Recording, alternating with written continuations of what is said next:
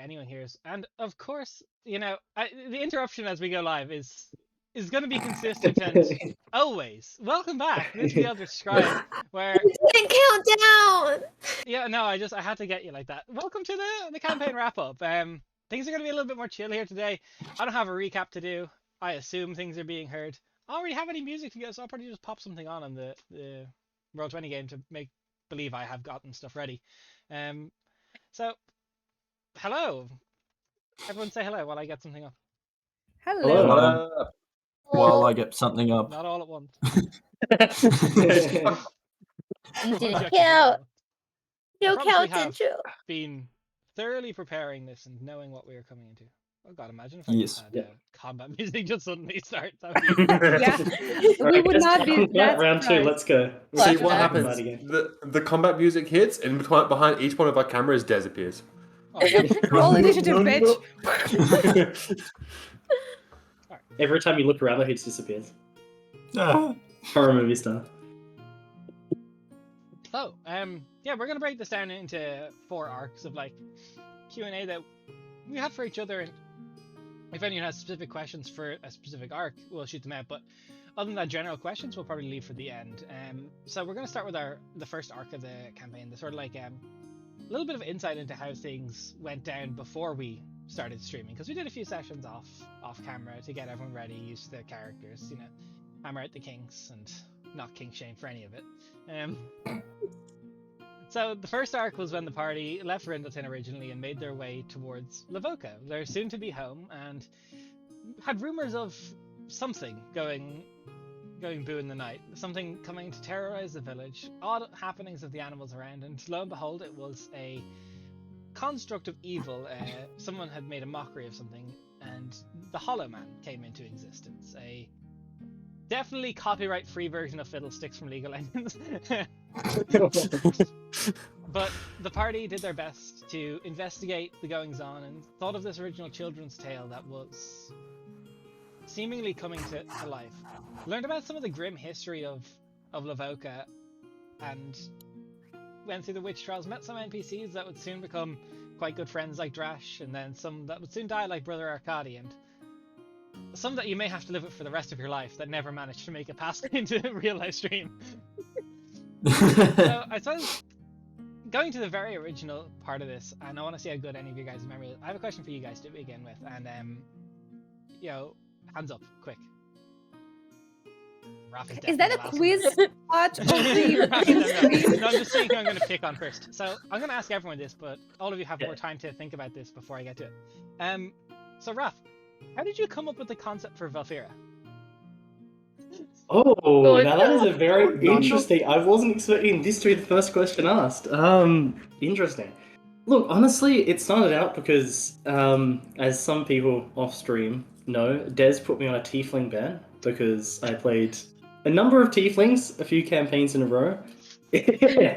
And this is the first campaign that was lifted, so I went into it wanting to play a tiefling, and then pretty much Cade came up to me with the idea of, let's play brother and sister, or siblings, which I thought was real, until he proved to me it wasn't. But yeah, no, just from then, I pretty much looked through class-wise, subclass-wise, and I'm a bit unsure for a bit. But I don't know, I just really liked the story that I came up with about the whole knight and trying to become a knight, and inspired by stories from the old world that her grandparents had come from and everything. So I just went from there. And then the whole sibling part of it with Zerakos just kind of established that a bit more. Okay. Which then, of course, stabbed me in the back later on, but... Speaking of stabbing in the back, I suppose the most logical follow-up to that is, Cade, why did you do that to Raph? Listen, alright, someone had to do it to him, it just happened to be me. Look, I respect it, I also approved it, so I can't really complain. Yeah, look, it's the first time I've linked one of my characters to someone in such a close way. Maybe the last, we'll see. That sounds so sad, though. Don't let it poison the well for you. Des No, also, Kujok said that you're quiet on stream. I didn't know if you saw it or not. I think it should be fixed. 1 second. Okay, cool. I just wanted to make sure. Is it better now? Am I quiet for you guys? Nope. Not really. No, we No. can hear you We fine. hear you through Discord, so we don't know what's the It's balance. the same microphone input for both things. I'll just have a quick check on the properties on it. Okay, so That now you should just be- have to scream for the rest of the time. That's poor neighbors. Gamers. No, so yeah, that does give the follow-up. So you played a really complex character from the start with Nux, and then went into Braska, and you had that sort of in the Hollow Man arc. You originally were Xeracos, and you had that whole lie to the party. And I know how you came with the concept, and I know where you saw it from. But Kate, tell us how you came to first Nux, and then I suppose, although it's a little bit later, tell us how you came to Braska. Should I start at Xeracos? Because technically Xeracos was unofficially my first character. Yeah, It was a start from the little beginning. scuffed. Awesome. Because from the beginning there was a lot of trial and error. It came to Xeracos, I guess. At this point in time, when creating it was Xeracos, there was many different iterations of Xeracos, ranging from literally every class combination you could think of, all being a golden skin tiefling. Well, in this situation, not a golden skin because obviously Val ended up with that. But it came to me at a very late point in the night after, of all places, being on TikTok. The idea of taking a character, making it a changeling, and stealing someone's identity and basically blending into that sort of life. I thought me being paired up with Ras, someone we've played with for a while at this point, it would be an interesting sort of twist to reveal. The twist coming from not from the DM, but from another player that they, Raph assumed he could trust. My bad. Lesson learned. So, I suppose I'm curious. What did you learn from that experience of keeping that secret from the party? Was it a big stress on you? Look, it was super stressful, and what happened in my personal life didn't help a whole lot, which is a big reason why I moved off of the character. The stress and sort of other things got to me a lot, and I definitely suggest if you're gonna do it, make sure you know what you're getting into because it's rough. All right, and how did you come up with the concept for Braska? I know you Oh, just named him, Braska? but let us know. Braska, man, I fucking found out we could play Blood Hunters. Hell yeah, absolutely play a Blood Hunter. I respect it. That's a great reasoning. Perfect. So, AJ, next up on the chopping block is Liber. That's a character with a lot of depth and a lot of stuff that you didn't know about. We had to do a bit of collaborative storytelling on that. But how did you come up with the initial concept? Well, with how Cade was browsing TikTok, I browsed Reddit. I came up with the concept We're all of original, I swear. 100%. No, I knew I wanted to play a wild magic sorcerer, and that was 100% set because chaos is my life. And so I went. I literally Googled wild magic sorcerer concepts, and I saw the concept of a. The concept was a 20th level wizard spellbook that was somehow caught in the crossfire and true polymorphed into a person. And that's why the magic was chaotic, because they had all the spells of a 20th level spellcaster in their blood. So I said to Des, hey, you know how you got spellbooks, yeah? Can we make it a dude, but with no memory? And Des went, yes, please, thanks.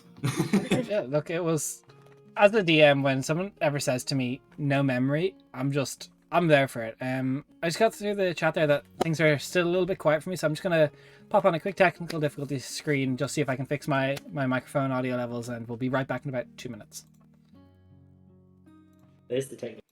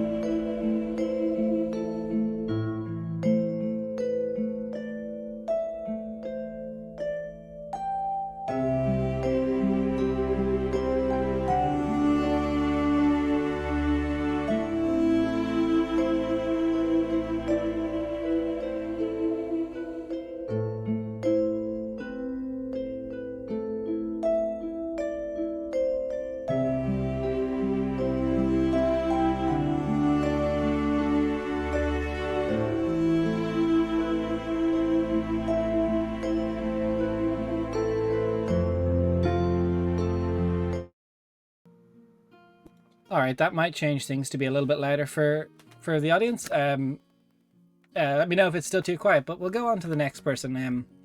So Jen, you played Aura, an absolute gremlin of a character who I scammed out of a lot of money.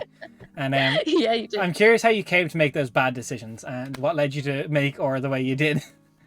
Well, originally I didn't want to make Aura. I wanted to make a different character that was a warlock. But at the time there was already a warlock in the party, and I went, no! And then I quickly looked through everything, and I was like, I want to play something new. Let's play a wizard. And then I proceeded to go, oh wow, wizards are complicated. But Aura's kind of like, her like emotional vibe was basically just like me like allowing all of my gremlin like desires coming through, basically. Okay. Yeah. You picked a very interesting link to like the Shadow Fae and being like a complete, almost like alien to the world. Do you think you predominantly picked that as, because you and Daria both came in new to my setting at the start of this campaign. I'm curious, did you pick that kind of like new to the prime material to kind of reflect your lack of knowledge on the world, or why did you pick to be from the Shadow Fae rather than a character that was from the prime material? It was kind of like that kind of a thing, especially like at the I don't know, like I remember like at the beginning, because you guys were like, and I know it was like the other side of the world, but like there was a lot, and like you guys would make like a lot of jokes about stuff that me and Daria were just like, what? Whoa. And I remember being really worried about like you guys having like this huge like pool of knowledge to pull from. I was like, cool, I am no thoughts head empty. So let's figure out a way to incorporate that so that my really smart character can also be no thoughts head empty. I know, you gotta do it. So that's a good thing to touch on. For those of you that didn't know, our setting is kind of split into two sides of the universe, where on the prime material plane, it's Rapidin on one side and Quenthian on the other side, and both myself, Raph, Cade, and AJ had played a few campaigns on the Rapidin side, but then we went back in history thousands of years prior and started the timeline in Quenthian. So everyone was kind of very new to the setting, but it was very interesting to start seeing this side of the world unfold.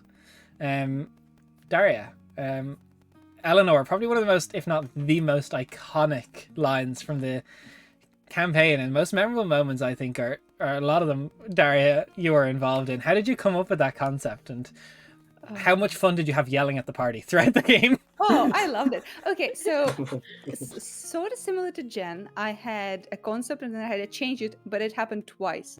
Because when I was coming into the game, I thought of playing a monk.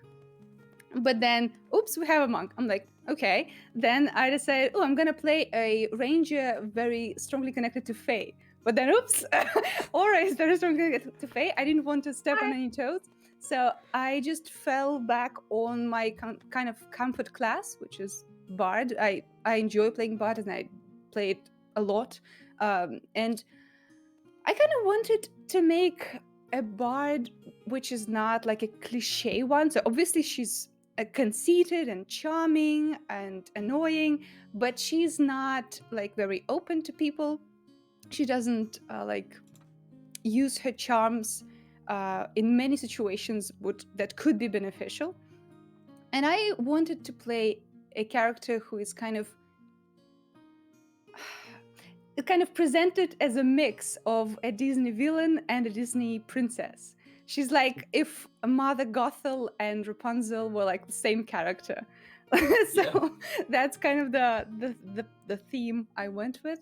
And yeah, I loved it because obviously the first interactions with the party, like the stream did not get to see it at all, but she was very prickly, very cold, and with time she started to like unravel it a little bit, and the reasons why she was so prickly and cold were kind of made sense, and she was not as cold, well, to most of the party, let's just say that.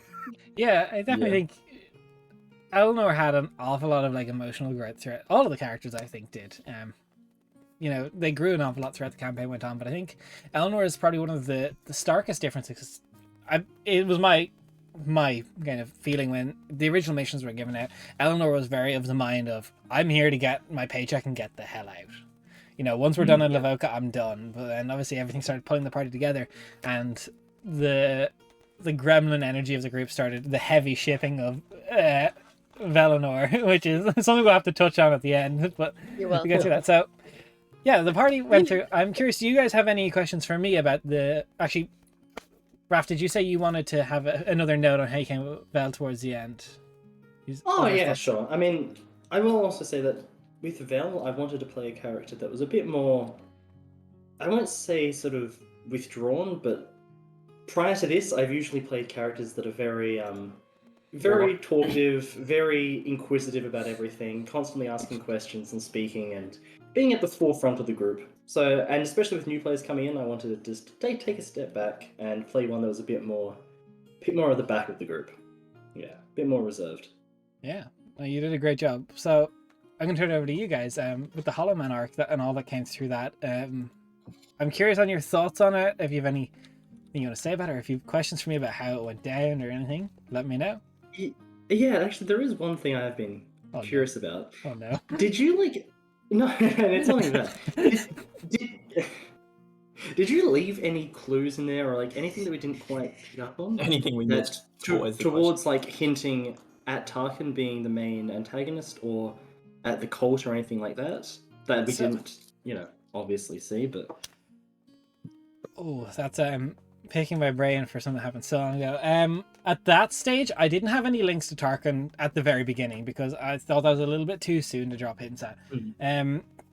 There would have definitely been, if you'd probably got a different approach and had a bit more of if you'd given the Singing Tree longer time to collect more stuff, there would have been more evidence of the cults cultivating the Singing Tree as it was growing. But you guys are actually pretty quick to deal with the Singing Tree. You found it as quick as you could.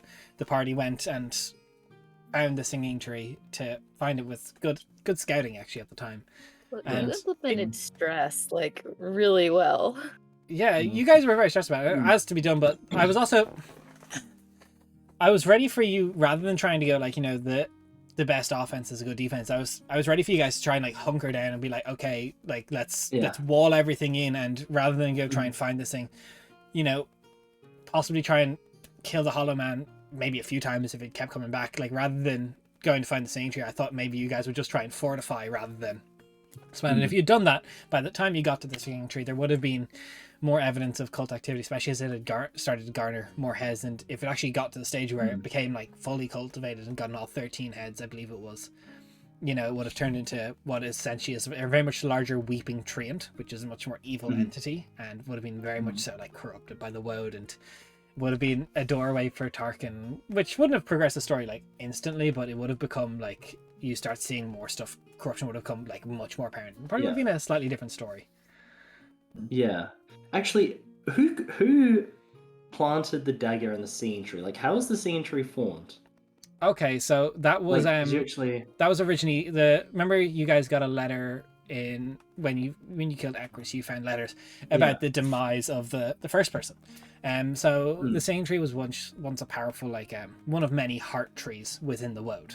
One of the trees that is connected to the central nervous system of the woad is this one big entity, and the act of corrupting it, the woad actually lashed back against that leader, who was unnamed because I always knew they were going to die and Ekris was going to be the person in charge, but that person was killed in the process. But it was then at that stage that all of a sudden, unfortunately, this duty that Ekris and Lynette never wanted became so much thrust upon them. Do we know who the woman was who was inside of the Singing Tree? I don't believe you guys have ever found out. It was one of the sacrifices. It was a lady I had originally written as getting. Let me just check my map here. So it was a lady that they found near John that they had used in the process of corrupting Singing Tree, the first blood sacrifice of the cult. One of the woad inhabitants, but it wasn't super relevant to the story, and there was obviously no way to ever save her because by the time you guys had got to Lavoka, the Singing Tree had already been gone. Yeah. I have a question about the goddamn Flimbush family. That Those that motherfuckers. took us like a whole session of us thinking and discussing the fucking Flimbush family. They never came up. And also, I'm curious about like the timeline before we got to Lavoka. I know it's kind of weird, but like the mine got infected by the insect boys way before, and it's not connected to the singing tree. It's just like something that happened. So and then Coincidence? the Tuscully in the mine specifically, that's it. That was its entire kind of like, if you think of it as kind of like a B plot. It was long ago. Like when you got to Lavoka, the lime quarry and everything, like, and the what's it called, the kiln, the lime kiln. That was like long ago in disrepair. Like it was maybe 10, 15, 20 years at the point that had been infested. And the Tuscully they're kind of like the wasp people that are at the Tuscully are evil entities within the Woad, and something that the cult had allied with, but it wasn't directly tied together. Mm-hmm. okay. And the Flimbush family, they didn't come up, but they may come up in season 2.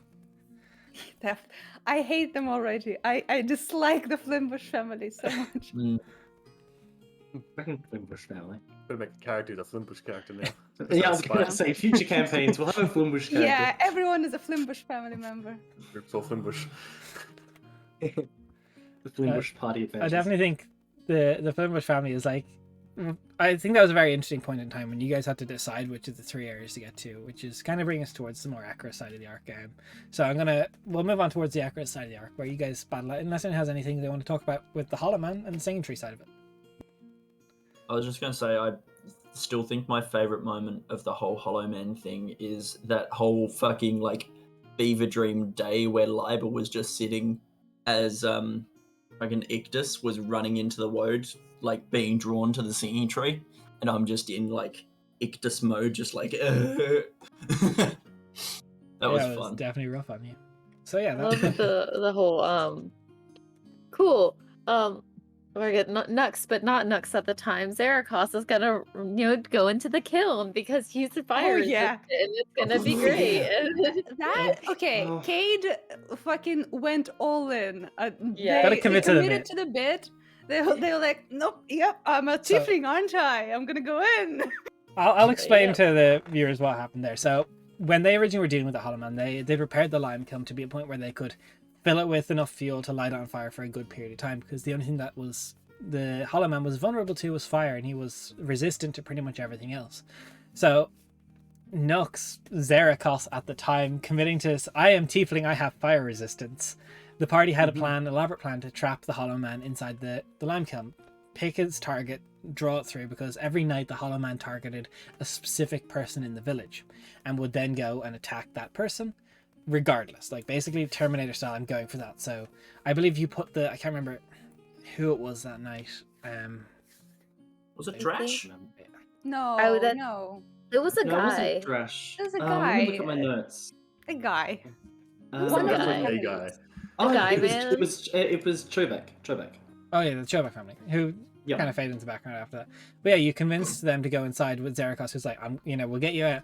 And when the fire started, it was something like a few d6 every turn, and you're like, okay, we have resistance. Like, we're level 3 at this stage, or I think it was level 2 or 3. I was like, we're gonna get through this, and then the fire damage comes through, and it's like 1 turn KO, and everyone's like, what? Or 2 turn KO? Yeah. I think it was level 2, and I think it was a 2-turn Yeah. KO, because I know you said this much damage, half that, and I'm like, oh yeah, half that, full damage. Yeah, no, I purposely said half that. It was so weird because originally Eleanor wanted to be in the kiln with the guy because her thinking was like, I'm a healer, right? If he goes down, I'm gonna heal him. And the fucking hoops Cade had to go through to force Eleanor to not do that and go in and fucking almost die in there, because at that point Nux and Eleanor already were kind of on the outs. Eleanor was not trusting Nux in the slightest, and all of that to be almost dead in like 2 minutes, it was a commitment. 12 seconds. I would also like to follow it up with the fact that once Zarikos went down, Val thought, yeah, it's my brother that's down in there, charged into the kiln with fire resistance and pulled him out of it. It's like over her shoulder. Fucking nuts. Yeah, yeah. Okay, The I charred have individual. so slightly off topic, but not super off topic because we're talking about Nux. So Nux and Fino live happily ever after and have a bunch of kids, right? That's future stuff I can do with. Season 2. Oh, Sure. 1 second there, guys. We Yay. just got a nice raid with 27 people Ooh. from the dreaded GM. Thank you, guys. We're doing our Hey, campaign wrap up here where we're Yay. breaking it down arc by Doing. arc. Thank you so much. What were you guys doing? What were you playing? You have That's- fun? Dreaded is such a legend. Fun gaming game time. Oh, you're playing D&D. Anyone die? We're talking about the deaths of our game. Whoa. D&D? Our campaign was not traumatic at all. No, it was Everyone's definitely fine. very lighthearted. But yeah, we're breaking it down arc by arc. We're still doing the first arc. Talking about one of the most favorite moments we had where things kind of went south for a lot of the party and someone almost died in the first arc, which was super tense, and I was panicking when that happened. But we're talking there about Cade's old character Nux, who retired from the party, and he met a girl of the local village called Fina, and I suppose we'll talk to that more about when we get to the kind of the end of the Ekris arc. Quickly as well before we move on. Remember everyone, Nux is they them. Yes, Nux. Zeracos was he. Him. Zeracos he. Yep. Nux percent of they them. Edgar he him. They. He they, and then I can't remember the Party the- guy. Oh, the Satyr. He The was Satyr. him Party as well. guy, yeah. Yeah. It was, it was a whole thing. But yeah, that brings us to our second arc, the Ekris arc, where you guys kept the Ekris. I'm gonna break this to Ekris up to the point of like the festival when you guys had properly beaten Ekris fully for the done that after the first, because if I'm remembering right, you guys got to the Moonlit Plateau and you found all these notes and the demons that were staying there for the cult that they'd managed to summon, and you found a lot of information, and you guys had to make some decisions about where to go. And this is an arc where we met some great characters like Spindra, who spoiler moment here if you haven't seen the last episode. Spindra, cover your ears, earmuffs, kids, right now, because we're going to talk to Spindra for a second. Had a very long time at the party, but unfortunately didn't manage to make it through. And honestly, probably one of the hardest hitting deaths, bar some of the other characters that we'll talk about as we get throughout it.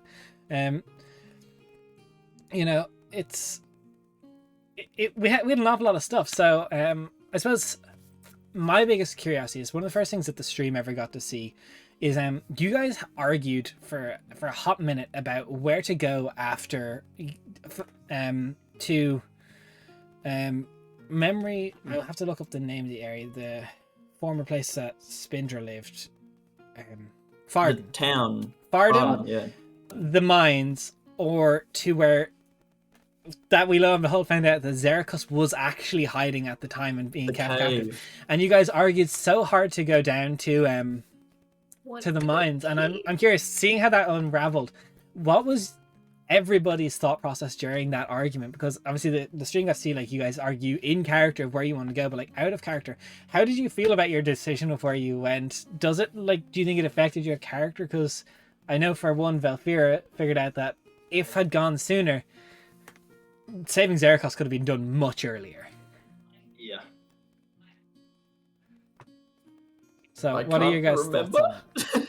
Well, I remember because Eleanor was one of the strongest supporters of going to the mines. I think she was pushing for mines most than everyone. And Vale wanted to go towards the cave, I remember. The cave Yeah, in Farden. sure. I wanted the cave. Yeah, Yeah. I don't remember who was with me on this because we kind of decided as a group, but I remember that Eleanor was strongly for mines because it was a place next to our town where enemy forces are gathered.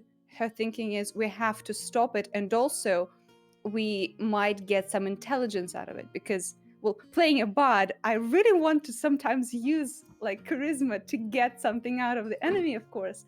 But turns out two things are shitty. First of all, they're insects, and second, they're much stronger than us. So that backfired a lot. Oh yeah. We walked in and I went, oof. Yeah, it was Yeah, actually my bad. that Great was a description of the very entire campaign. was that my first like death? I believe so, and then it was very quickly followed by the unfortunate timing of the days you traveled, that the lunar echidna, who specifically hates elves, was tracking the party as well. So you got like 2 days in a row, and it was really rough. So I suppose in the fight with Ekris, you guys gathered an awful lot of allies, and I suppose going around the table like I did earlier is probably the easiest way. How did you feel? We'll start opposite direction. So you picked the mines, Daria, and it was something that you were so adamant for. Did Eleanor feel guilt, or how did she feel after finding out if things had gone differently, you could have gotten to Xericos earlier? Or is she confident enough in her decisions that she was like, I made the call, not every call is perfect? What was her thought process like after it? For sure. Eleanor did not feel guilty about that. She's a very good leader. She is capable of making the call and moving with it. Like, we decide this, okay, whatever fallout, we deal with it. So Pragmatic. all of these ifs and maybes, that's not really her area of expertise. She does what she thinks is best in the moment, for sure. Okay. So, Jen, when you were playing Aura, that was probably one of the most traumatic times where Aura had to start grappling with the terms of death and what that really meant for how close she was, and almost got made a host to a heap of new Tuscully infections. And I'm curious, how did Aura feel figuring out the events that would unfold coming up after that towards the Ekris arc, and how the thing went? Does she hold any, like, the Tuscully was essentially like the bad option, unfortunately, for the group, of this thing that you got to pick, like the one that would drag the most time away from the group and, you know, really cut into your time and resources. Does she hold any like grudge about it? How does she feel about that? I remember I was kind of annoyed. I was so annoyed. I was like, come on, please. But like, no, like Aura was just like, dude, I don't know anything about this world. If you guys think that like this is the thing, let's go. And then I died, and then we left, and then I died, and then we left, and then I died again. And she was just like, this world doesn't like me. I should just go back to my world and fuck this world, I guess. Mm. There's a lot of her being like, oh, I should not be in this plane of existence. I think around that time, though, we also had a very big turning moment for Aura that was very important to talk about. And I may be completely misremembering. It was sometime after the Lunar Echidna. I know it was before Ekris, perhaps. It was the first time you used your own spellbook to talk to the Queen of Night and Magic. Yeah. Where you felt she gave you a scroll of sending, and it was the first time you managed to even get any form of contact towards Xericos. I think it was sometime around that, because it was still time hunting. Unless you guys can correct me, I think it was around this time towards the Ekris arc. It was after the Echidna stuff, but by a little bit. Yeah. Yeah. So I'm curious. Yeah. Going from a server to that point, what was that moment when you first got sort of like, what's the correct term? Like confirmation that you're doing right. How did that feel for Aura? She was so happy. Like, it was very much like, because like Aura's like, she like looks up to the queen a lot, because like that was like the big role model that she had like growing up. And after she like of course, like for her, like learning magic kind of started as like a very sneaky thing that she just kind of did because it looked interesting and cool, and it was the first thing that like she did on her own, like just for her, that wasn't like anything connected to like her job or anything.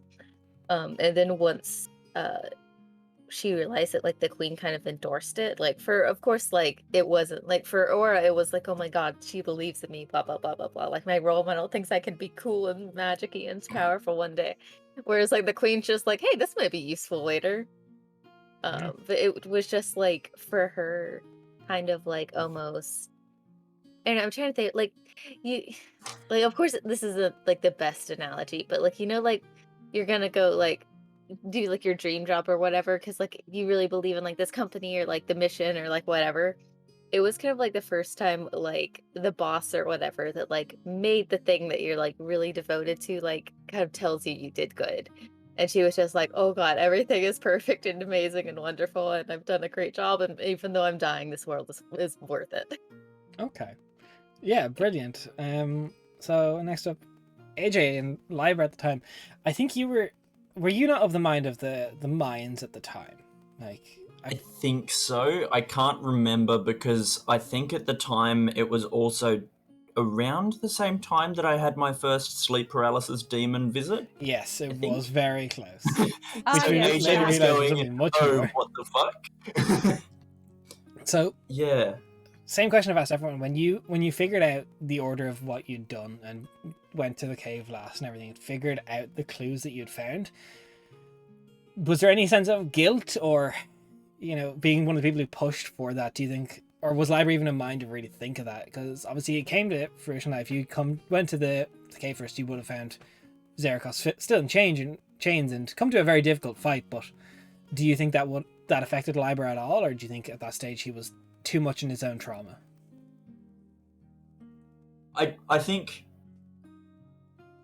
when he found out that they'd chosen wrong or whatever, I think he was more, feeling for Valphira, like knowing that, because Liber is a very, he feels for others. He was always a very passionate character, like emotions right fucking up there. But I don't think it really affected him too much. I think if it wasn't for the Tuscoli and the mines and stuff, Liber wouldn't have had as big of an appreciation for the Woad, because he witnessed the Woad, bringing aura back and stuff, and he wouldn't have had that respect and awe, I don't think. Okay. I was Yeah, going to very bring up that moment too. I was like, that was like a really sweet one for me. When Yeah, Nux The was moment I singing, went, was like, holy shit, the Woad could actually do stuff for us. Yeah, it's probably one of the biggest, if not the biggest indicator of its power at the time. So when you were playing Nux at the time, Kate, I can't remember what you were advocating for specifically, but I'm curious how it affected Nux realizing towards the end that they had picked the group, like, that you didn't get to Xericos now, because I know that was such a big part of Nux's character, is wanting to kind of fix that mistake of leaving Xericos to be trapped and finding out where they were, and then Nux had to deal with the fact that they didn't get to Xericos on time the first time. Or how did that cross Nux's mind at the time? I'll start from the beginning of all this. The picking the location. This was coming fresh off the reveal of Nux. Yes. This point where Nux Yeah. was still afraid the party was about to kill him, specifically 2 members. And so Nux was super conserved, really reserved with themselves, and I knew that there was a part of me as Nux that wanted to go to the cave. I looked at the cave and went, that is the best defendable option for enemies if they wanted to go there. That's where I wanted to go, that's where Nux wanted to go, but didn't say a fucking thing. Would rather agree with the people who are trying to kill him, or could potentially kill them, than would say never. anything. Yeah, Nux was way too bullied at that point to voice opinions. Yes. Oh, for we sure, were but not that doesn't mean it separate. didn't affect Nux at all, and I definitely think did it. Which, Like- continuing on that, getting to the cave and seeing the cage, it was rough. Nux obviously being the sole reason why Xericos was trapped, the one and only reason why Xericos was trapped, realizing that they had a chance to save him, but they didn't voice their opinions, was not fun. In action, yeah. Yeah. Yeah, I can imagine how much that. Like, I think that probably, obviously, there's real life stuff that made you drop off of Nux, but I definitely think there's an awful lot of in-character stuff and like the in-character infighting that did justify Nux's, retirement from the group, but not from Lavoka as a whole, because I think we'll touch this towards. This is the same arc when you went back and Nux met Phoenix throughout this arc, and someone that was a rock and sort of first accepted Nux as themselves, the changeling, no discrimination, like didn't want you to be any other form, just wanted you to be you. And how do you think? I know we're going to talk about the Akros fight in a minute now, but that moment is something I think is so pivotal for Nux's emotional state. How do you think that affected them? I can definitely say that there was a long stretch of time after the reveal that Nux was teetering, for sure. It was very, very walking a fine line for the character. And being able to have Fina, I would say Fina and Aura were the 2 sole reasons why Nux was still around. Okay. Yep. So next, probably the most impactful one of the most impactful moments of the time of the campaign for Vel. Obviously, her story was more than just Zerikos, but you can't talk about Vel without talking about Zerikos because they're innately linked. And you had advocated so heavily for that cave rather than the mine. And obviously, Eleanor became someone that Vel cared for an awful lot. Like there is basis to the fan meme of Valinor as it's called, but the two did get along very well, like as probably some of the closest of the group. And I'm curious, did Vel put any blame on Eleanor for advocating so heavily for the quarry rather than the cave, knowing that if you'd gone to the cave first, you could have saved Zerikos? Yeah, look, honestly, I don't think she put blame on Eleanor. I think Vel as a person put blame on herself, first and foremost. As she did the whole way up to eventually saving Zerikos, she put herself as the person to blame in her mind for not doing enough, for not arguing enough, for not sort of directing the party in that location, putting her foot down a bit more. So no, like she didn't really blame Eleanor. Okay. Too much with that. To be fair, I think if Vel did blow up at Eleanor about this, I think that would make a case for them not getting along this well, because Eleanor was already like not trusting the party too much with the Nux situation, and if Vel turned on her, that would be like a sealing like nail in the coffin. Like, yep, this is not the place for me. I'm gonna go now. Probably. Yeah. Dude, don't you dare. Aura was trying so hard. Yeah, at that stage, Aura was like the glue of the party, trying to hold everyone together. And that brings us to like our first major difficult fight. Like the Hollow Man and the Same Tree weren't actually that hard because you guys planned really well for that. But I think the Ekris fight was the first fight that really put the fear of mortality in a lot of the party, because it was a close fight. It came down to the wire. That was like, almost death for the party. And someone that Valphira knew from her backstory, a former squire that did not manage to make it through, like, kind of like this parallel to what Vel's life could have been if she'd gone down the wrong path. And that Ekris fight, I'm curious, the characters after that fight, a lot happened. How did your characters feel after that? I think, look, for Liber, straight after the fight, once everyone was all fine and, healed and stuff, I think he just went to, like, when, we were looting and stuff, when he found that chest with the puzzle, he's like, good, something to take my mind off everything, let's just go. And then just, that was where he was at. He was just like, let's just, bottle it up, save it for later, let's just get shit done. Dude, what do you mean, God, the fear of death there? Well, Aura had already had that, but I think that was also a moment where, like, Aura tried to rush in to save Vel when that stuff happened. You tried to get very close when Vel went down, and you ran forward and got the beat down of your life from Ekris. I mean, I think both of us just rush in, not thinking that our AC is shitty as fuck. Yeah, I think Aura only had like a 9 AC for the most of the campaign. Like, it was like a circle of falling down and getting back up. It was now fun for a couple of turns. Well, that's the first time you popped your wings, wasn't it? True. Yep. Seeing Vel fall. Yeah. I was thinking of where, like, thematically would be a good moment to, like, actually get the Asana Protector thing going. That was a good one. So by the way, Liber had the best reaction. You were like, huh? that was good. Because I remember I was like 90 foot away or something because I was at the max range of my spells because I was being a spellcaster out of melee. Only one. And I was just like, what the fuck? So, Val, I think that was a big moment for you because you were toe-to-toe with Ekris for the majority, if not like the entirety of that fight. Yeah. How was that for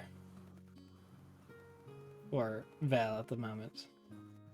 Look, I think for Vel, it was like during that fight, it set in, quite who they were dealing with in this whole situation with the cult. Like, it wasn't just, I don't want to say an average cult, but the fact that it was clearly something more than that. I think it was that fight that actually set it in her mind. Like, shit, there's more to it than just finding Xeracos. Like, there's something else going on here. There's something big at work here. Yeah, there was a lot at work there. And Nux, you were very pivotal. Like, I think you were some of the party's most consistent healing at that time with the Mercy Monk. Is such a strong healer at the time, like, especially at some of the lower levels. And you were just yeah, you were getting people up left, right, and center, and there was an awful lot of panic throughout, like both in and out of character for everyone. How was that fight? How do you think that fight affected Nux as a person? It was level 3, if I remember correctly. This is the first time Nux would have been able to use the Way of Mercy, if I'm not mistaken. Yes. Yeah. So if I remember correctly, it was a while ago. I remember Nux feeling really happy that they could finally contribute something to this group that doesn't really like them a lot, and being able to help in some way. Nux felt like that was a start for their road for making up specifically to Valphira. Yeah. And I think there's a character I completely forgot to touch on. It just happened before the fight with Ekers. You guys got probably your longest ally you had in the entire campaign.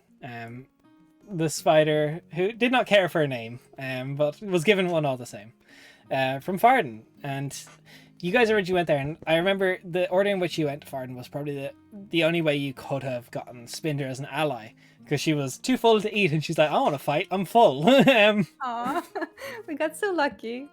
Yeah, we did. I'm curious, like, when you went there and you saw giant talking spider, bodies strewn around, and you went, you know what? That's our party mom. That's the ally. That's the one for us. This spider's How? friend shaped, for sure. How did you I guys think get to that? just- What was going through your mind? I think we just had so much, like, here, have some trauma and more trauma and more trauma. I think we were just looking for a friend, Des. And also, she came up to us. Well, okay, we came up to her, but she met us halfway and was like, "Hey, what's up?" And I think part of the credit why we like her so much goes to you, role playing her so so sympathetically, because she has humor and she's She is fun magic. she's cute. Yes, she's so adorable. I don't think her career as a stand-up comic would have ever taken off, unfortunately. I disagree. I don't think she had a very good concept of what a joke actually was, but she definitely had the spirit. I don't argue otherwise. Anyone who didn't laugh at a joke should eat. Yeah, exactly. to be fair, yeah, that's a very the good audience point. would love her. And- They have to. Yeah, This so year, yes, we had the I fight. 9.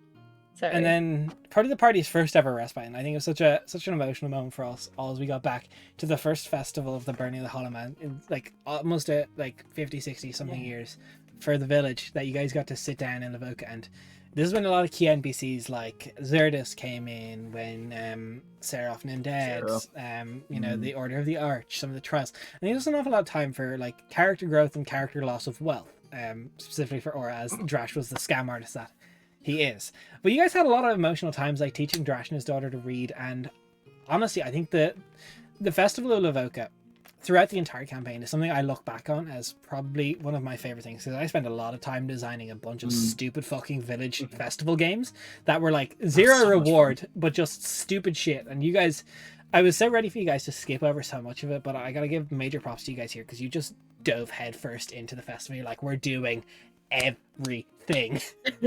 Yep. So what was your favorite? I'm gonna go around the table, starting with Belle again this time. What was your favorite moment from the festival? Either festival game, or, and out of all the NPCs you met some big ones like Sarasi. You met the Queen of Night and Magic without even realizing it, and Lyra managed to dance with her. Yeah. And that's why you got such a bad reputation with Zanwern after that. Look. Fuck no. NPC wise, probably one of the biggest that we met that was very important would be Xerdus, because we met her during that arc, and very important to the group and for the future of the world and Lavoka, as well as just a cool NPC. But honestly, I just really liked from the whole burning Hollow Man.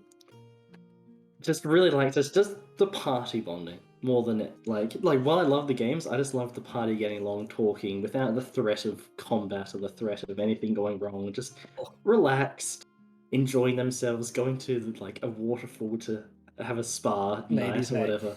Ladies' night, yeah. No, but just having fun, or whether that was Liber and Nux protecting the house from Drash and Oh, the Run. boys' We weren't night. Yeah, the protecting fucking shit. fat boys. We were boys. not protecting Yeah. shit. So a really important moment of This wee shit. a really big important moment for Valphira's character growth happened at the festival. A really big moment where you finally got accepted as a squire to a knighthood order. Like a very reputable order as well, arguably more so than one you found out about the Order of the Arch, and like Bradar, like Knight of Quintessence, becoming the Squire of Quintessence, and I think that was such a good moment for Vel. I'm just curious. Yeah. Obviously, I don't know if you saw that coming at all. I'm just curious how No. Vel's emotions, like, you know, finally succeeding fighting, got like plate armor, got like, you know, really starting to get recognized as a knight, being recognized as like not just potential squire from any knight, but the you know, the knight commander of the priory. Look, both in and out of character, I completely didn't expect it. Until Berdar rocked up one day with the Archon. I was like, you know, maybe I could talk to him. Maybe he could give me a good word with someone, or like put me in touch with someone. Advance Vel's story that way. But yeah, then he was like, yeah, you know what? Squire, let's go. But look, I think for Vel it was very important. Just confirming that was the direction that she wanted to go in. Because before then, while that was in her past and her backstory, the attempts at, you know, becoming a squire and being a knight and all that, while the game was ongoing, she was unsure if that was the direction she was going to go in, if that's what she wanted to pursue. She was a bit lost in that regard. But then Berdar coming along and offering it to her and showing such a generosity with all of that definitely changed the direction that she went with. Yeah. And just her outlook on everything as well, and how she conducted herself after that point.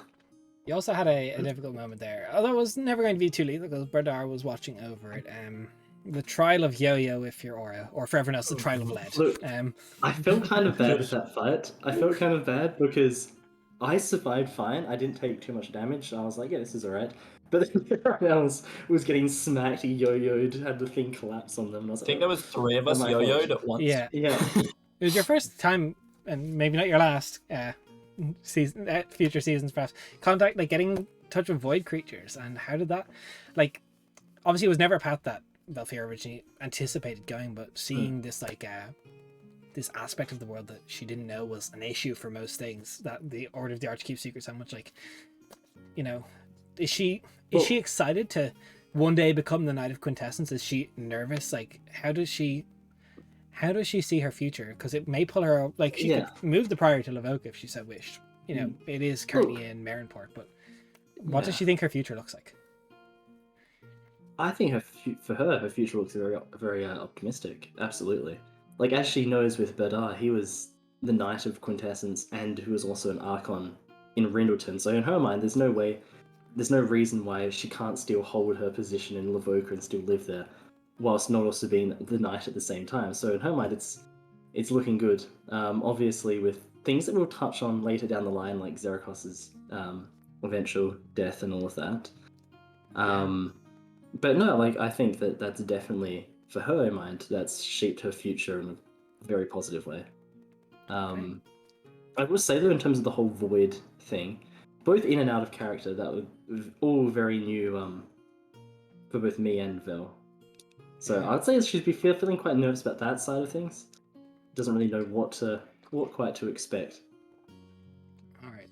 So the first character of the party to get a girlfriend, to get into a relationship, because D&D at its core is a dating sim. Nux, you found Fina at this time at the festival. The festival was a big turning point for Nux, because they could get into, like, they got into other skins, and then they got paraded around even in their own form as, like, Fina's boyfriend. You got yelled at by the very, very heavily pregnant Missy Kostya, who had seen her husband die, but suddenly took to this way of coping as, like, trying to, like, showing all her, like, attention of wanting to protect her newborn kid, which I will confirm for everyone. Missy did have her child. Nux did deliver it and did a very good job becoming one of the future, probably the best physician within Lavoka. and has done a great Fuck yeah, job. But nuts. that moment was a big moment for Nux, and I was so curious what you would do, because I know you had the most stupid fucking build of speed, and I hated it because I could never chase you down anywhere or catch you if I wanted to. However, I did put in that small stupid contest where Fina would try and run away from you, and you're like, I will lightly jog. How did you find this all? Because you had a good time in the festival. You completely showboated an entire contest by using your hands for a barrel race. You know, you could have been flipping the people off as you were going by. Like you didn't participate in every contest, but the one you did do, you stomped. And I'm curious how it went and how you found this time, like this kind of like this final piece for Nux. I want to start off with the start what you said there. Finding Fina. I didn't find her. She was hand delivered to me, and it was the right amount of awkward that I absolutely loved. That was so good. Yeah, she handed you flowers and promptly proceeded to run away. The And fact that trip she ran over. away, and Nux being the She also fell. I absolute remember flash. ate shit. Like, He did. Went It was so almost sad. ate shit. oh yeah, no, you did say. Nux swooped in and caught her. You rolled like a nat 19 or some shit on Yeah, that. That was some super somehow, high but- spin, yeah. He's been a wife, that girl. Like- But yeah, the sort of meeting, like what I was saying earlier, meeting Fina was one of the big sort of. I reckon I would say that meeting Fina and having like Fina show so much interest in who Nux was, not like any of Nux's personalities, but Nux, showing all this interest in who they were as a changeling, as a monk, all these different things, made them feel so much better about themselves. They didn't feel like they were basically what's the word I'm looking for? I don't even know what the word it could be. Imposter? Useless imposter. Isn't themselves. That whoever they are isn't good enough, and start making them feel like they are who they are is good enough. Yeah, I gotcha. Yeah, it was And big moment. the one game that Nux did participate in, the barrel race, was just Nux really coming into their own skin because of Fina. Like, at that point in time, Nux just basically was focusing on all this sort of feelings of acceptance that Fina had helped come into, and essentially just forgot about the issues with the party that they were having, and was just like, I'm happy, Yeah, it was a very good moment. I'm glad you obviously as a DM you throw an awful lot of like key NPCs and minor NPCs and minor plot points and major plot points, and not everything sticks. Like you throw an awful lot out there, but I was so happy when you did decide, because I as a time I felt like as a DM, Nux as a character needed somebody, like, because they were so alone, and it wasn't really coming from the party, and I felt like at that moment it was something that you would resonate with Nux, and I'm really happy with how it went down. Mm-hmm. So there was another person who tried their hand at wooing some people and had a good dance, Liber with Sarastra, who he soon would realize that was a big mistake that was going to put a big target on his back for the Moonlit King, who is a jealous man. You had fun at the festival. I don't think, did you win any competitions? He got What were the the cape comps? of billowing. I got the capability. That was from one of the random. Yeah, that was Winning. because I remember Des had mentioned like a little dream where I was like on top of an alabaster tower, and the word alabaster stuck in my head, and then he puts a fucking alabaster fox mask, which Aura bought. Yep.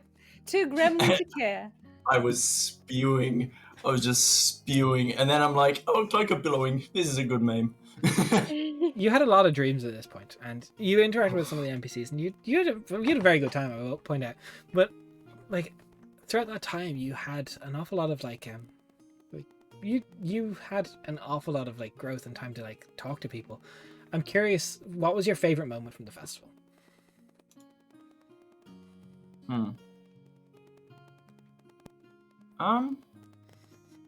Well, of course, Sarastra. But I think interacting with her outside of that, like with the whole, was it the palm reading or tarot cards or something? Palm reading. palm reading, yeah, Des, put any form of palm reading future shit in front of me, I'm a fucking lap that up. Always a big fan of that. But I think, yeah, was that also the time when we started teaching Drash? That was the How to time you read started and write? teaching Drash to read. Yeah, that was also. I think interacting with Drash was, just something to keep Liber's mind off whatever the fuck conspiracies he was coming up with, because at this point it was, I mean, all but confirmed that he was not from around here. Yeah, your dreams, your sleep paralysis really started hitting hard right now, as will soon be revealed the Dawn Watcher, the original like primogenitor of the world, that was like, you know, the basically the one who made everything. Liber was his tome, that was soon to be revealed, and much to his wife's dismay, wanted to check on in his tome, but completely didn't realize that it was going to sleep paralysis him every time he showed up. And you gave me that fucking little notebook that I had thought was a clue the whole time. Oh my god. It was just, you know, like kind of awkward from that moment. The doctor, you know, when you're sitting somewhere really awkward, so you just pick up a pen, you start scribbling or something, you know, not really knowing how to like break the awkward silence. Just that. He doesn't realize the awkward silence is just the fact that anyone he visits can't fucking talk. Yeah, he kind of, well, he has a lot on his plate. But I forgot probably one of my favorite moments. I will have to touch back on with you here for a second, Raph. Is the start of possibly one of the biggest big bads that will ever happen in the world of my campaign. The dance came up and you heavily rejected Urbum, who cried. And My favorite character. Okay. I did not reject him. I followed the advice from Eleanor, who was like, "Yo, just like dance with multiple people. It's fine." And so I was like, "Yeah, that's cool." And I told him that. I went to Xertus first. And she was like, "Yeah, like that's not a big issue. That's fine." I went to him, and he was like, "What the fuck? How could you do this to me?" And he ran off and cried, and just didn't rock up to the dance. And I was like, "Okay, cool." I think Xertus was like, "It's just a dance." Yeah, Xertus was like, "Yo, chill. I said I'd dance. Stop being clingy." And Urbum was just like, fucking day. Urbum's like, it's like "This two is it." completely different responses. I'm like, "Fuck you, Des. Fuck you." I didn't But know yeah, which one to predict from you. I suppose it was very interesting. I had fun with Urbum.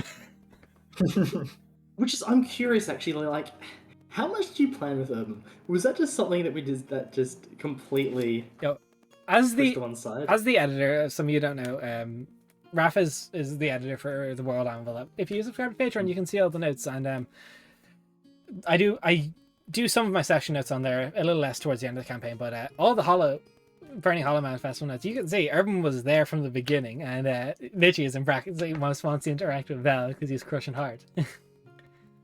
So you can access them. You know, I put a ban on Raph reading any session notes before the before the end, but yeah, it's there. So I think there's a big moment here for you, Aura, is that you kind of the first sort of like parental figure, kind of similar race to you. Leovar was, you know, an uncle that you didn't know, you know, kind of, he was very like sympathetic to you. Obviously he saw you as like, you're still a child in Elvish Eyes, he understands that. He's only half elf, but he understands the culture probably better than you did. And you had a moment where obviously you eventually realized Sarastra was Sarah there, and you time to interact with her, but there was an awful lot that happened to Arthur at this entire thing. And you know, you got your fox mask, you were chasing people with fireworks, you were probably the biggest menace to Lavoka at the time. Definitely wanted posters out for that alabaster mask. And you know, this was such a lighthearted moment for Aura. What was, you know, this was like her first time really having fun, you know. Oh my god, it really was. Because I remember, like, this was also when they got their house as well. Because before then, like, they didn't really have anywhere. And I just remember, like, Aura being so excited because of the bunk beds. Then just jumping on top of the bunk beds and like leaning over and just like her fucking like massive hair just like making a curtain and like just that. And then like I guess the most sobering thing like during that time for her was like her trying to like help Nux feel better and things go okay, because everything that she had tried up to that point just wasn't working. I remember her just being like, please, it'll be okay, because like she kind of looked at Nux like an older brother. So like when she started to see like him and like Fina gravitate together, she kind of like felt like things are gonna be okay. So she was like, it was like her time to go like, cool, I'm gonna go see what the fuck this world is about. Yeah. And so when she met the river elf, my brain just totally died when it came to his name. Or she was like so excited because she was like, I can learn about like my people of this world, because like he started like talking about like the god that brought him over, and she's just like, I don't know who that is. Or Yeah, he assumed you knew so much. he did, and she's just like, dot. Like, You had a What the very fuck? interesting moment through some of the contests where Eleanor had to scold you a little bit for the drinking contest you entered, because that didn't go well. Pie it eating didn't. went very well, if I remember. Was that not the one Yeah, you won? I won the fucking like handkerchief with the little pie Yeah. embroidery. No, the that is now bandana with a pie sand. symbol. He also won 25 silver, I might add. But yeah, In the drinking contest. That's it. yeah. What? Did the library win the drinking? Sorry. Oh yeah. I won Yeah. the drinking contest. Yeah, that's right. Yes. That's right. No, Anyway. I won the drinking contest because I did Drash's special brew. Oh, that- yes. Yeah, so that was me. Not without help Because from the but bard. yeah, not without help, but it was my mighty context. that I got me think through library there. came second in an awful lot of things. Yeah. Yeah, because I definitely had the pie brooch. Yeah, you got the brooch. Yeah, and yes. I got a- Second place was a pie-shaped brooch and a badge. Badge is used to That's redeem prizes. But Aura really was one of the people who was in every, like, didn't matter what the contest was, didn't matter what was happening. And I joined as the a player, fucking- like, what were you thinking when, like, I was saying, like, we're doing a festival episode, like, you guys are like, because you embraced it wholeheartedly, more so than anybody. Like, you were there for every little bit of chaos. my fucking, like, I don't know, like I had like stars in my eyes. Like me as a person was really, really excited, and then like the idea of like Aura getting to go like, like she has like up to that point she had seen like all the hard parts of the world, because like even in her time when she got to be with the Vel, like even that was still tinted by a lot of like rough things, because like she got to see like the segregation of like the Hell Ward and all of that other kind of stuff. So like with Avoca's festival, it was the first time like they had got like really she had gotten to relax in her entire life. So like for her it was really like, oh my god, I can go play. What? So, I mean, it was great. it was very good. I'm curious, on the girls' night, it finally got revealed that Sarah, who'd been interacting with everyone, doing palm readings and relaxing with everyone, was the Queen of Night and Magic. And you had a whole moment with her and realizing who she was, and she's like, just chill, be normal about it. And you know, it was, although Sarastra is like a neutral evil character that is like, I've made no issue to hide, like she's not good. You know, it was a moment where you got to see like this regal character take down their hair for once, and later would be revealed this was what allowed Xanor and the Moonlit King, because she came to this, was allowed him to step in because she wasn't expecting his play for power at this time. You know, it was a great moment for Aura, but does she ever think that if the Queen of Night and Magic didn't show up to her there wouldn't have been the changing of the courts? Or did that cross her mind? At the time, it never would have crossed her mind at the time. Maybe like now with how much she's grown, she would think back about it. But like especially back then, like she would never like question the queen, because like in her mind, like she's the boss ass bitch lady who has everything under control. Like she has everything planned out. And like now it might have like crossed her mind a little bit with like the whole like, okay, everyone has faults even if like they're really strong and amazing and all this stuff. So back then, no. Like I remember like having to think about like Aura's like inner struggle with like Eleanor not liking the queen was like a huge thing for Aura to deal with for like a really, really long time. Yeah, But it was... Speaking of Eleanor, I think this was obviously like both yourself, Aura, and Vel had probably the biggest character moments in the scene, but it was a very different time for Eleanor because a lot happened to her at the festival. I think it was around the first time your angelic guide started really getting on it, who you, I might add, hated at the start, which was phenomenal. Yeah. Well, and- he was before, but this is where they actually started like interacting, and like, hey, maybe this could be a partnership. Yeah. And Carl did a lot for the party towards the end. Thanks to your win, was allowed return as your angelic guide. But I'm curious. I kept your angelic guide quite close to my chest for the start to like really introduce him at like a good moment. And when it happened, you hadn't had any like prophecies, visions of an Aasimar before. And what was going through your mind when it sort of first happened? Oh, well, you kind of know what was happening in her mind. She thought back to everything she went through in her life without any help, without anyone to like say, hey, I care about you. Like, maybe we'll come into it in the next season, but she had a lot to deal with, and this guy with his happy-go-lucky attitude, like devil may care, I'm just here because I have to be, what's up? She was like, you know what, fuck you, fuck you, what's up, get the hell out of here, you know? Fuck you and everything you He say. definitely realized he messed up, and I think one of the grandest gestures in the entire campaign Carl made to Eleanor is he gave her the power of an astral projection, which is a much higher level spell, but it was much brief, like once per extended rest, like week of downtime in your stronghold. You got to see your daughter for the first time in a long time, and I think that was the first big step to repairing that bridge that was on fire. Yes. And yes. you know, at some point I remember writing to you like, hey, just a heads up, next session Eleanor might fight with Carl, like actual physical fight, and they're like, oop. Yeah, I definitely knew it was coming. Carl knew it was coming as well, but he didn't know anything of your character before. Obviously, he was an inactive angelic guide until you became like an adventurer and like started putting yourself out there to like really start changing the world. And another big thing that happened to Eleanor at this moment is her first recognition, like back into nobility. Pseudo nobility. It's not like in a hair title. It's an assigned title, but governess of it may be a small podunk farming village, but by God, it's a title. Yeah, I did not think I did not see that coming at all. When you started like sort of giving a speech, I'm like, yeah, cool speech, and they're like, what now? Sorry, what now? So that was sudden, but that really gave Eleanor the push to like utilize everything she can do, because again, for a long time her abilities were not needed.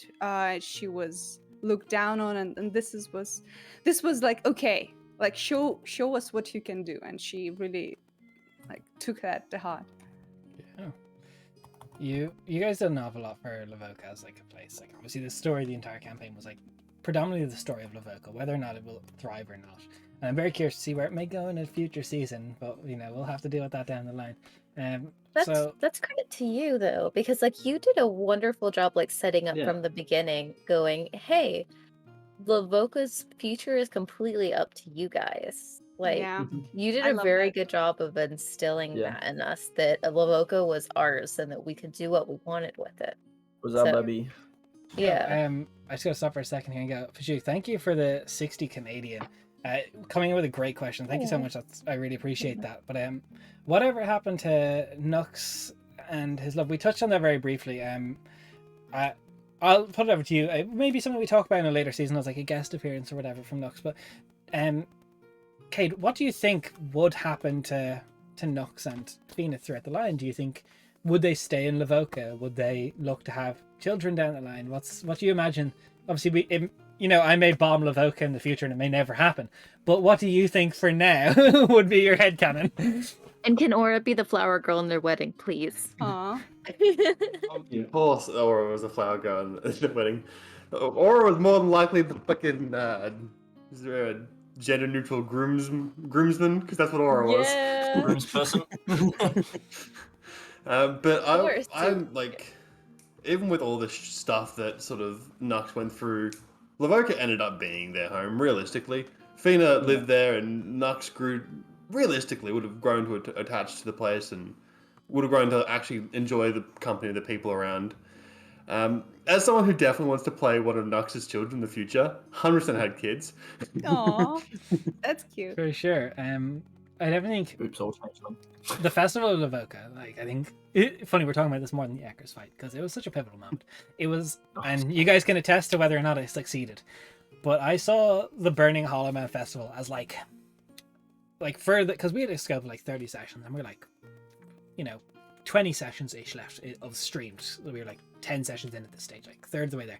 I was like, this is like my last ditch effort to put as many emotional ties onto Lavoka for the party as I can. So I'm curious towards the end now and how it all went down. Also, we can touch if you guys have questions for me about Lavoka, but how did you feel about Lavoka at the end? Did I do a good job of making you care about the place? Yeah. Absolutely. Yes. Absolutely.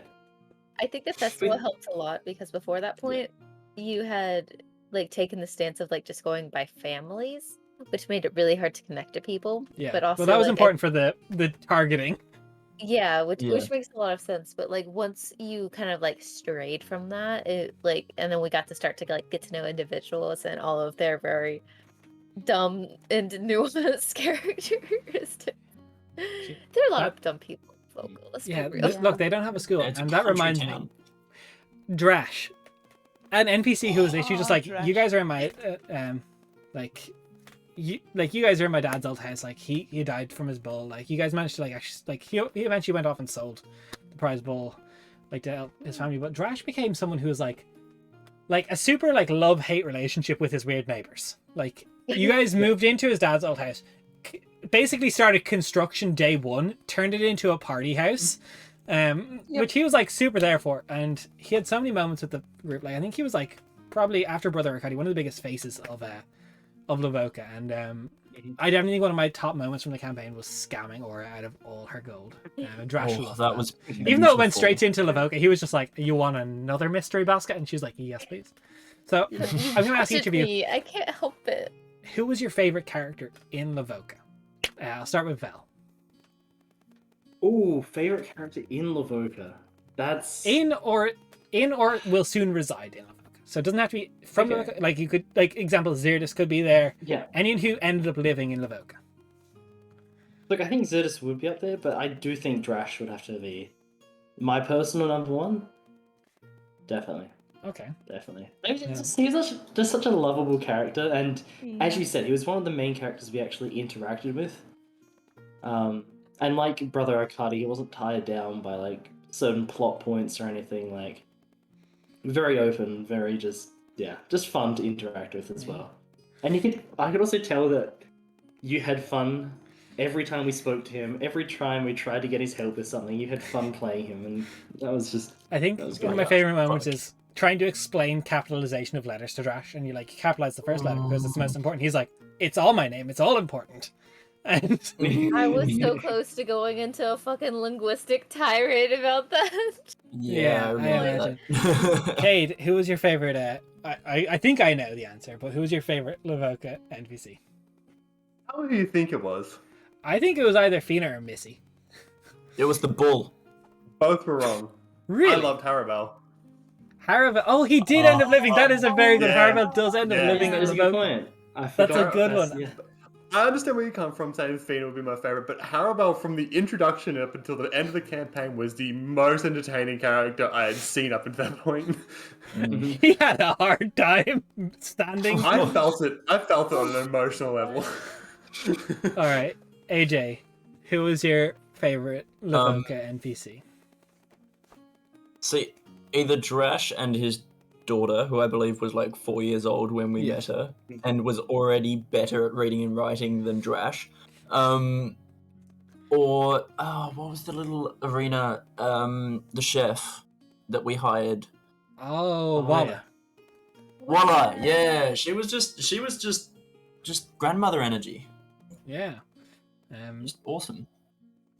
Jen, who was your favorite Lavoka NPC? I wonder who. 3. That's okay if you can't pick.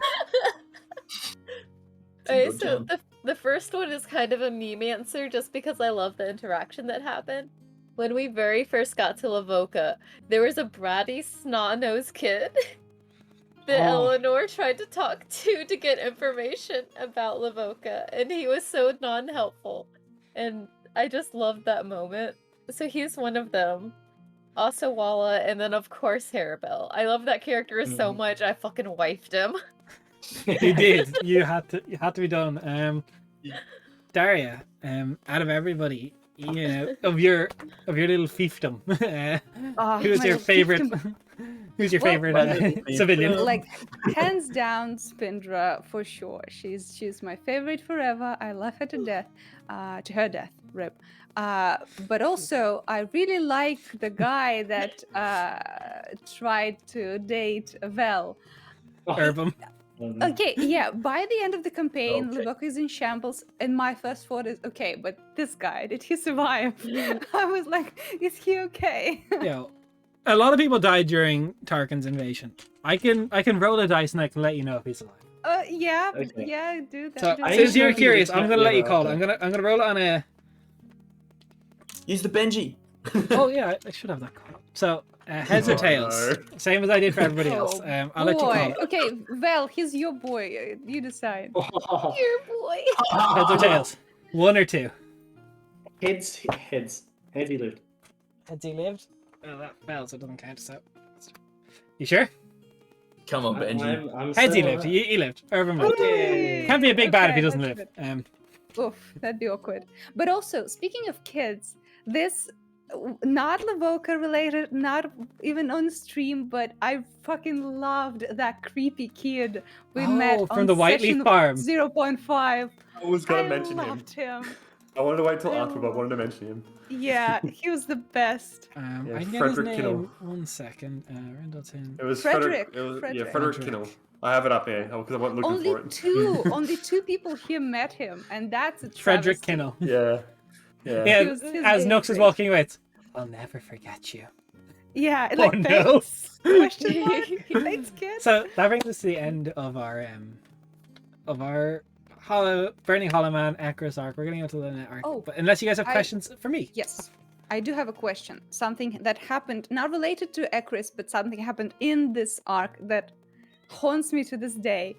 The fucking handkerchief with FG on it. The paranoid bender I went on with it. I was so worried. Was it just like randomness, or do you want to fuck with me? So it wasn't for the character you thought it was, but yes, I did want to Okay. fuck with you. Always.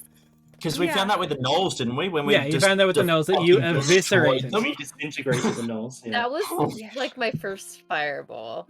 Like Yeah. the that first was full-on good. fireball So- of the That campaign. was probably the That best combat we ever had. Yeah. Yeah, You that guys was did very really good. well. So With this fucking handkerchief, because I knew that it was not very plausible that was the same character, but I was like, God damn it, what are you doing to me?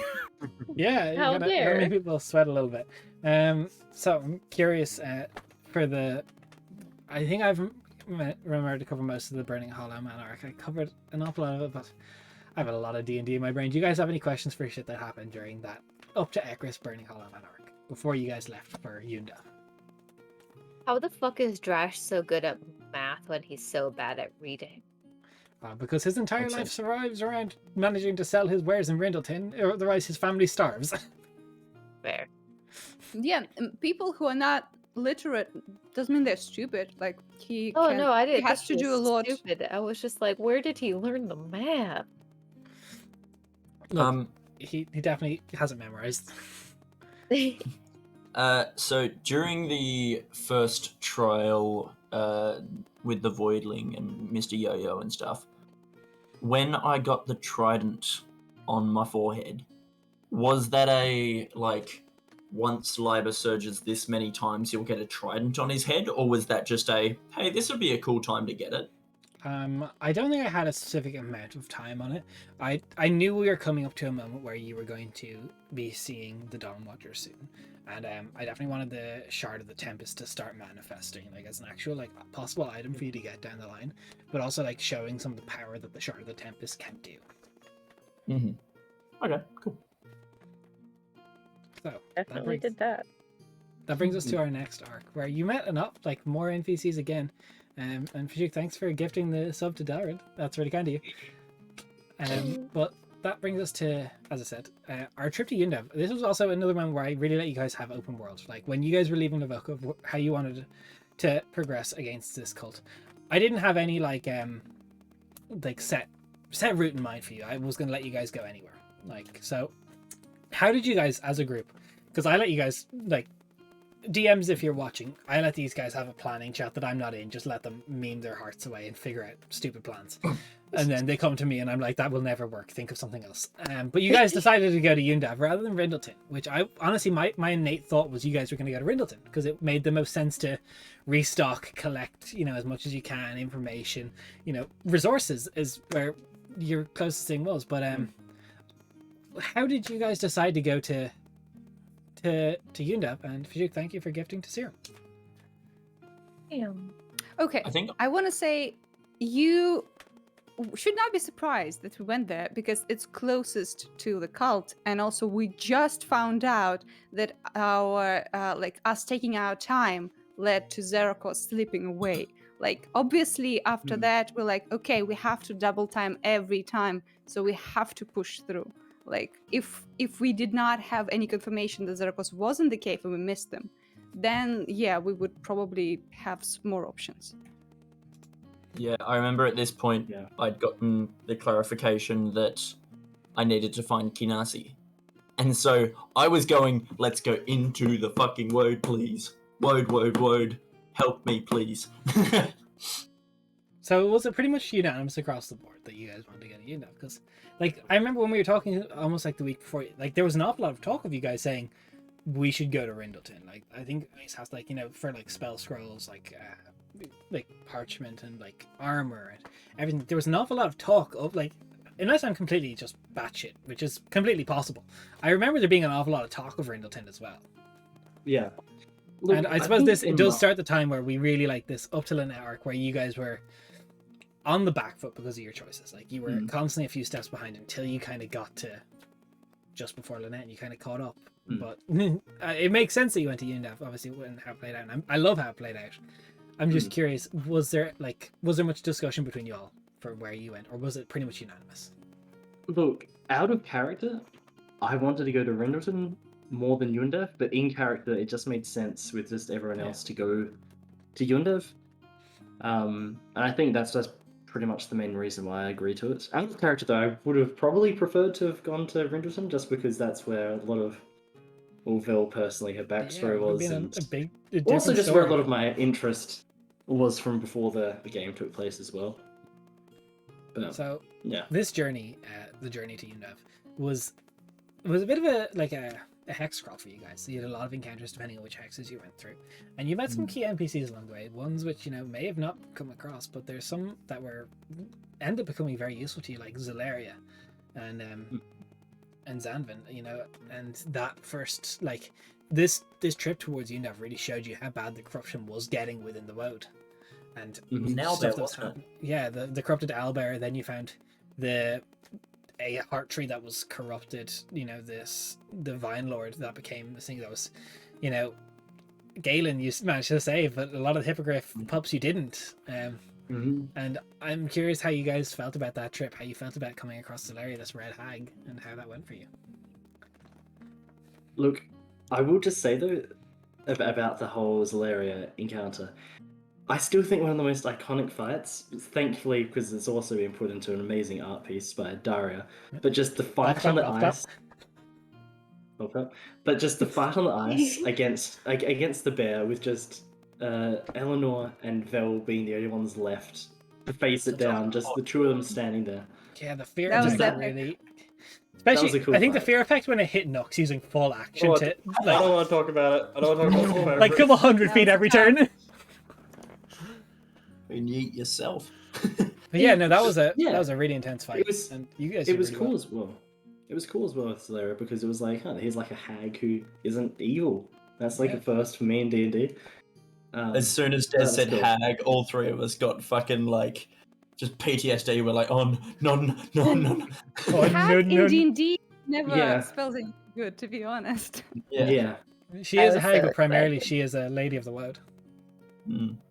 I was so excited because I don't have any of those kind of connections. Like, I've never fought a hag in D&D or anything. I was just like, "Oh, we got it! Ooh, she's like a druid. She's great. She's cool. I love it." Yeah. Neither of Well, we. it's always interesting to see a hag without a coven. Like, it's always like, what happened there? What's the Yeah. reason why she's? I'd love for you guys to ask her that. That would have been a phenomenal conversation to figure out what happened to her coven and why she's not with them. Yeah, see, like in character, I know nothing about woad creatures, so I would not be able to ask. Yeah. So you guys made your way to Yundev, and there was a lot of NPCs given. Not all that were necessary. You guys unfortunately had a lot of name drops, and I probably would have done that with the Elders Council a little different in hindsight. Introduce them slowly and made you spend a little bit more time there. But unfortunately, it did feel time crunchy on your trip there. But a lot of stuff happened in Yundev, and I think I can't talk about Yundev without talking about like probably the key NPC that you met there, Lynn, and the moment with Aura. I'm gonna, even though I've normally going like across, but I think I'm gonna have to start with you this time first, Jen.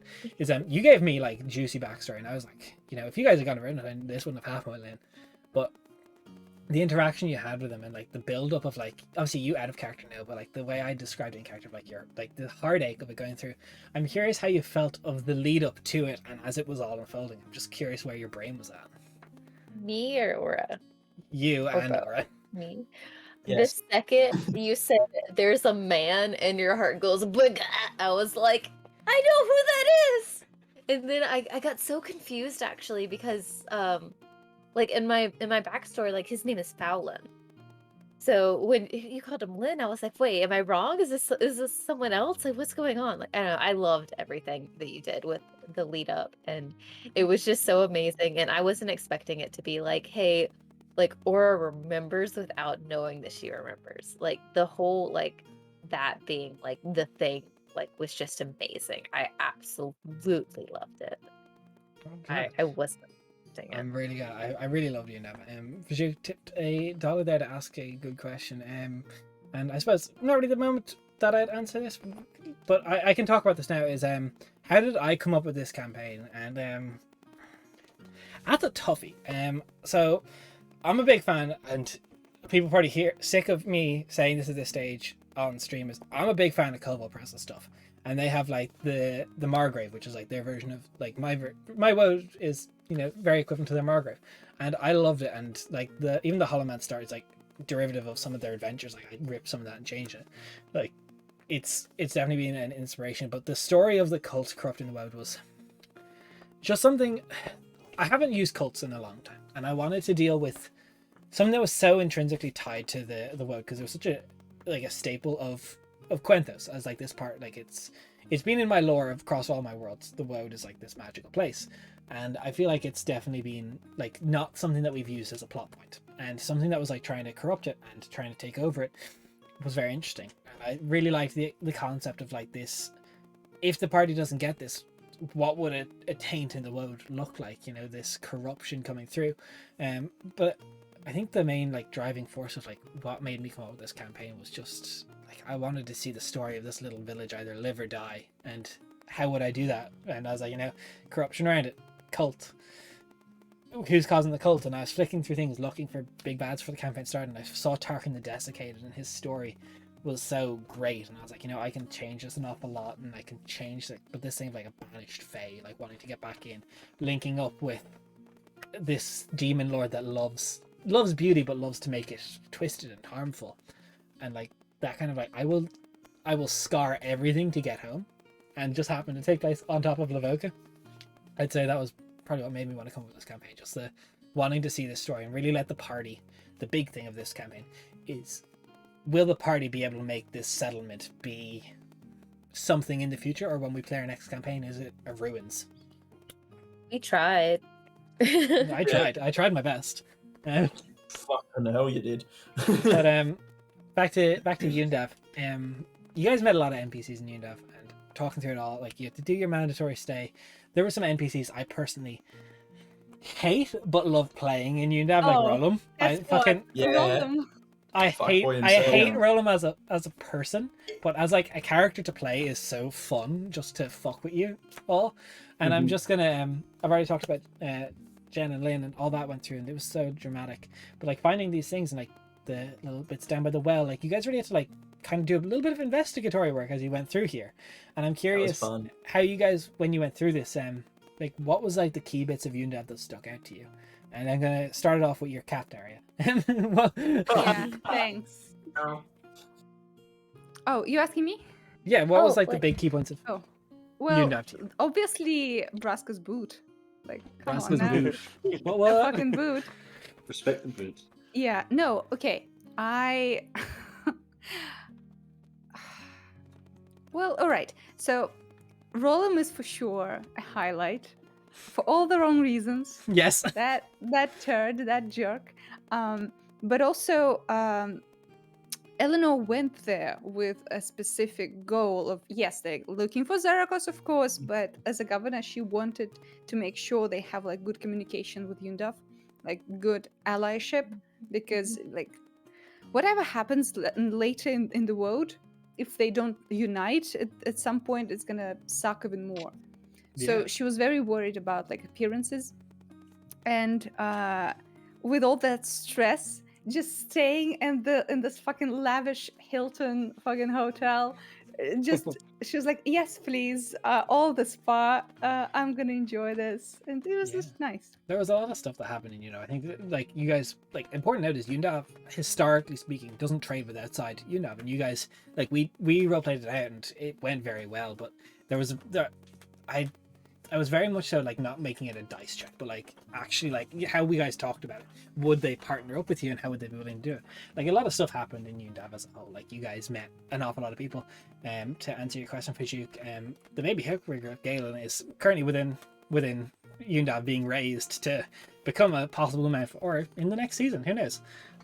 Totally not 100% taking mounted combatant as my next Totally. feat. 100% not. Yeah, no, But, definitely not. No. I think there's a lot. Talking about Undav, there's a lot of stuff that happened there. But I think there were some key points for some people there. AJ, specifically, kind of a little bit before that, is when you met Zelaria, I forgot to touch on this, is you found the first, like, thing of, like, how to make your way towards Kinasi, who obviously you knew out of character from previous campaigns as the Matron of the Wood, one of the two creators of the universe. God. And, you know, in character, you didn't know any about this Lady of the Woods. You had to go and find her, and you just... I'm curious... There was a lot of like developmental time for Libra at this moment of like as he's progressing and coming towards like grips his sleep paralysis and getting any better, you know. How are you progressing through Undav and through all you saw? Well, Undav was trying to find a better way of saying clusterfuck, because Libra was also under the enchantment of the Gaius spell at the time. Yeah. And he was struggling with how to work out how to tell his friends and allies that he'd corrupted a tree without telling them, because otherwise he was gonna fucking die. Because, you know, sorcerers are squashy. You are so smart, AJ. You Yeah. were so smart about this. I was very impressed. Yeah, you did a Yeah, very so- good job. It took until, was it the well where the Ice Maiden, was that what it was called, the Ice Maiden? Yes. The Ice Maiden, Yeah. yes? Yeah, so when Libus saw Eleanor be able to tell where an invisible creature was without seeing the invisible creature, the cog started turning in his head, and he's like, how the fuck did you do that? Which is how he found out about the telepathy, which, yeah, that was, I can honestly, big brain plays there. Dude, to be honest, the fact that it worked, I was very impressed, and that was the moment like Eleanor was like, okay, Liber is like a player at the table. He's not just Yeah. a stupid boy with a lot of magic. Like, I see you. That was a lot. It was very much Yeah. so a like loophole in the contract. Like you're not allowed to speak of this to anyone, but I can think about it as much as I want. You know? Yeah. I was really It was- impressed with you.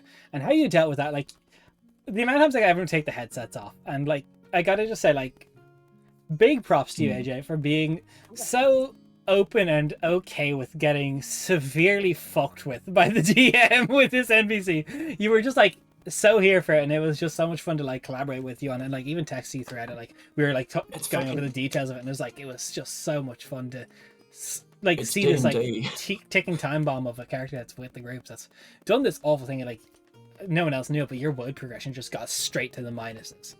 Like Yeah, literally, I went from, I think I was +5 or something, and then, my word progression went all the way down to, like, 1 or something. And I think the very next session, just beforehand, everyone was going, "Oh, what's everyone's woe progression at?" Like, so that we could. I think we were going to try a Hail Mary or something. So, Yeah, and I 'cause was we were like, going "I've to totally got a 5." Yeah, totally. Mhm. You played it really cool. You Yeah. did a really Oh, good job. It was just, yeah. So that was a whole lot, and that was also just after Blue Man Group happened as well. Was fucking was Yundav, where I turned blue and went, "This has never happened." Yeah, your first time seeing the other half of the thread, and like seeing through that, which you realize was a blue tiefling down the line. Which I honestly, I loved the entirety, and I loved the reign you left me with. Like, I think I'm really happy you enjoyed the story, I must say, of like the story of what Libra was, like the Toma, the Dawn Watcher. I had a lot of fun coming up with the idea and like fleshing it out. Yeah, that was just as soon as I found out, like, well, because I didn't remember the name Aurelius. And when you were saying, "Oh yeah, you see this guy introducing himself as Aurelius," and Raph's eyes lit up, I'm just like, I should know this guy. Who the fuck's this guy? It was so funny because I just remember. I can't remember if I definitely remember paying attention to Raph, and because master editor and all that, being like, oh, I was like, fuck, who is it? So there's a pop quiz, and the kid beside you is like, "Got this." Yeah, for sure.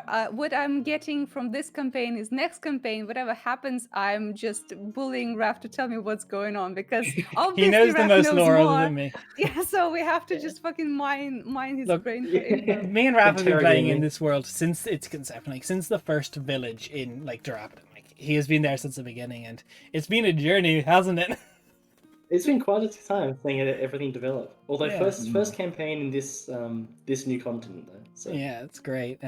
So, Cade, going reverse pattern as I have been. This is when you became Braska and sent Nux all the way back, and it's definitely a bit more quiet time. But you had your moments as Braska, and I'm definitely wondering what was your favorite moment as Braska as a whole.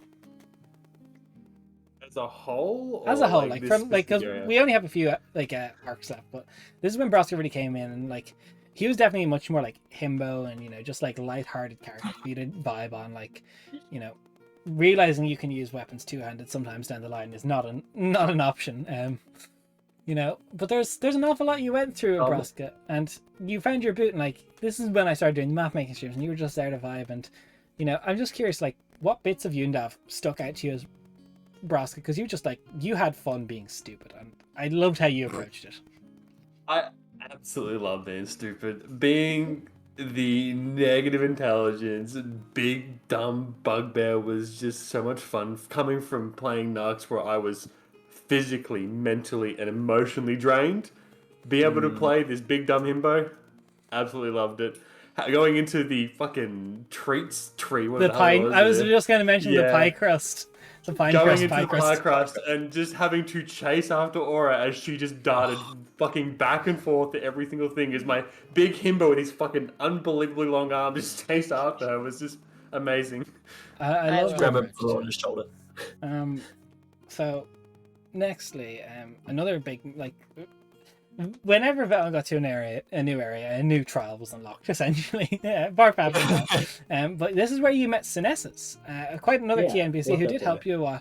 But you got your trial of Quicksilver here, and you met some more of the knights. I believe you've met the Knight of Quintessence, you've met the Knight of Brimstone, you've met the Knight of Quicksilver, you've met the Knight of Lead. You've only not met the Knight of Salt. They're busy playing League. But of the knights you've met, how did you? There's salty bitch. Oh, that was good. How did Sinessus being so much closer to Vel in age, and like a young knight, and like completely like stumbling through this trial, like you got to do a very interesting trial of Quicksilver, and the way the trial of Quicksilver lined up compared to the trial of Lead, how was this like showing the progression of the knights to Vel and like what she was thinking, because it was a difference. Okay, like first of all, I love Sinessus. He's my boy. He was great. Look, it was an interesting trial. Also on a few levels, which if people have watched the episode, it was technical issues from the stream before, and it was a last minute decision of some of us could be like, yo, let's just do this trial. Let's just come back like a few hours later and let's just play this trial. And it was just me, Des, Daria, and Jen. All came back to do it. And it was a lot of fun. It was a lot of fun. But look, for Vel personally, I think meeting Synessus, it showed her, you know, a new side to the Order that not everyone's like Burdar that has their shit organized and knows exactly what's going on. Like, she met Synessus, who's, you know, just like a bit more advanced than her. Like, Yeah, also a bit Synessus very stumbling recently through it. just Like, done also a it. bit sort of, you know, doesn't know everything and what to do next. So I think for her that was a relief to see. The fact, like, he's a knight who's still relatively new, and has still not quite reached that Burdar level that she was previously expecting herself to be at. Yeah, it was there was an awful lot of unfortunate times in Undav, but I think that was one of the great moments. Two NPCs who didn't get mentioned very briefly, but only would prove to actually be some of the most deadly NPCs to the party out there, is you met Asgirl and Fritz here. You never actually directly spoke to them because you didn't choose to do so, but they're the ones who summoned the Snow Maiden against you all, who really went against the party as like some key villains, although a bit more in the shadows, and you found a little bit of information out. I want to touch on their fight in a second, but I definitely want to give everyone a moment to say their favourite NPC from Undav. And if you said Harabel for Lavoka, you can't say Harabel for Undav. Yes. Well, easy. Rollum. He was the best one. Yeah, Roland was a very, very fun one to play. I also love that. I remember briefly, we got raided as I was in the middle of playing Roland. I'm just like, shame. What a time to come into the game. Yeah. So I remember you giving a disclaimer and being like, I promise I'm not like this all the time. Yeah, he's a horrible person to play. He's a horrible, horrible person. But there, that's a great answer. And Jen, you're up next, since we're going to go in that order from bottom to top. Who is your favorite NPC? Fuck. See, normally I have time because you make me last. I'm being or that around. last. I know. And I'm like, I like. There was so I loved Walla. I loved Walla so much, and the whole like idea of like, okay, we like. I remember we talked in the planning chat of like, how will we get this lady? We need her. We're stealing this. We did. Yeah. We We're poaching. Yeah. We 100% did, and because I remember also part of like the whole like planning that like okay, we have to go back to Lavoka, blah blah blah. Like part of the planning was we have to get Walla. Was because she was like, oh well, I'll think about it. And it's because I just remembered like how much we were like, we have to. And then like the stuff with the like the caravan thing kind of happened. It was like, okay, so her route is secured, but we never like 100% like checked back in with her about that being a thing. Yeah, you guys definitely had a habit of making plans and then never following through or double checking with people. It was phenomenal. Like speak with Dead on Lynette, which we'll cover in a minute. I think at least for me, the reason why like I didn't push for a lot of like going through with those plans is because it felt like it would take so much time. I felt like I already talked so much anyways that I was afraid of monopolizing things. And also I know like we were on a time crunch, so I feel like a lot of it was like trying to like balance that, like keeping the pace of things with also wanting to adopt every like cute NPC I came across. Yeah, look, you gotta adopt every NPC possible. Yeah. It's just the law. It really is. So both. Yeah, both Serum, that is a boast to that one. Big both. That is a both. I have a problem with the shutting the fuck up. Yeah, I can relate to that. So AJ, next in the chopping block, who's your favorite Lavoka NPC? Not Lavoka, Undav NPC. Okay, so am I connected? Hello. You're having issues. Can you hear me? Yes? We can. Yes. Yeah, we can hear you. So technically not in Undav, more at the front gates. Bevan, the hobgoblin that just showed up out the front of our fucking hut one day and was just like, hey, sup fuckers, you want to get to Undav? That was fun, because I was like, hobgoblin, racism, no, they're good in this world. Yeah, they're not difficult. Because every weirdly monstrous race, I was just like, Can you actually touch on that for a bit? Because I don't think that's ever been like explained like to like the audience, but like why like you are having that kind of struggle versus like Durapidon versus Quinthos. okay, so Yeah, go ahead.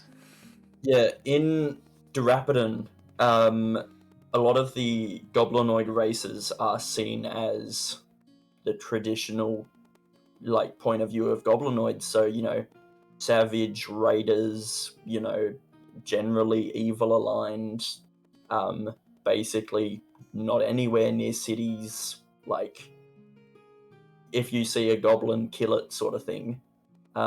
Whereas on this side of the world, because of the woad and stuff, they're considered woad folk and friendly, and, you know, you'll see some in towns, you'll see some around. So anytime Liber saw, you know, bugbear, goblin, hobgoblin, he was just like, okay, you seem nice, but I'm not really trusting you because, you know, because Liber was from that side of the world. And so I was just sort of like, the way I saw Liber's knowledge was, you know, he was basically a textbook for Durapidon, like a field guide to Durapidon. So, you know, Yeah. all the classic, you know, this is a dragon. Whereas, you know, most people in Quenthos wouldn't know the dragons that Liber knew, sort of thing. Yeah, whereas you'd have like the element, like the chromatics and the metallics on Durapidon, you've got elemental dragons towards this side. And I saw a very good question in chat there. Serum asked, he doesn't know the history of the world, but what races are evil in this side of the world? Is and editor in chief Raph is quick on it. And gnolls are the big like raiding party because we don't have orcs as raiders, we don't have goblinoids as raiders or kobolds on this side. We have gnolls are the big antagonistic force. There's other stuff that would be more towards the Underdark and stuff, but like the biggest surface raiders would be the gnolls, would be the caravans that go through the top of the world and raid. Who knows when we go to different parts of the world, but if, you know, next campaigns you might see different enemies be, you know, a little bit more involved. But like no race is like super inherently evil, but like the gnolls would be like the nomadic raiders of this world. So next up is Cade with the what's your favorite NPC from Yundav? I'm surprised no one said it.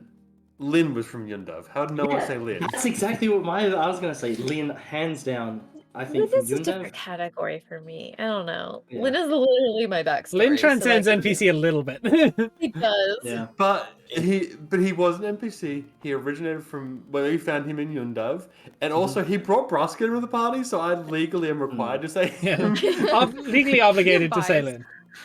But also, I do have to shout out the Piney. I've already forgotten her name. Specifically, her geese for completely separate reasons.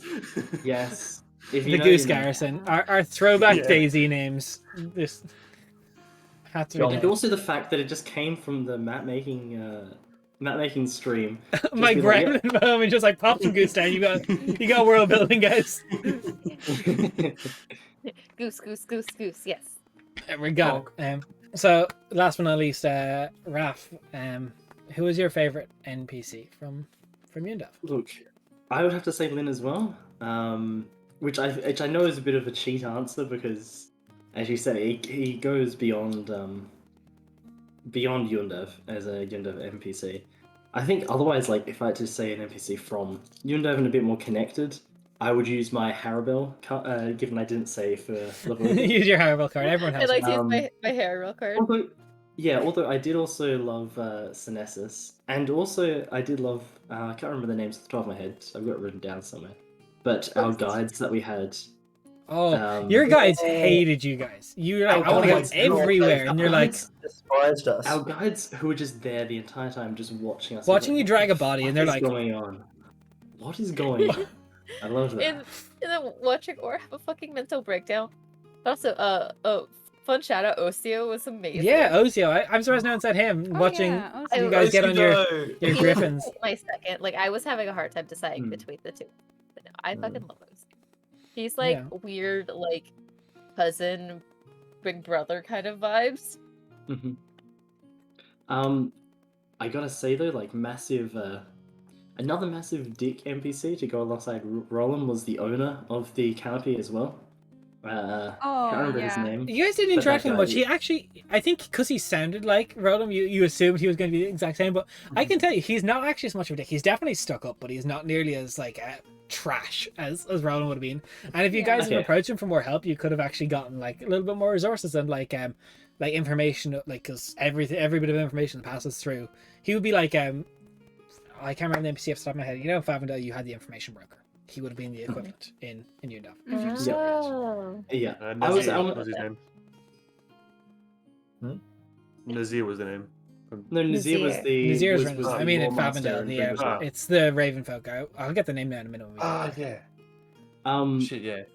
but yeah, actually, I had one big question for Undav. Actually, Okay. did we miss out on any side quests or any major NPCs there that you expected us to follow? Like Yeah. plot points you expect us to follow, or NPCs you expected us to gravitate towards and speak to? Like, I'm really was there curious any about that was there any too. missed content from Undav? I would have loved to spend more time in Undav Content. Yeah, because, like, I Yeah, love the we were- aesthetic. We yeah. were so like rushing. We're caught up. We're so Same. caught up in what we're doing. I love the aesthetic of Undav so much, and just like everything about it is just like I want to live here. So Let me sick. just find the notes. I don't believe there's much like missed Yeah. content. I definitely had like other paths ready. Like if you'd gone through the Elorians, because like obviously one of the big like way you can try and find stuff is like the police force of any city knows an awful lot of what's going on if people are coming through. Or I honestly expected you guys to pester the ambassadors who are bringing you around an awful lot more. I think that would have been the biggest one. Is trying to find like step by step. I had like almost plotted out the steps that Q and Xerikos actually took through Undav, like that you could have actually backtracked through their area. Like you got a hint of it in Arabelle's shop, which was like a great spot, but like you missed some of it, like where they were going towards some of the smitheries, and you just didn't like press people like, have you seen this person come through here? Because you guys really didn't, like, not through every NPC, but you didn't really focus on being like, hey, did this person come through here? Yeah. But like no like side, like at that stage I wasn't going to throw out distracting side quests, because like the only real side quest I had for Undav was the Griffins being let out, and then the shipment, which was like obviously main story kind of tied in. I did think you might have attracted like Vera might have been someone you like, the person from the stone steps might have gone to them a little bit more, but I was happy with how you guys went, and I don't think you guys missed much. Or like maybe talking to some of like the druids a little bit more, but again I don't know why you would have. They like I'm happy with how you guys went about it. Like you found most of the content, other than like maybe talking to like Dagon a little bit more, like the hobgoblin, or you know, I think you got most of what I had planned now. Does anyone have any more questions about Undav before we talk about the next upcoming fights towards Favendale, Lynette, and Asgaril and Fritz? When did you have the idea for the modify memory on top of the Gaius spell? When you met Lynn, I knew if you met Lynn and I actually interacted with it, Zanworm was going to be like, well, I can't have that happening because my lives are about to meet each other. Okay. Yeah. So when that happened, because there's tabs being kept on you by many agents who, I'm not going to out all of them. Yeah, because I remember when you did the modify memory and, you know, everyone took the headphones off and stuff, the way you worded it, I was like, okay, she gave me the dagger, but the way you'd worded it, my brain was going, okay, she gave me the dagger, but he fucking told me to stab the tree. And then I'm like, no, wait, that's not how modify memory works. It fills in any gaps, any logical gaps. The gap was that the modify memory it wasn't Zanworm at all who came to you. It was Sarastra.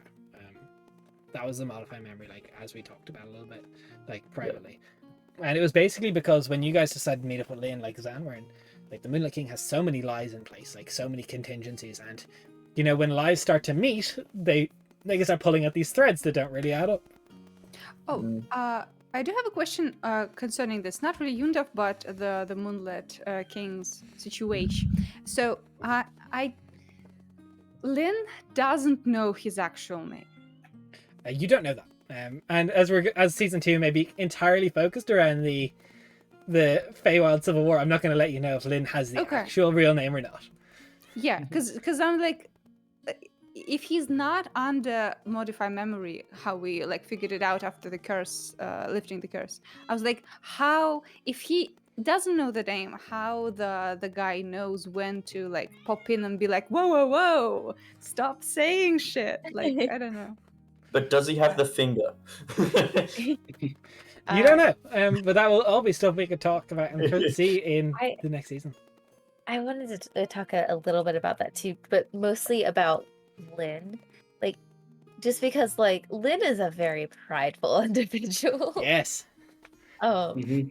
Which is very weird because, like, I have no pride as a person. So, like, encountering that as, like, me as an individual is, like, very, like, frustrating in a way. Because, like, that's not how I operate at all. Mm. After everything that has happened, especially the season finale, I guess, thing. I don't know if you want me to like I don't know how you want to talk about things. But like, how is he, like, is he more willing to accept now that his like understanding of everything is something he should question more? Or So, like, now, not speaking as Lynn, but like speaking as Des, like the DM who designed Lynn's backstory and everything. So, Lynn was honest. Like, Lynn did manage to beat Xanorn, and Lynn does know an awful lot about the Archfey. His pride is definitely hurt having to accept the Queen of Night and Magic's help to bring Aura back. But it's not like he didn't do all the things he said. Like, Lynn is a lot of things, but Lynn's not a liar. He did manage to kill a lot of Fey. He's managed to kill a few Archfey. But again, it's when they weren't in court. They weren't anywhere. But Lynn is also, like, stubborn as he is proud.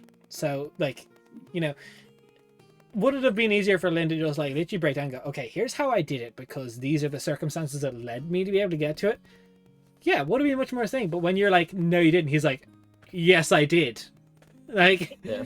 see, like, I never thought that he was a liar. What I thought happened was that the Moonlit King, like, leaned into it, like, with mostly, like, acting and stuff, like, acting as if, like, he had been, like, defeated much more than he actually had. Is what I thought. definitely understand why you would have thought that, but at that time, there would have been no benefit for the Moonlit King to do that because he didn't have much power at all. So he literally was, at that time, the Moonlit King was groveling to Lynn, don't kill me, I'll help you. But obviously now that the Moonlit King's garnered more power, he's like, fuck you. Yeah. So that's a great question. Yeah, a lot of people died. Liber died permanently. So did Braska. So did... I'm popping up spoiler section here. So It's too late. earmuff if you haven't seen it. Well, we've talked about that already. But like NPCs like Zerdus, Kakoa, Spindra all died. But like of the players, like 2 of them are dead, and 1 was brought back by essentially the power of a wish spell from Elnor bargaining with a DC 35 check against the Queen of Night Magic. It's the only also- reason why I'm here. Yeah. But That is why in next campaign there's cancels Bard of Eloquence. Yes, This will not be 100%. made again. no one is ever playing it again. Break that. She did, Yep, Tim, I because what we have is she's like plus 11 with expertise, but a mechanic I do is every week the players keep an in-character journal, and every week it's done they get a d6 inspiration that they can stack, and Daria it's up to 3 d6 I believe is what I've capped it at, which I'm happy with at this stage, but she had saved 2 for that, and she had to roll 2 d6 plus her 11, and she rolled a 37, and it was almost an impossible check. The only other way she could have done it was if she gave up her adopted child, which we'll talk about very soon because we're getting towards Ugh, the Lynette. yeah, we'll get to it. I believe we're about 2 hours in because this is actually going on much longer than I thought because we're actually having a good bit of interaction and questions going on here. So, do you guys want to go take a quick 5-minute break? We'll be back in about 5 minutes. Can you we're- hear my cat screaming? I gotta take Yes. it. Yes, I can. So yeah, we'll be back in about 5. We're gonna then talk about the Asgirl and Fritz fight, and then more importantly the Lynette fight and the rescue of Zerkos, and then after that we'll be touching on the final arc. And I had a very good comment there from Fashuk after this arc with Lynette. I want to touch on the few one-shots we did, the in-canon one-shots, which will be interesting to talk about, but we'll be back soon, so see you in a minute.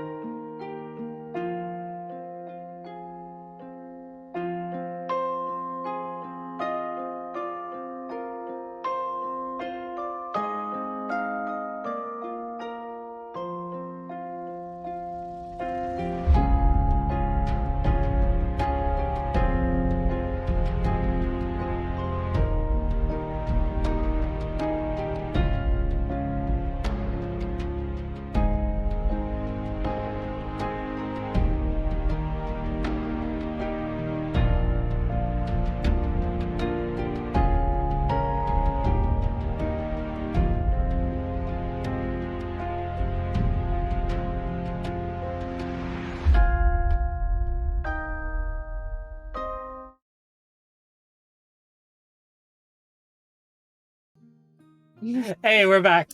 Short break there just to chat about, get some coffee, get some food into us, feed cats that are screaming at us. Not myself, my cat is literally snoring on my bed. I He's wish that precious was me. and fat. So yeah, we're talking Undav. We just finished on that. Unless anyone thought of questions they'd like to talk about there about Undav, or anyone wants to yell at me for any of my actions throughout the campaign up until that point. Always. Always. But yeah, I suppose we'll talk about very briefly now. And like you guys started or maybe we started to ramp up in tempo. You'd figured out who the desiccated. I think the name Tarkin was dropped at this stage already. You'd found out little bits of information, and you found Lynette's first letter, found out who Lynette was, and you made your way. And I think it was like your first day or so out of Undav. Fritz and Asgaril managed to get the drop on you, and that fight was something else intense. And Aura literally perished, and thanks to a wild magic surge from AJ and the connection to the Dawn Watcher, powerful enough surged that allowed. Aura to that was come the back. day I cried. I surged, I think, twice in a row. Like, literally 2 spells in a row I surged. It was fucking nutty. I felt so bad for you, but that fight was intense. And although they were more like shadow NPCs who, like, you'd known of them, you knew their names, and like you knew they were kind of shady. And I don't know how many of you put 2 and 2 together after that they left and were the only ones not there after the Snow Maiden had left, that they were the assassins. But when that fight came about, I was, for a brief moment, very concerned, and I was kind of like working out in my head as that fight was happening, and I was like, okay, and I was like attacking Aura on the ground. I was like, wait, with that, and after I'd already said, I was like, wait a minute, like in my brain I was like that just kills. Fuck. Yep. And I think it was at this stage you didn't even have your Revivify yet, because you hadn't gotten to the salt is real, because I think at this point I had the spell, but we didn't have any diamonds. So I was like, oh yes, it's just after you got... fucker, I just begged a fucking god to give me the spell and I have it, but I can't use it. Crap. We'll talk about the hut now in a second, but I want to talk about this fight. That was heavy. Like, I think Fritz and Asgaril, like, Fritz, I'm trying to remember who. Fritz was the gladiator, like the buffed gladiator with Proska and Valphira, just like the shield, right? Yeah, shield master, constantly knocking people down. Was fuck that shield. And Asgaril was like popping in and out of existence with invisibility and misty steps. It was a that fight, motherfucker. Because like Aura and Eleanor were like stranded away from the group. And Eleanor was like trying to position herself in front of Eleanor, but this Aura, but this dude was jumping around like a fucking cricket, and I hated him. Yeah, you were meant to. Didn't you pull him in the face as well? Like Ring of the Ram or whatever? Yeah. Him in the face. Yeah, I think that was one of the party's first times attacking dead bodies after it to really. I'm curious how Aura dealt with that was Aura's first death. Dude, Aura dealt with it better than I dealt with it, my guy. Wait, it wasn't the first one No, because I was actually I was still rolling death saves, and like because they had you guys had stabilized me, but because like I wasn't like up. Yeah, the poisoning. You were on 0 HP, but the Tuscully, to shed a bit of light on that, is basically that Tuscully injection was like a poison that makes you a perfect host, a living host for the eggs to be implanted by the queen. So if you guys had lost that fight, Aura's body would have been brought to the queen, injected with eggs, and then the larvae would have eaten their way out from the inside, and that's how Aura would have become a Tuscully host. But like I wasn't dead, like I was just like you were on the brink. We're just comatose. But this was the first like proper death of the campaign, and Serum was very generous, like trying to bribe the DM. He did. Save was going through, but the bit of mechanical stuff that was going through there is what Serum circumvented there is, and just for you guys, what was going to happen was a charisma save, I think it was for AJ, and I was going to gut his charisma to see if he could bring back Aura in the first place. But nice people, let's pass it forward. Gut to what level? Also, I hadn't fully decided. I definitely know I wanted at least a -2 or 3 to it, though. The thing that I didn't know until after the fact was that if those things had failed, or it could have been a star elf, and I was like, God damn it! There was a very started a very complicated path to star elf. Yeah. If that also failed, Eleanor would be the next one to try and do some weird shit, she would like try to beg Carl to help Aura. That could have worked. It would have been harder. Yeah, like we have options. You also but- were just like less than a day from Kanassi's hut. But Yeah. speaking of Yeah. Kanassi's hut, let's talk about that because that fight was just something I want to talk about, the trauma there. But Kanassi's hut was a big moment, and not for everybody. I think specifically for you, Libra, and just we've kind of talked throughout this campaign about like your story and how it progressed, and this is really like the pinnacle of like. Fortunately, since spoilers, big spoilers, stop listening.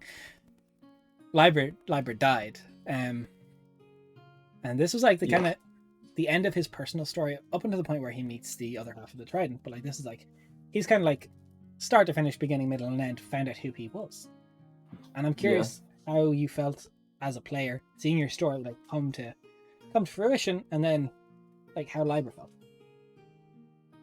I was mainly reeling from the fact that I was a tome, not just a spellbook. I was a tome of the Dawn Watcher. And that was a big distinction that had to be made. You're not a book. That was a very big distinction. I'm not a fucking book. You are magic. You are the catalog of magic. I'm like the magic catalog. True. You were the Magic for Dummies book. I'm a magic permissions list.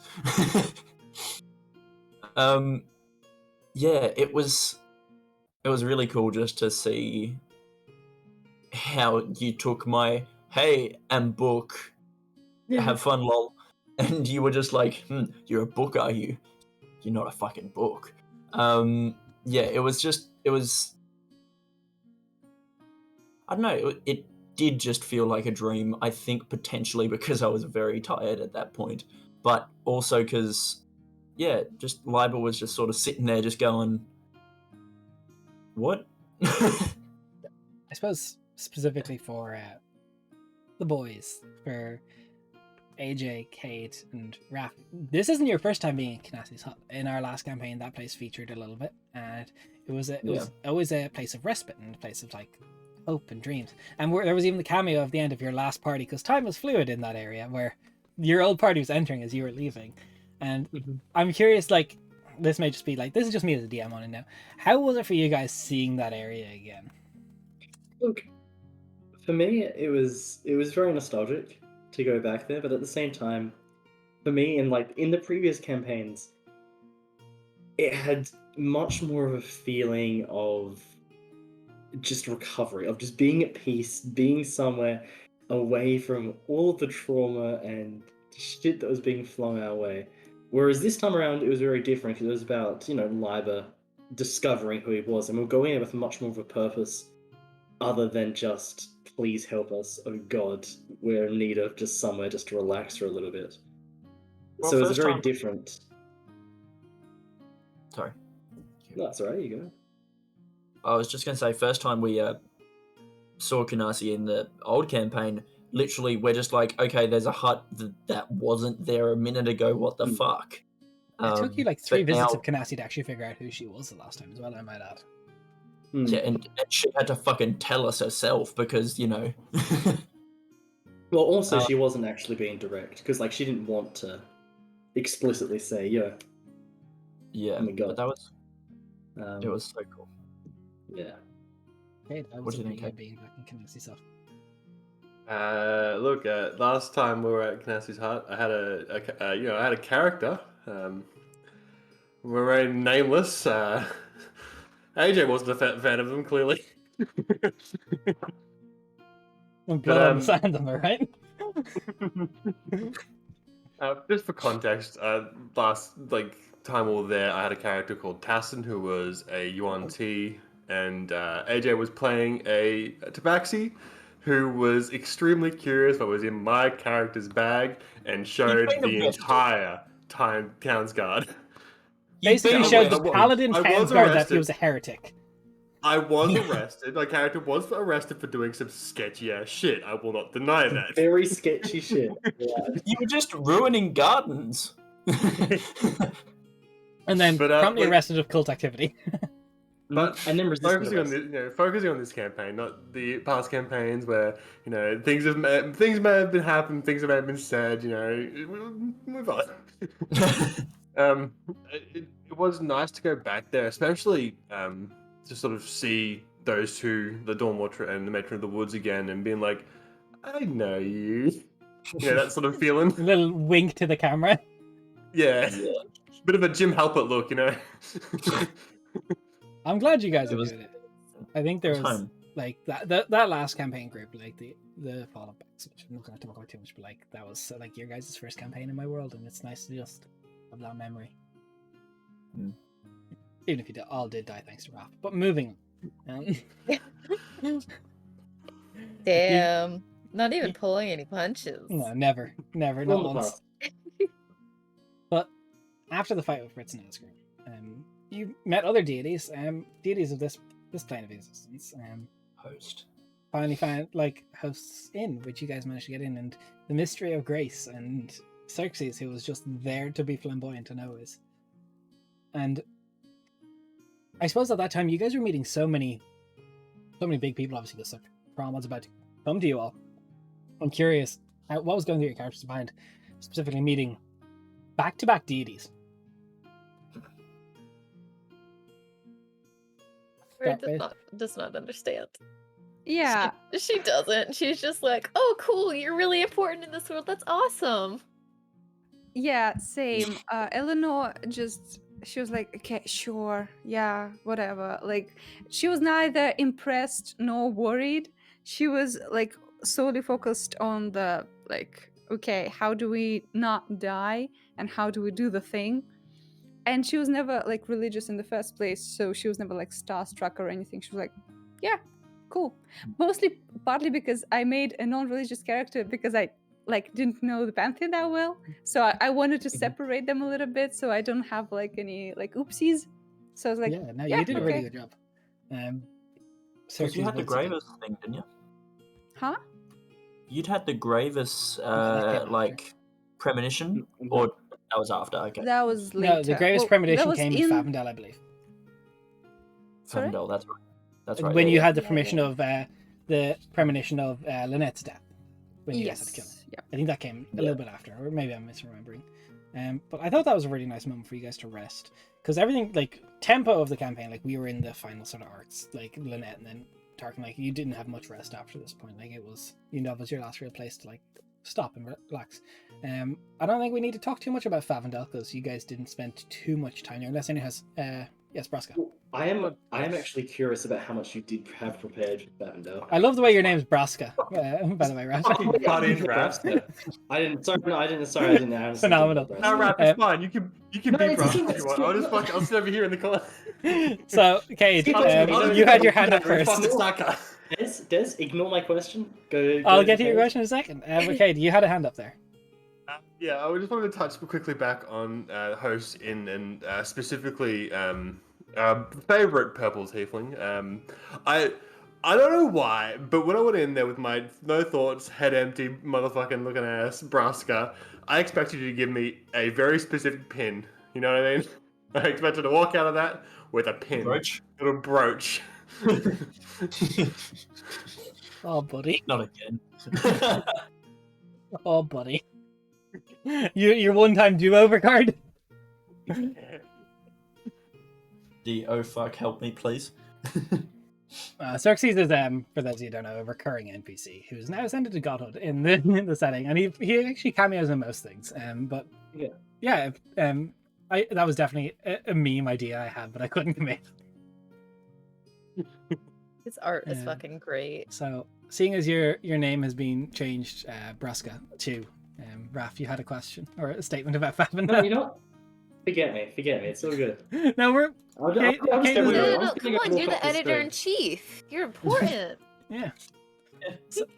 I hate how that's just becoming a fucking. It's a thing Look, now. we're friends. We got a bully. So what's up? Well, as I said, like, what did you actually have planned for Favendel? Because we just completely skipped through Favendel, and Bye. like no, but like literally, we were there for like half a session at most. Yeah, we're like. I didn't like- expect you guys to do Let's too move much on. in Favendel. Like, I made the map just for like Yeah. something to do on stream, and I like making maps, so that's always something I do.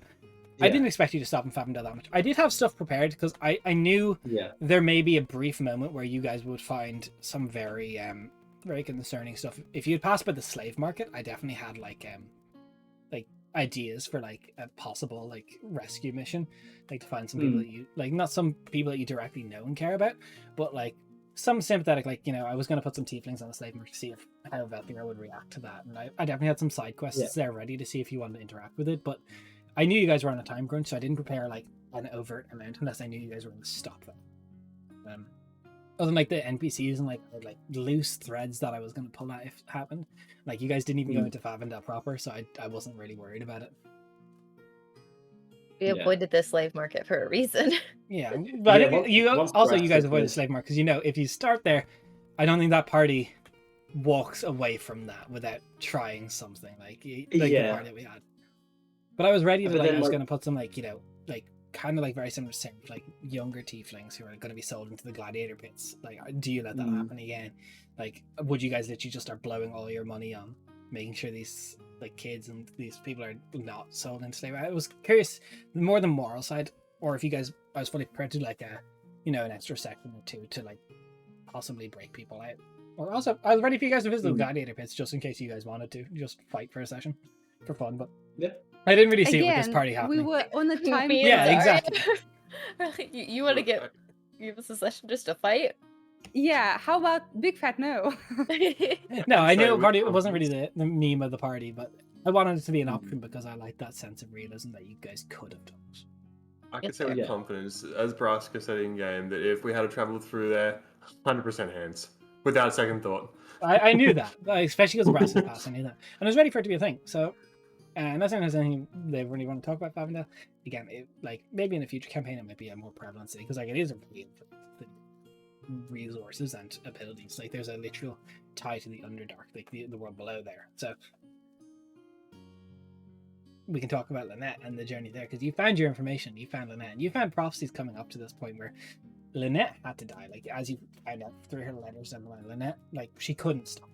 Gravis's life literally depended on it because it was a thing to use against her. And who knows, might be something to use against you guys later down the line. But with that Lynette fight, I'm curious of what you all thought of Lynette as a villain, because she was like, you can't really just say she was pure evil.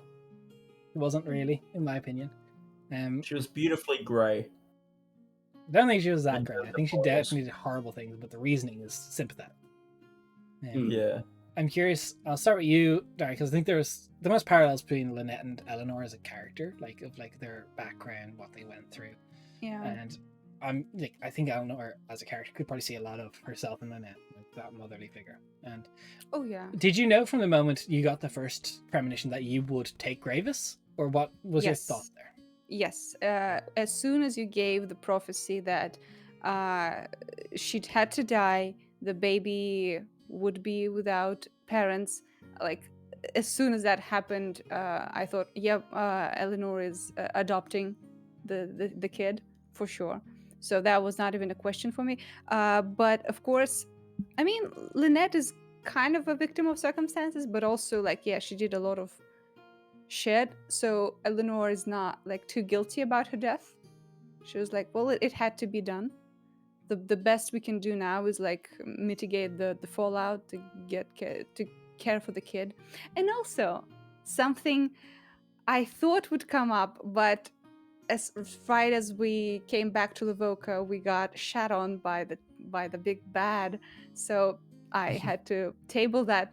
But remember when Sarah was reading our fortunes, Eleanor brought a little sleeping gown, a baby sleeping gown, as a thing to like help read fortunes. So that was what Flora wore when she was born. Like that was like her first dress that was given to her. And now this little sleeping gown is for Gravis. So now she Aw. has it. Yeah. I'm gonna put something in the chat there for people to look at. It was a beautiful piece you did of Gravis and Flora. So I'm just gonna put that in So the. cute. Oh yeah, my That was babies. adorable. Let me Little just cheeks. find the link. I think I have Yeah. it here. So link into Babies. our wonderful artist Daria and this Yeah. amazing. Let me just make sure I get this. I just wanted something to like, yeah, they are together. They're fine. Everything is good. Nothing hurts. Soon, hopefully. Everything's fine. Yeah. But it's a really beautiful piece, and I really like what you did.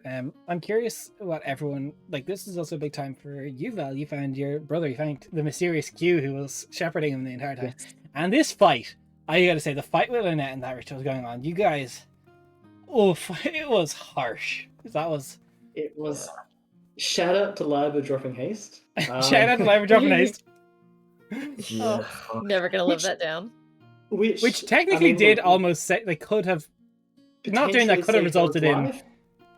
But wasn't done with that in mind. I loved it though. It was a great moment. I thought it was hilarious. Yeah, But because it's I good think fight, though. I'd stuck on the idea of, you know, if fucking Zerakos gets like really beat the fuck up, I'm just gonna polymorph him into something big and chunky with hit points. Yeah. and then my brain went, Yeah. hang Oh on. right.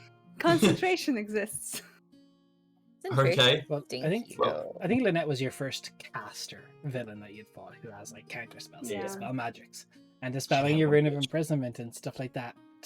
Getting was Q out of the cool. stasis and hasting Q and like you guys had a hard go of it with Lynette, and I'm like we can talk about like the fight itself, but I'm more interested in like the fallout. Like how did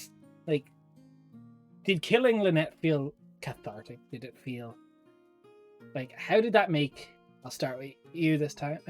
Cade, yeah, if you want to go first. I saw Daria shaking her head to the cathartic thing. It felt cathartic because she was dead. I didn't have to run anymore. That's all I wanted to Yes. say. You on had the topic. cardio that Yes. section. But That's my starting thoughts on top the topic. starting top to bottom again. How did Valphira feel killing Lynette? Like putting like because Lynette gave a quite an emotional speech. Like you know, I'll give you guys a burial. Let me know your Yeah, family. yeah. I'll try and do what I can.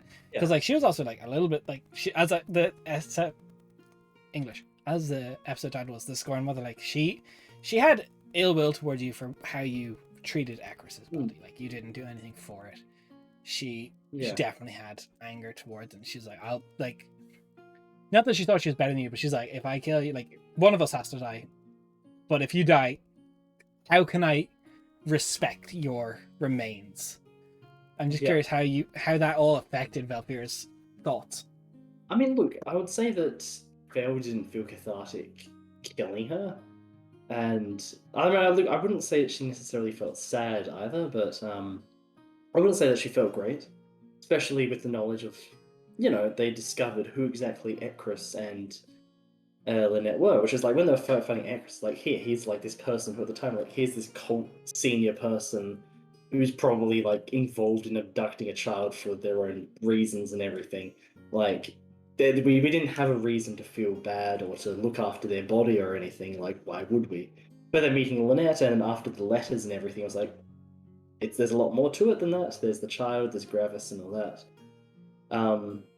So yeah, no, like it felt it felt different. I would say killing Q felt a bit more cathartic because given Q was like a cult person and not just someone roped into the whole thing for the sake of their child, and Q had been the person, you know, escorting and keeping an eye on Zerakos and all of that.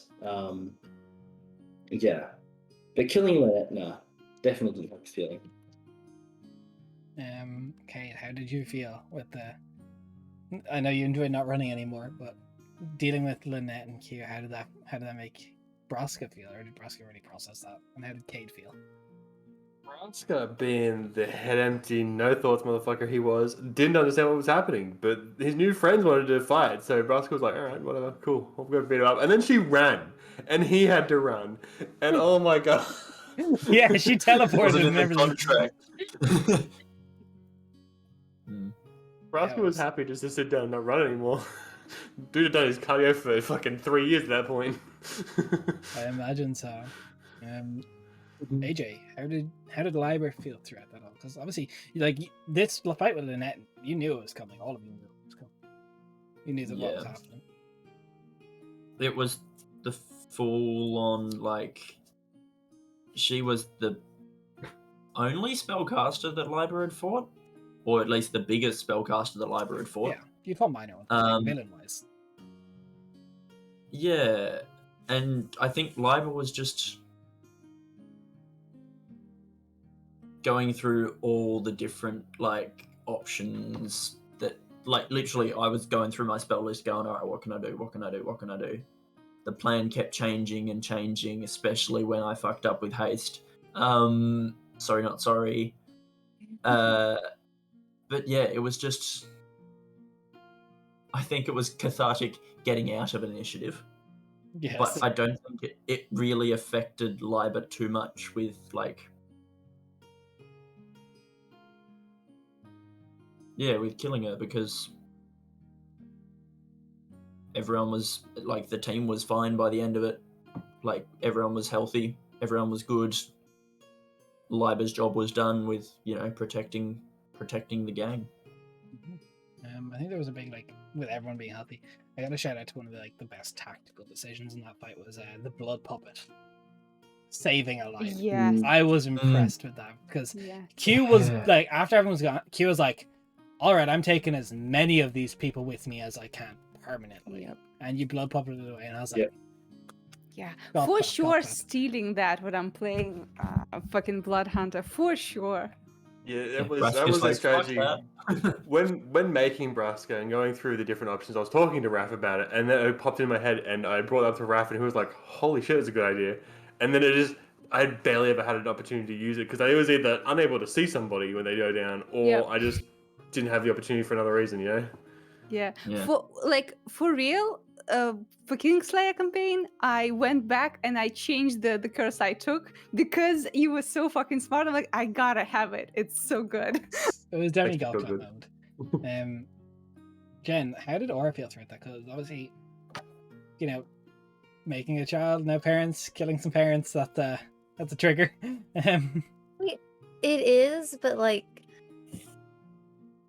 I guess like Aura doesn't really like she was more fucking scared because like she just died. Like that was where her like kind of stuff was at more. Because like for her, she's just like, my mom didn't care. This lady obviously cares.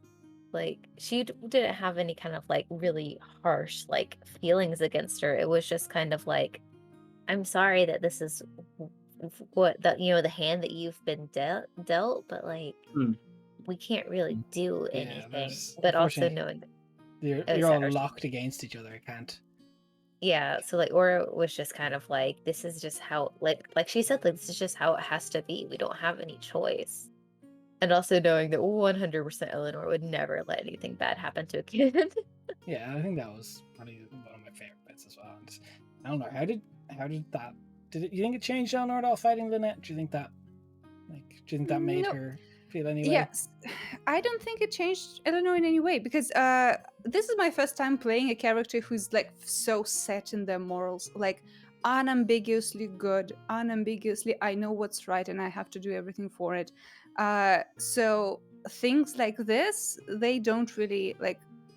She has a very strong ideal, which is motherhood, and she just does everything she can to get to it. Like she tried to give Lynette an opportunity, like put weapons down and like we can figure it out. You can be our ally instead, but obviously that couldn't be a thing with the magic on Gravis. But yeah, Eleanor was like full steam ahead.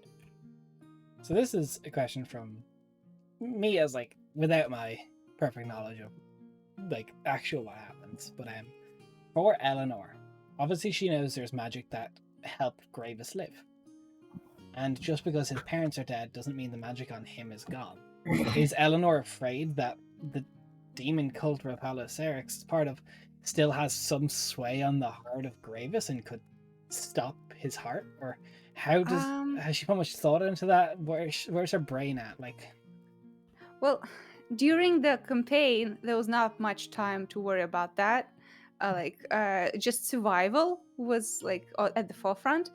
And as far as Eleanor understands it, the contract was they give the child life, like they make this child for in exchange for Ekris and Lynette like doing everything for the cult, which was done. Like in Eleanor's eyes, the contract is fulfilled.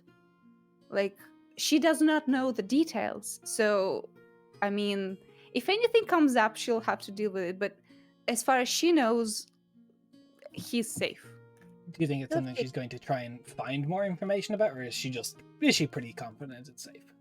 I mean, obviously now she will have to delve into the world of contracts because, well, later we'll talk about another contract she also had to sign. So she will like look into it because she has to understand contracts now. But as of right now, it's not a big worry. Maybe it And- should be. I don't know. Maybe And it also, should if be, she yes. ever brings it up, Aura would just 100% be like, "Oh, hey, what happened? Can we try to remove curse on it because she has that now?" I think you'll find if something like that is a pact with a demon lord, it's a bit more than a curse. But Yeah, Whatever. I mean, she would try. Yeah, we'll for sure stop. have like the best magic research facility around right now in this Most point of history. gremlin research Will- facility What will ever. happen? We'll just cast summon lawyer, and we can get out that way. Yeah. So we'll try to figure it out, but yeah. who knows? I forget about so summon lawyer. I suppose that's the end of the Lynette arc, and we've got a few sessions left to talk about here, unless anyone has anything they want to talk about from up to the Lynette point. Curiosities about. No? We good? Nope. Good. We're good. Alright, so final arc. You made it back to Lavoka, where everything seemed to be happy. And it was attacked quickly by Tarkin, the first interaction with him. You very quickly had to make your way, dealing with an awful lot of things to get to Tarkin again. So let's also talk about first, the first fight with Tarkin. That We How know did that- it. how did that affect you guys? Because that came out of left field. Like, you guys didn't manage to rid of the spy, unfortunately. And Tarkin came was- and wrecked house. It was terrifying. It was awful. It was honestly bad. Yeah. I don't know. For me, it was not terrifying. It was like more annoying because I was personally looking forward for another session of downtime. Like we come back to Lavoka, we have a little chill session. We like tie everything up. You know, have like a mini festival. But before like battle starts, you know. And Yeah. then I was looking forward to like Skyping my daughter with the astral projection. So I was like, not this. Like, why? We already know he's like a bitch. Why this? You know, I was like annoyed. Yeah. So, It was just like, fuck off, man. yeah, it was a hard fight. And finally, first time seeing this Spanish fight. And I suppose we don't need to talk about too much of what happened in the fight, but the aftermath of the fight, like, people died. Like, that's an important thing to talk about. It was permanent deaths of Eleanor and Blyber. Until you guys managed to get any form of resurrection, but you tried a fair few things, like you tried reaching out to various gods and everything was ignored. In that moment, it was fairly feeling helpless at that point. And There was a lot of feeling helpless. like, how I did remember you being like, "Guys, calm the fuck down." I'm just like, Yeah, "What do you see, mean?" the problem is you guys calm started to the fuck panic, down?" like, and I was like, as a moment, I was like, these guys are just like panicking too much. I was like, calm down for a second. There's Breathe. no such thing as panicking too much when you bring the big bad in our defenseless village and wreck everything. There's not too And much changing panic. the map to fucking sand. Yeah, Yeah. there's a lot of shit. God, that You was shit. terrifying. Just I'm glad. It was realizing, meant to like, be. oh no. It was, But it no, was simply when you- put a gut check, a reality check. Yeah, it Yeah. was, Yeah, there's definitely a it's- bit of a reality check. But And you like that fight was probably very valuable for you in terms of like knowledge of how to fight Tarkin. Still sucked. Yeah. So- Still but, fucking like that suck. moment, like it kind of started that brawl of like realizing you needed everything, like to fight Tarkin. So we can talk about your like, your ramshackle plan of getting everyone you can into the party, to every artifact or item you can into the party. Is there any avenues you guys felt that you missed, or allies that you regret not approaching, or regret that you didn't succeed in getting? I have more I mean, regret for success we than did I do the so opposite. much, like, and we Yeah. brought so many people. There's also like yeah, realistically, we would want everyone, but as a D&D player, you know, like, we can't bring a whole fucking army there. Like, we have to stop at some point. So, you know, it's like, you will not have a party of 20 PCs, you know, that's not realistic. Yeah, close So- though. We have to be like fine with like a specific amount and say, okay, let's see. Okay, I conversely. would have liked. Okay, sorry. Go.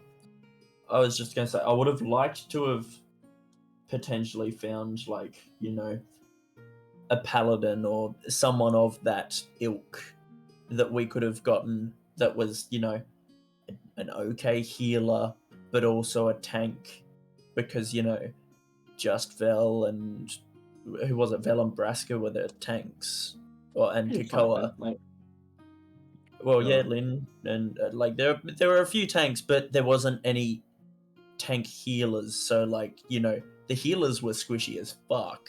Lynn's not really a tank because he's a Dexy No. boy. Lynn and Braska Yeah. were dodge tanks.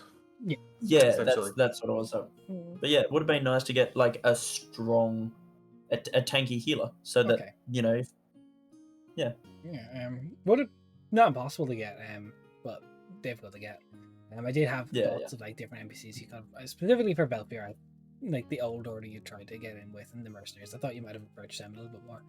But I suppose if you guys don't have any like people Yeah. you regret not going to, this is the kind of converse that. Is there anybody you regret bringing? Yeah. Everybody. yes. Liber.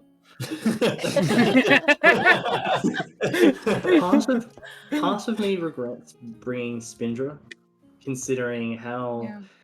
she was taken out of the fight and then she rolled badly getting out and didn't Didn't do get as to do much as we anything. thought in the end fight and ended up dying.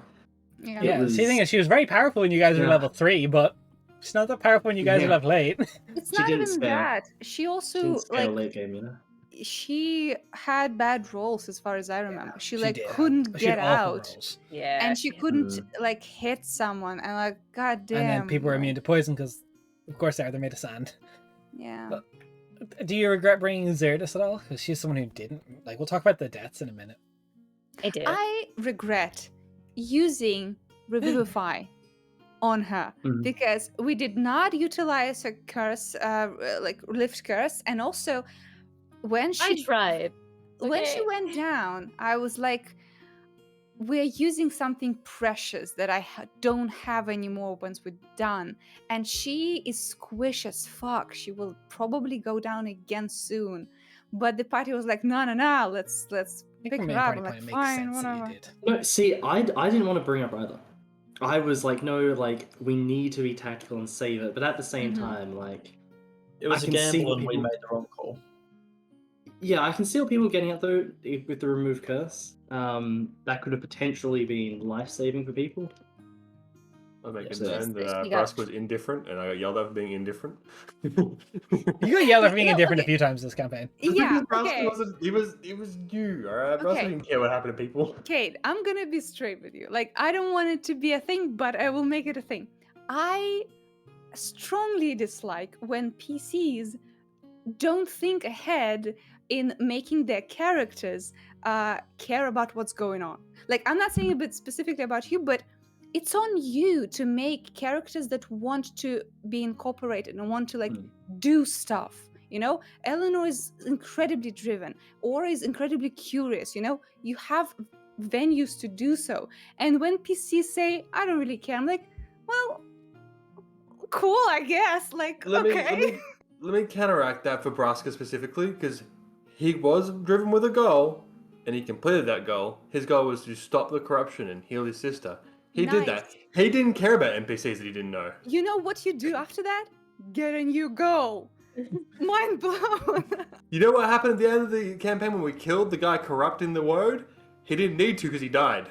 Yeah, no, I get it. I'm just saying, like, for me personally, like, everyone has to like pull their own weight in roleplay, in fights. Like, I don't like fights, but I do my damnness to do everything I can for it. You know, we gotta think ahead on this sometimes. So I'm sorry if I came up like strong in it, but I really believe like you have to pull your weight, you know? Absolutely, but you got to be in the real world. You got to find people who are very indecisive, very indifferent to things that are going on. That They doesn't do exist, directly to be fair. Like, that I doesn't think directly apply to them. You know. if I Sure, Getting and prob- it grinds my gears. And this for the time I think if being, I I think could we shed gotta a little finish bit the of rest light on of this the as the questions. DM, I think Brasco's a character that, like, specifically for you, especially at the time, like what you wanted to play at that time, Kate, you wanted to play someone that wasn't like it's perfectly okay to want to be like a viewer, essentially. Like, you don't want to be the one making the decisions. Like, you don't have to be the driving piece. You can be there for like the more like the protector side of things, and like not so much care about what the party's wanting to do, but as you do supporting the party, like vetoing your own decision isn't that bad of a thing, as long as you still have like Braska still had those few goals. And like, I think it was beautiful when Braska decided not to come back, because like it's okay. Like, obviously D&D is like, we think of D&D characters as like this thing, they go through so much trauma, and like there's that big question that no one ever asks, like, why don't you just retire? Like, you know, you've made enough money and you've made enough stuff to go on, like, why do you have to keep going? And I think Braska is a very good example of somebody that's like, you know what, I did what I set out to do and I'm proud of what I did. You know, I don't know these people, so like, you know, not weighing in on such a strong, like the Revivify, that's a very big important utility. And Braska's not the tactician of the party, and never would be with that intelligence, no offense, but at that time he was Why you like, gotta do it you know, like that? that's such a heavy decision that it's perfectly okay to say, I don't have the knowledge to make a decision on this, I'm sorry, like I can't, like this is too much of a weighty decision for me. Like, the extent of my knowledge and tactic is crafting a boat, like almost sinking us. And Braska being that self-contained character is like, you know, not every character has to live throughout the entire thing. Not every character has to always find a new goal. Like, characters can retire. Like, there's a reason the world's not full of level 20 adventurers who just never stopped. I feel like part of it that annoyed Daria probably has more to do with the way it was presented, more than like thinking about like the way like you're presenting it now, Des. So I think it was probably. Well, you're just, asking like, a 6 intelligence Yeah, character yeah, to no, present no. their thoughts. Yeah, no, I'm not saying that like it should have been done one way or the other, because I think the way that Braska did it was completely in character. I'm just saying that I think that because of that like intelligence kind of Yeah. thing, is that That's that's just where like as a it started. DM who has Yeah. perfect knowledge. That's my view on Yeah. it. Kate can Yeah, correct me sure. if I'm wrong. Again, No, you're right. I'm mostly not about like Braska's decision. Like, I always think as a character and also as a player. And if we're deciding something as a group, like I need a player to say yes or no, because I hate like deciding something without all of us like weighing I fully in, you get know? that, but remember, I also asked as that resurrection, because Valphira is a good example. As like Raph said, I don't want to do this, but I was like, what does Vel want to do? Because like I am Yeah. very much so like, I don't like that meta that much, and I want you to decide like based on your character's emotion, not only yours. And that's why it ended up happening, because I was like, what would Vel want? And you're like, well, Vel would want.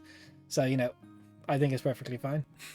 Yeah. In that vein as well, I said as a person, I wanted her revivified, but Braska couldn't care. So there was a distinction made that I, as a player, was like, I would like her to be revivified, but Braska didn't care. But to be fair about the retirement, that was pretty cool. We'll probably come back to it later. But it was Yeah, we'll talk about all the nice. deaths in a minute. But we'll talk about this fight a little bit more, because you guys, it felt like there was a moment there after the second Sandwave or second, like when all the rolls just went south. I was like pulling up my script for the bad ending. I'm like, here we go, let's go. You don't believe in us. You don't believe. No, 100% I didn't not. believe in us. I mean, kind of same. I'm curious how you I guys had like, no because thoughts. there was times Yeah. like I saw, especially you, AJ, you were like capital M mad at targeting when he wasn't targeting you. Yeah, talk to me. Well, I was 'cause like, why are you doing this? he kept on fucking targeting Aura, and I could see that Jen was like, I mean, to my view anyway, I could see Jen was getting pretty riled up by the fact that like he just kept fucking going. Yes and no. Like I completely understand why he went after Aura. It's just that like as a player who has never finished a campaign, let alone fought a BBEG like battle, like to me it was, oh my god, everything is for nothing. We're gonna die, I'm gonna fail, like everything is going to be bad, and then dread. the next campaign is gonna have to be completely rewritten because the whole world is gonna be gone, it's gonna be a big desert, and like my mind was just spiraling. But like in character wise, Tarkat is a dude who got kicked away, like he basically got fucking Rune of Imprisonmented out of his realm into the like our plane of existence. You really hit his trigger word. And Yeah, then some short little fucker is gonna walk up to him and be like, "Rune." Like, Yeah. and then it's gonna do it twice in the same fucking fight. Like, no, He had a grudge. I completely understand why he did what he did. I literally brought. I the had a exact completely same different battle tactic until you did that at the start of the fight. And I was like, "Oh, buddy, like gloves gone." And Tarkin's like, "I am going to kill you." Because like I was afraid because like that's a really big guy, and then there's way more people than I thought that there were gonna be. So I was like, okay, I can't reach the big guy to ruin him. So who's the closest person that is the scariest that I can get? That's Tarkin. So I'm gonna get them. And then I forgot that you can have the allies bamf them out of existence, back into existence. And I was mad. Yeah, he had done his research. I was I'm curious, mad. like, how other people thought, like, the dread throughout that fight. Like, Look, did you have I will confidence that say- you were always going to win, or like, was there a moment where you thought like it's all over? No, I'll start with you, Raph. I mean, when Vel was the only one there, and there was like two other people, there was like Lynn and Zanvin left, and then her. I was like, oh shit, this is fuck. Like I felt it both in and out of characters, looking around, seeing everyone else like either dead or incapacitated, or basically on their last bit of life left. It felt hopeless and it felt scary. Like shit, this is. And then especially the moment of, well, do I try and get Eleanor back up? I think that's a bit like a bit of a Yeah, we waste. talked if he's about gonna knock that. her back down. What do I do? And yeah, no, look, it was there was a long time there. I was kind of a bit hopeless. I'm curious, like emotionally, when Zerdis, I realized she was buried and couldn't actually get to her, and Tarkin decided to pick Zerocus up by the horns and just disintegrate. Oh, that was gut wrenching. Like when you guys figured out that was actually an Yeah. ability he could do on a 0 HP target, like what was I your? started to panic. Because I was like, shit, he can do it to party members. He's just gonna go around. Then he he'll did do it to Aura the next, next then turn. Eleanor. Yeah, or Eleanor. I'm like, Yeah. fuck. Or Liva, who's also knocked out of Braska. Like, I No, was see, buried. the caveat here is he can only do that buried. if a person has horns. If there's no horns, he cannot do it. Yo, big brain. Big brain. Fuck. I was a tiefling. I loved Shit. the thematic of it though, and I loved when you guys realized that's something you do. And I suppose, like, from seeing your brother, we'll talk about the fallout of his death and how that affected you. But I also want to know, like, when we're talking about the fight, or when that happened to you and you realized there's no body to revivify here. Yeah, I was sad. I don't know, like for me, like there was so much left undone. But like I guess like once we won, like I felt a lot better. But the idea of like dying and like losing is like it was just like the absolute worst case scenario that I could have. I don't know. It made everything feel for naught, and I was really happy that it didn't happen. So was I. I was very happy you all won. Yeah, am I allowed to ask what the bad ending is, since it Yeah, I didn't was gonna happen? Yeah, no, we can talk. That's my I really want to know. Before I touch on that, does anyone have any questions on like the sort of thematics for like for me or for any of the other players? Like during that fight, was there anything that like you really like want to know? Like, is there anything you want to ask me or any of the other players? But I will talk about the bad ending now. I have a question. It's not about the fight, but about this like finishing arc. When Carl was demoted, I have two questions. What happened to him? And who was like the substitute guide? Because I have like no information about them. So you were just given another angel to like guide you via like the more like traditional means of angelic guide. Carl was put into a stasis where if you had lost to Tarkin, he was going to be banished from the celestial realm. But if you won, he was going to get to be your angelic guide again soon. I see. It's such a weird decision on the like higher ups in heaven. Like, ugh. Well, basically, when you'd made like a Hail Mary like religion check to do it, and they said no, and basically it's like what Carl had to do in that moment. He had to go, well, not no, yes, and basically went against everything that he was told to do. Like he's not the god himself, so he's not the one who gets to make those ultimate decisions.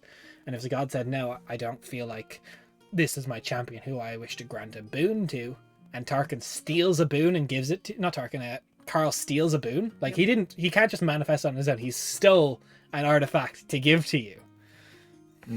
Like, how dare they say Eleanor is not the champion? What the fuck?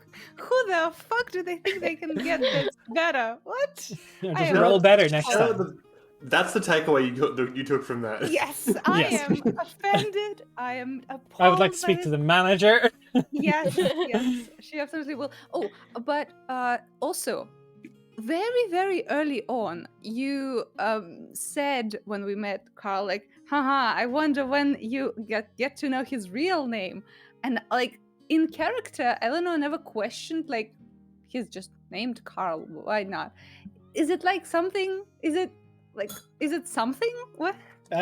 Look, since we have a season 2 possibly on the table, Carl does have like a full proper angel name, and he just Oh, introduced well. himself as the short abbreviation of his name is I'm Carl.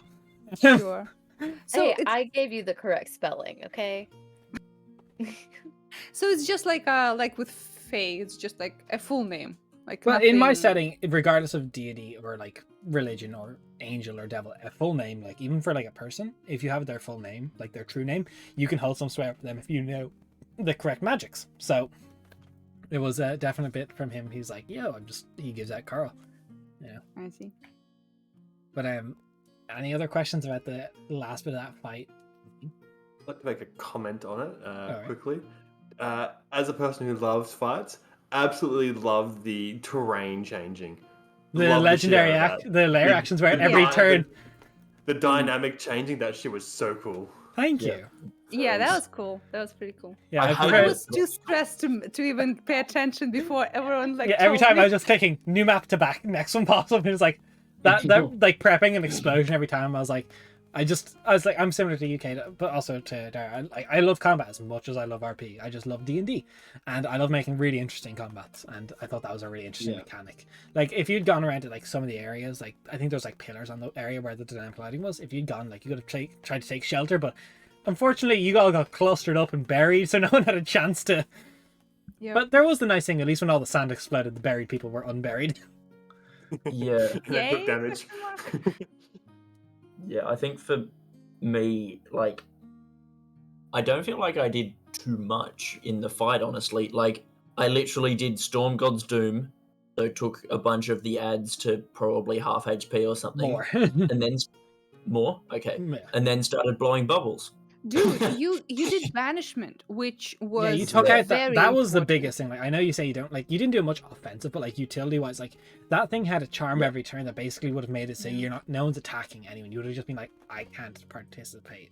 Like, To be Yeah. honest, I was so like nervous every time you were goading Des with like, why isn't he attacking me? I'm like, why do you say that shit? Like, stop it! Like you're holding concentration on banishment. What are you doing? I held Okay. it for like 4 or 5 turns. Yeah, I it was was very great. impressed. like That was the great. for Yeah. reference, the Would've been spawner even of better than Halocerix can possibly make 3 attacks a turn, which like has deep poison. But its big thing is it's trying to spell. Like, it's a CR6 creature. It's spooky. Like, Yeah, thanks. I hate it. yeah. No, thank you. It looked Like- cool. Thank you. It reminded me It of the did Pokemon. So, unless anyone has anything to want to know about the fight, I can tell you the bad ending. Tell me about the bad ending. You're So gonna the get a bad bad ending, What? Tarkin would have made his way to your home to spite you all, and he would have made his entry point into the woad, the entrance to the woad of Lavoka, and turned basically, if you guys think of the map, from Yundav to Yun, a desert. Like that would have just become a wasteland, a barren wasteland, as he would have made his way towards, and he would have taken out Lavoka. Like that would not have been. There would have been rubble. Like failing that fight is what would have failed Lavoka, because Tarkin is a deeply, deeply petty creature, and he would have. Oh, what up? Roll for damage. We're with the party of 27. How you guys doing? How did the How did your session go? We're talking campaign wrap up. We're talking all our shit, how things went. But yeah, we're talking the finale. We're on the final arc to talk about, and then we're gonna throw it over to chat's question. So you arrived at a great time. We're talking about what would have been the bad ending. Oh, look at this! They're using the emote of Alpha I made for the stream. That's so Hey. nice. That's Aw. awesome. Yeah, that's so cute. Slave traders. Yeah, thanks to the Irish Daylight Savings Time, you can finally raid us again. Thank you, though. We really appreciate it. We play 12 p.m. GMT now, so things have gotten time zone differences, and we'll be starting our next campaign next week. We'll talk about that a little bit at the end. But yeah, we're talking finale, talking final arc, talking about the fight with Tarkin the Desiccated, and what would have happened if the party failed. So what would have happened is Tarkin would have taken over his area. He would have regathered his forces and made his way to Lavoka via another singing tree or the like, or some form of shipment to get through, because obviously he can't just walk there. But he would have made his way through, and he would have not left a single soul left alive in Lavoka.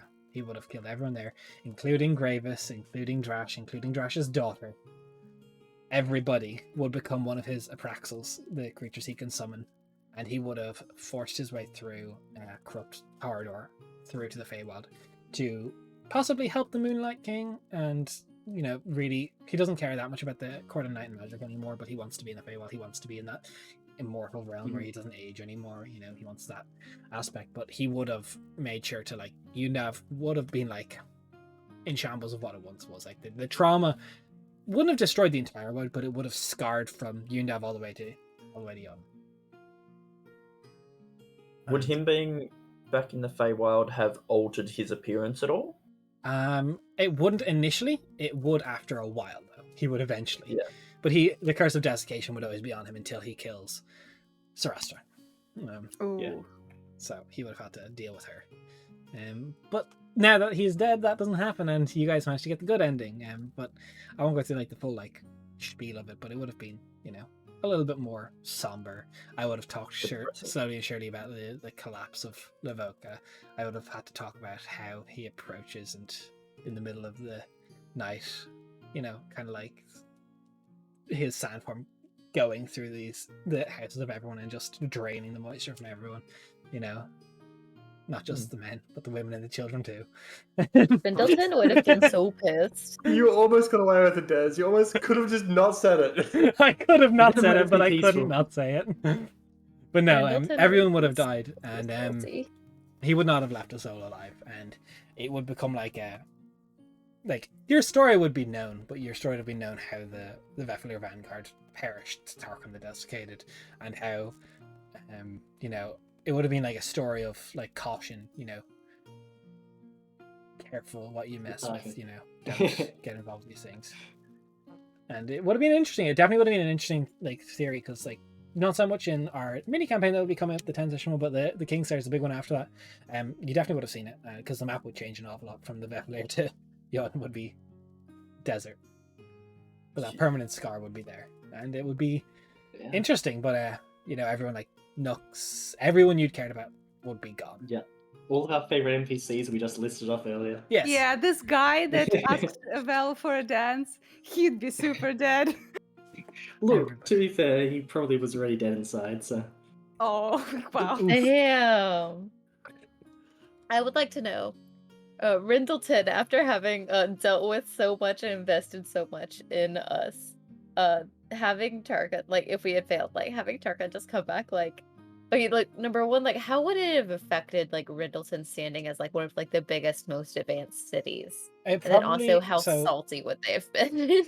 They wouldn't have been salty. They would be very panicked, because all of a sudden they are like, if you think like where Lavoka is, that's one of the biggest like trade highways, like that roadway. Like, Yeah. people didn't stop in Lavoka because there's nothing there, but like the path that connects them to like Castelia, Avondale by road is gone now. That's desert. People can't get to them by land anymore. They're now locked by sea.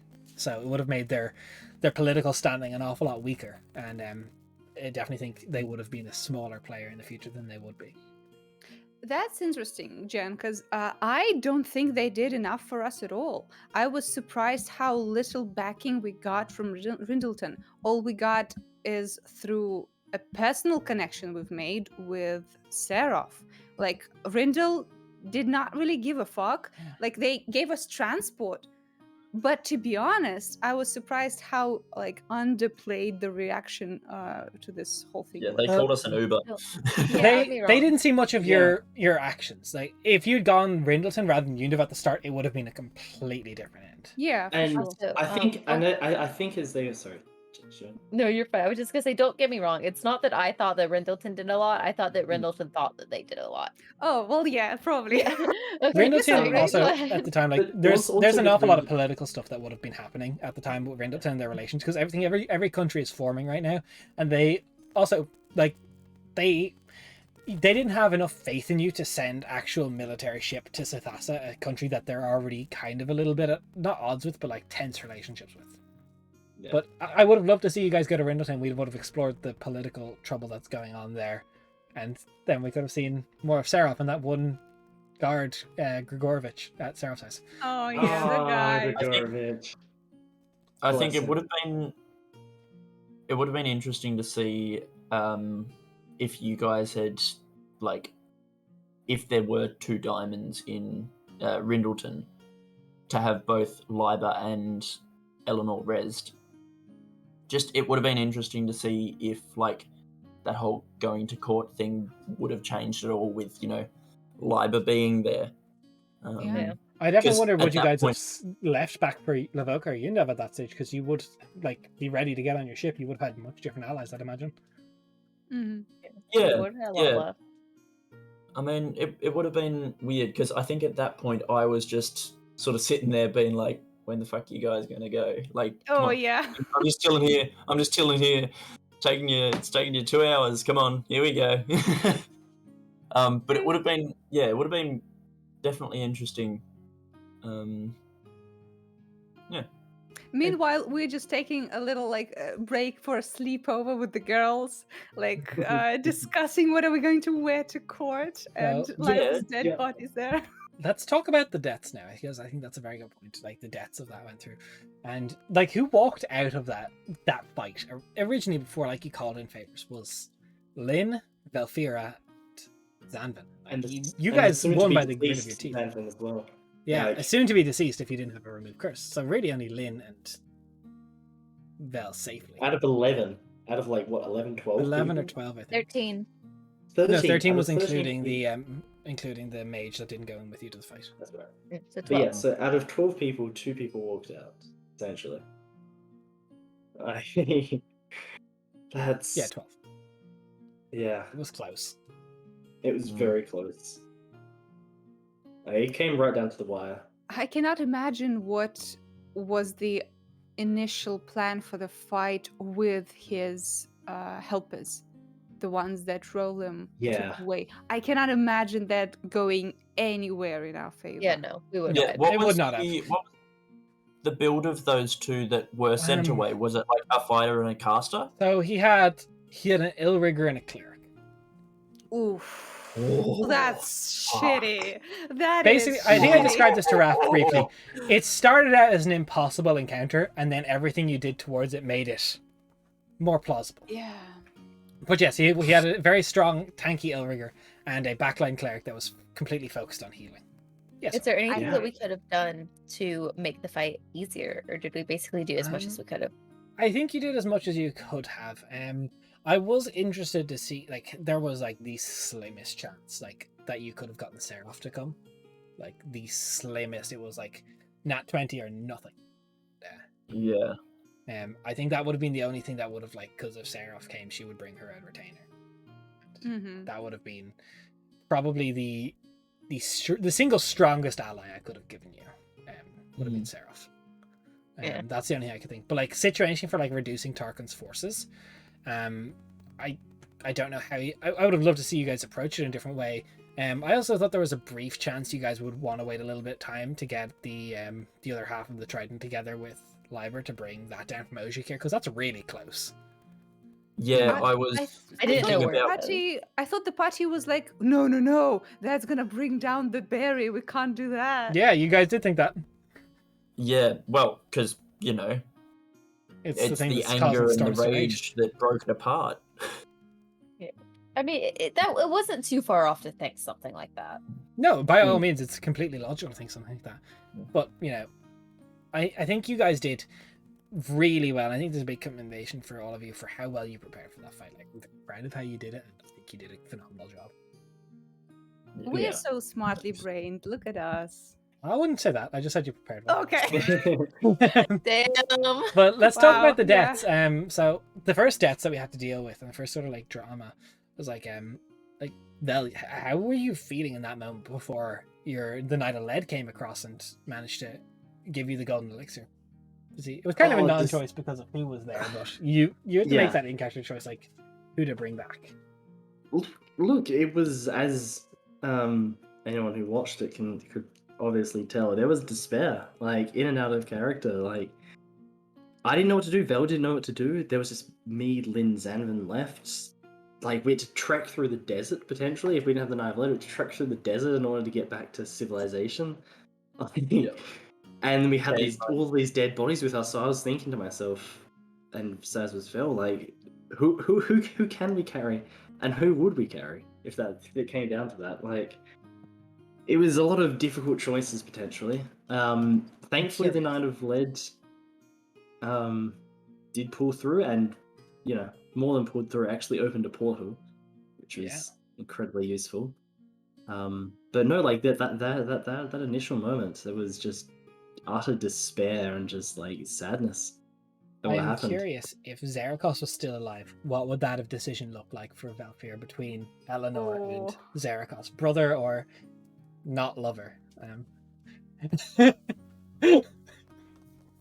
I mean, look, I think she would have been a bit more swayed, potentially, probably.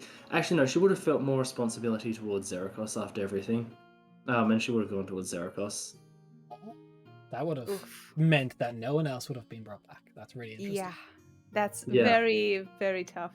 It also depended, like, if Lynn was there and if he spoke to her, and if he managed to convince her to bring Eleanor back, because Lynn would have advocated for your family, 100%. Yeah, which is. It didn't happen that way, but it's very interesting. And it didn't happen. Talking now about the deaths, we brought Eleanor back, and thankfully, Aura got brought back. Can I have a question about that? Does the elixir of life, does that like give me some cool abilities or some shit? Like, is it something? We will explore the consequences of the elixir of life in the next season. Cool. I'm wicked dumb for asking. What a fucked answer. Yep. Cool. Thanks. But zero consequences whatsoever. But Des is just there, like, But that brings us to an interesting point. Like the decision to the argument to get Aura back. That was essentially like you trying to get a wish from an archfey, and you had to agree to be like a warrior for the Queen of Night and Magic. You your word on your soul, you will aid her. So if you don't, she can essentially take it and do what she wishes with it. Yep. I'm curious, obviously it's very easy in that moment to see Eleanor's click, yes, I know, and you as a player, I've seen her very much like that. You don't once you've made your mind up, you're set on it. But I knew you were never going to take the option to take Gravis. I had to put it there to just for the viewing experience, that kind of that drama. I thought it was phenomenal. But I'm curious, with the DC 35 check, what were you thinking in that moment? Because it was. Whew. So without the 2d6s I saved, it would not be possible. Because with a natural 20, I get 31. Yeah. Okay, that's it. I can't get more if I don't have them. And I could have used my d6s for my failed stupid death saves that I shat across all of them because I got 3 or 5 on the first one and then a 1 on the other. And when I was dying, I was doing math in my head, I have Bless and also I have d6s. Is it worth throwing everything at my death saves and maybe stabilizing? And I don't know why I decided not to do it. I was I know why. I was just no, I rolled a 1. I'm not gonna try and make it into one's something. automatically 2 failed saves. Yeah, so it's decided. And yeah, I mean, with Aura, like there's no way in hell she would trade a child for anyone, like for Aura, for herself, for Vel. Like there's no one she would trade it for. But I know this is so meta. I know you want to bring us into the fairy like war next season. I know. So I'm like, Thank you. she has to take this. Like she super has to. No, I loved it. And speaking of like the deaths now, like Aura got back, and what was it like as Aura coming back? Also, I loved the moment where I fucked with you and made you think you didn't have any memory of anything. I had to do it to you. That would have been so interesting, though. Yeah. That would have been really, really. It would have just interesting. killed a lot of character development, but for that brief moment of panic, I had to do it. Yeah, that's true. But what was Aura's thought when she came back? What happened? What the fuck? Yeah. Why am I in the stress? Yeah. We're on the boat. Awkward. Has the fight not happened yet? And that was just a really weird premonition. Because if so, I need to tell some people some things. Imagine. But then we got to like the resurrections of like everybody else, which none really worked. I don't believe so. And I'm going to start with the most interesting one, because it was the player's choice to stay gone. Braska.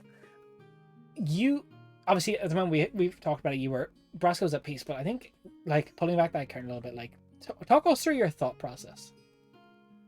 I mean, mine or Braska's, because we can go nowhere with Braska, but mine's Yours. the I didn't whole ask for thing. Braska's. I thought Braska was like, ooh, flower. I'm not going shit. Fuck off.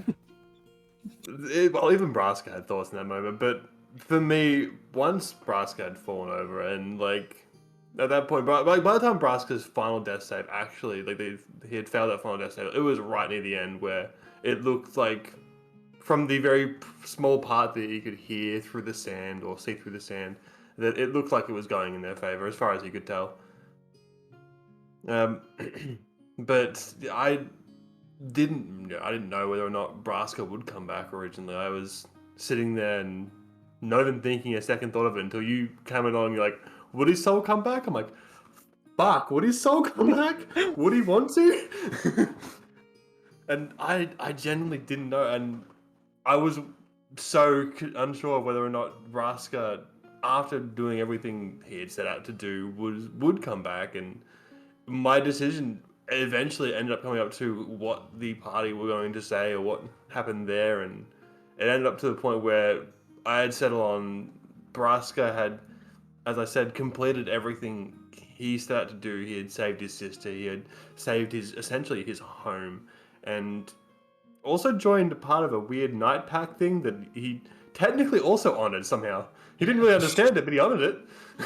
Look, he did. I just think That it's was a like speed run, to be honest. taking that narrative into your own hands as a player is a very powerful thing to do, and I just commend you for like committing to it. I can say, as a player who has had character deaths in the past, being able to actively say to your DM, instead of your DM saying, you're dead, you can go, you know what? I think he's done. It feels so good. It's such a different beautiful experience, and it feels so good. It was awesome. Unfortunately, No. there was a character who didn't want to pass. Well, the rolled a 4. It didn't go very well at all. Apologize. AJ, library did not pass. And that's not to say he never will come back. There is methods down the line, but how were you feeling? Like, how's Liber feeling? You know, the ending that came through for your character. Well, with him lying buried under sand, with more than half of his spell slots and more than half of his sorcery points still there. So salty. So fucking salty. Yeah, because we had talked about your mega plan to like use your surge, like farm surges on everything. Yeah, I'd worked out that I could surge every single turn If I allowed it. and Which I just be a would have. fucking just rave of chaos, which would have been awesome, but alas.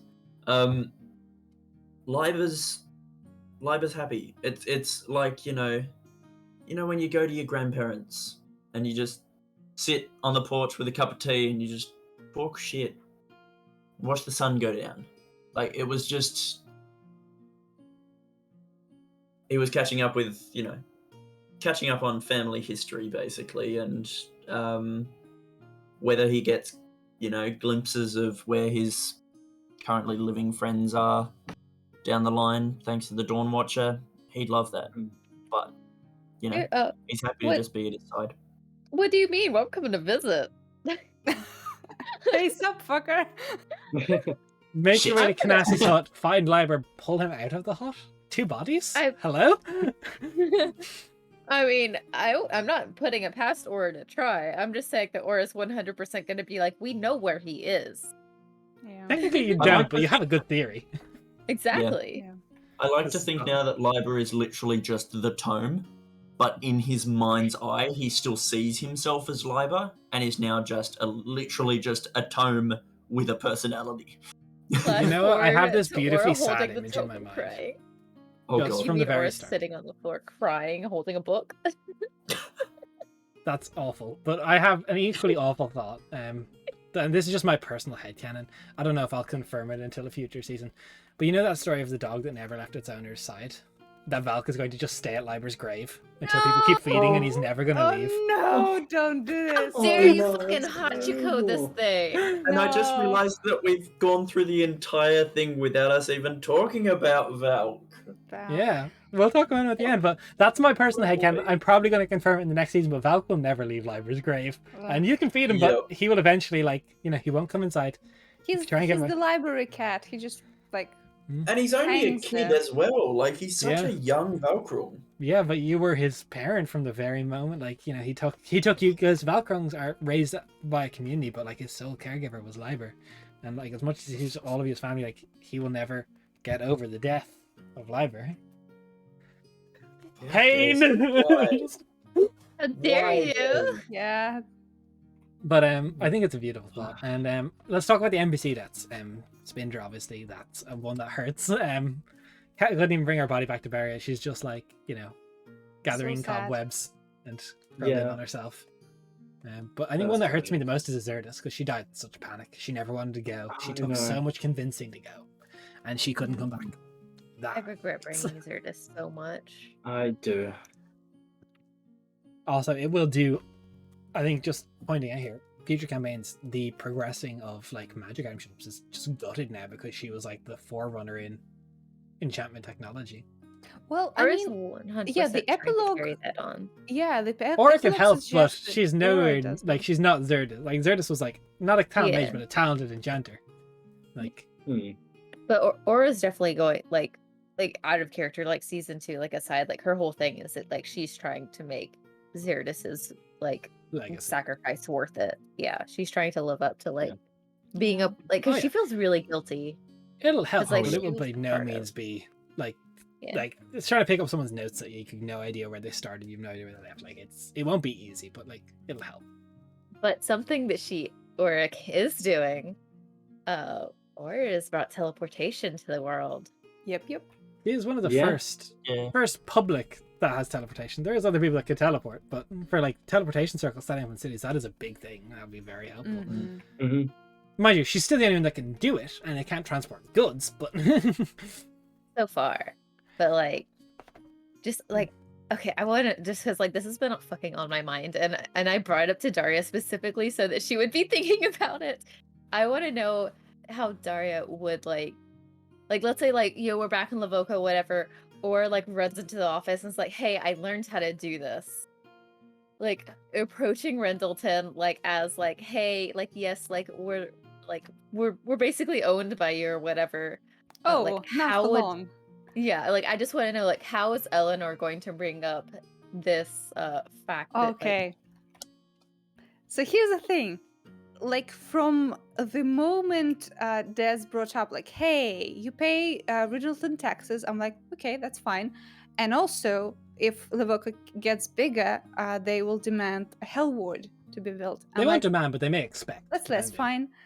Yeah, sure. And Eleanor, from very early stages, way too early to say that this is anything, thinks of independence for Lavoka because she believes that this is a perfect amalgamation of old magic of the forest and civilization. And I think the fact that Rindleton did not give us an army or anything, and the fact that we have teleportation now, this all will be like bargaining chips for her to say like, we're gonna have great interactions and great trade and everything and magical progress only if we are like a player at the table. We are not like your We're not your bitch. yeah, Yeah. we're not your bitch. We are there, to make our There's a own lot of changes, steps that need to go into the way before that, because Oh, for sure. the way I see it also, like from the other side, teleportation, that only benefits you right now, and it can't transport goods. It's just people that can go through if they know the circle. It could be helpful, but it can't transport large like caravans and such. Also, your taxes are just going to pay more and more to them. They're the one who provide you with your town guards, because you currently haven't raised any yourself.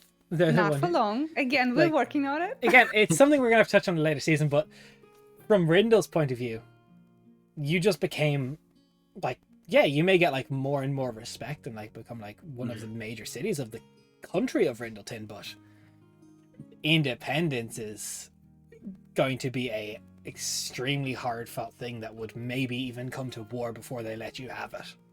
Well, no, Eleanor would not go to war with anyone because with her fucking persuasion, she was able to persuade a fae, like an archfey, okay? I think she can do this. I'm pretty sure she can I do think this. she can try, but I think it's something we're gonna have to explore in character, because right now it would like, Sure. like you just became Mhm. valuable. Like, Yeah, well, I think that's what's interesting is like obviously this is something to decide between Aura and Eleanor, and probably Vel as well for like Yeah. protection of Levoka reasons.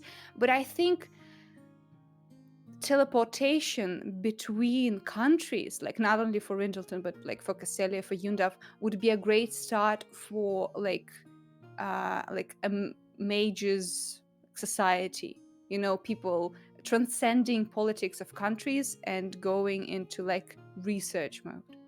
Yeah, because like I was think like I know like you said like it only benefits us, but I do think like for I guess now, it depends. as I said. Yeah, well, like Like- it depends on like the capability of like anyone like in Rindleton to have sending, which I assume at least somebody does. Oh, they do. Remember, they said like he Yeah. has a court wizard, and Yeah, I will point out so, that I mean, you are the technically- one of the first that's putting public access to, because you asked me, Yeah, like, can we I know do this there's instead? probably something. There is probably already wizards out there in private study that have access to teleportation magics, like high level wizards do exist already. Like we've played one shots that were with high level characters, but no one's made their teleportation circles known publicly available, which is your bargaining chip.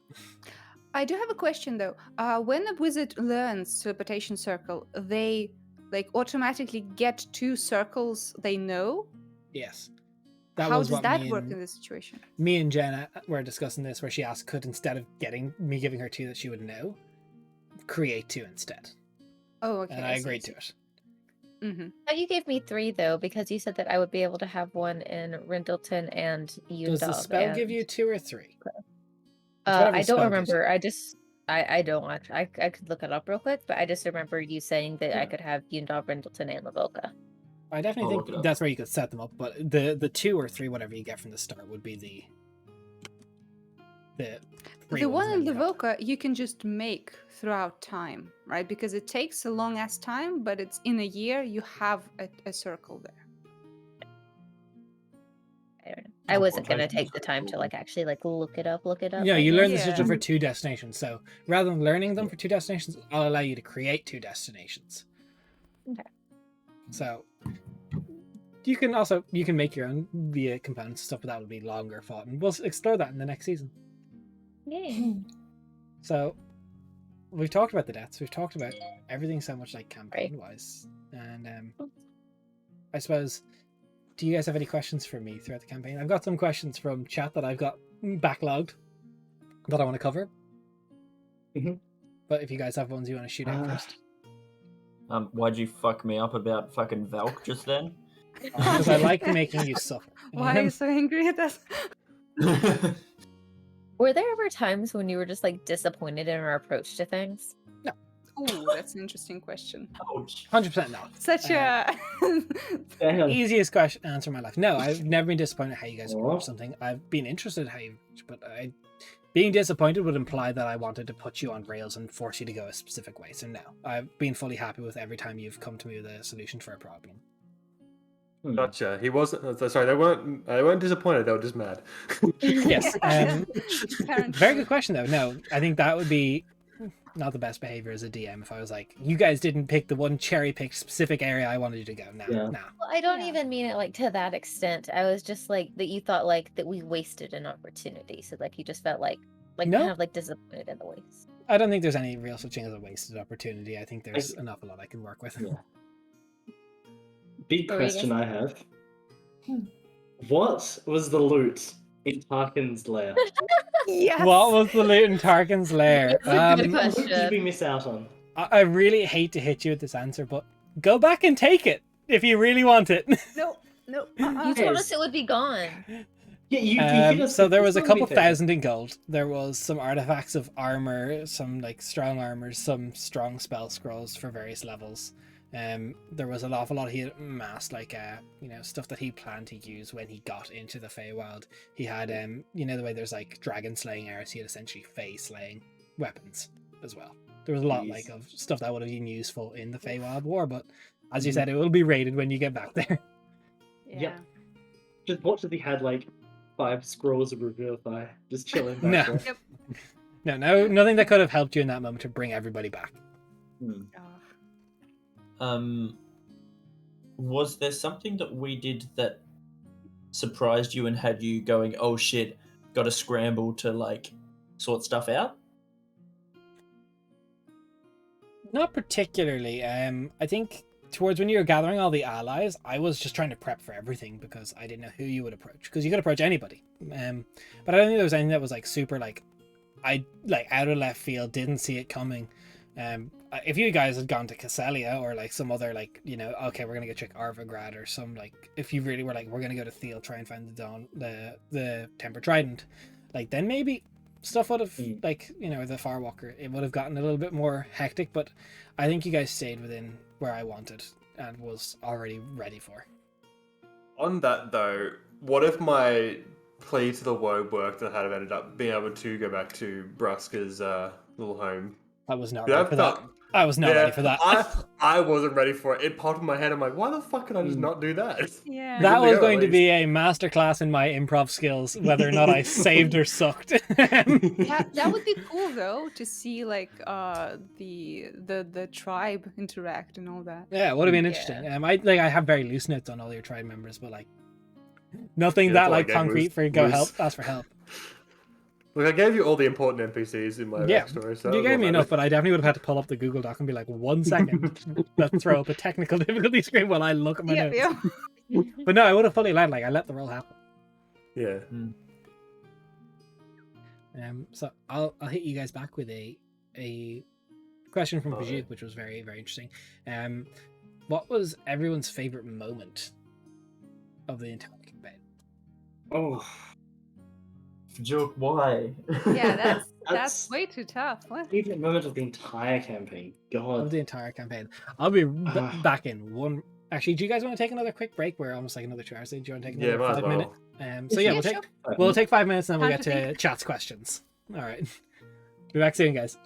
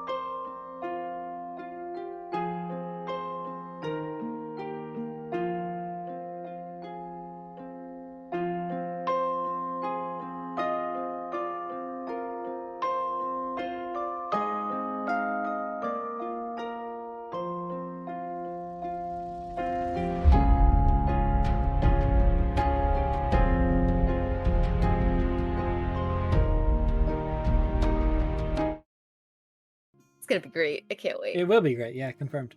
Question is who's Aaron? So we're back. We're talking questions. We're talking favorite moments from the campaign. So, all of you guys, what was your favorite moment from the campaign? Who wants to go first? fuck. Can I just get a quick clarification? Does it have to be on stream or is it in general? No, just campaign. Cool. Then I'm happy to go first. All right. Because there is only one point in time that immediately jumped to my head, and as I said during the break, sorry, Rat. Because it was the reveal of Nux, not being Zerikos, but being Nux. That was heavy. That was wild. It was rough. Yeah. Especially the lead up to it, where specifically when Eleanor was yelling at Zerikos just before the getting into the kiln, and Zerikos being this close to just dropping the form and then and there. Oh, even like the language. I remember Eleanor was like up at, in know who you Nax's really grill, are. like, yeah, I can see through your shit. Like, I know who you are. I did not realize how panicked and like in turmoil Nux was in that moment. Like, jeez. Yeah, Nux's reply was, "You don't know me at all," sort of thing, you know. Yeah, jokes on you. She was spot on though. So, who would like to go next? I'll And you go. have a clear moment? Yeah. For me, I mean, the Gaius arc or mini arc was sort of the moment, but definitely when Liber had the idea to speak to Eleanor about it, because I think that's like the main point where there was a definite connection between Liber and Eleanor. Because other than that, you know, we'd just seen each other as, you know, the two charismatic fuckers, with Eleanor being better at it than Liber, and there was always that little, like, you know, Eleanor can do all the talky shit and I'll just be here for spell casting. But yeah, that was the one time where Liber actually asked for her help. Great. I can. Well, I since, can. Oh, since go I ahead. mentioned, I also say that well, I really like the fucking festival. I love in D&D when we're just like chilling and doing stuff and like exploring character development and all that stuff. I just love that. I But gotta be also, right there with you. yeah, I also love like interesting moments that like change the trajectory. Like, I wouldn't say it's my favorite moment, but it's one of the like biggest moments that was like, oh, what the fuck, when last conversation between Nux and Eleanor, when she was trying her best to bridge the gap and was rebuffed completely. Like, there's no coming back. And I did not expect that, because I was like, well, surely we're part of the party, surely we want to like reconcile. And that kind of inadvertently led into Eleanor finally like opening up to Aura, because Aura's like was this first person she saw when she came back, like enraged and like hurt, and that kind of was a chain reaction to her opening up. So in a weird way, it was a catalyst for a lot of growth, you know. Thanks, Nux. Clearly, Nux the best member of this party. That's what I'm saying. Well, a lot happened because of like Nux's decisions, though. Yeah. Yeah, I think you touched on it there, Riffy. I think the festival would probably be up there in my favorite moments. 100% has to be, because it's just such a good moment in time for all the party members. Like, I think happy memory, that was probably my favorite moment for the party. I think other than that, my favorite moment of the campaign was the end, like when Valphira was the last one standing and like all that stuff had to start unfolding. Just the drama, like anything that causes a lot of drama, I love. So I'm there for it. Yeah. So you got two people left who got to answer this question. No, look, honestly, I've got to say, I think I have to say the festival as well. It was just, I mean, of course, there's so many moments that I loved and so many character conversations and plot moments that were fantastic, but just the festival and everything that happened during it was just so much fun, and something I've never really done before in D&D as well. Just like such a segment of just light-hearted yet really in-depth and some deep character moments as well. around just this. And yeah, no, look, it was fantastic just to see everyone come alive as well, and every character get their moments and get their, their own personal time to shine. We fucked around, and then we found out about each other. Yeah, actually, I think another favorite time was when I hit you all with the bamboozle of Tarkin attacking you for the first time. No, you never live out. Least favorite moment. I love Thumbs it. down. So, Jen, 0 out last of but not 10. least, Ugh. favorite moment. Dude, like I can't. Go on. I can't even pick like a top 5 favorite moments. Like I Was all that loved- bad? Okay, wow, okay. No, I love everything. Like literally everything except for Tarkan randomly showing up and like wrecking our day has been my favorite. So is that everyone's Like, least favorite moment? That's another question. Yeah, Least favorite that moment, is my Tarkin least wrecking favorite house. moment. Yeah. No, okay. For me, something tops that. For me, your word vomit of like 500 names and you Oh my Yeah, is the God. worst moment of that my was an life. oof. I'm like, what? Yeah, I gotta say, for me, least favorite would either be, Tarkin going, "Yo, what's up, fuckers," or the interaction I had to have with Roland to get the information. What? That was great though. That was What my are you favorite It was thinking? great, Yeah. but I was like, this is like Beady. it was out of my comfort zone, but I wanted to. Dude, I wanted was to so do it. proud of you though. It was so good. And that was like one of the very few moments where Liber used his charm as a weapon. Like Yeah. he's not that kind of character. And that was very Yeah. interesting. A lot of Liber's charisma was just in his like emotion, like just in his Yep. passion. Yeah. And his ability to fuck. Yeah. Apparently. Okay. So, Jen, other than being a I gremlin, couldn't what was your not, I'm favorite moment? sorry. Boy See, can fuck. Degenerate till the end. So, Poor what was your Hello, you favorite guys. moment?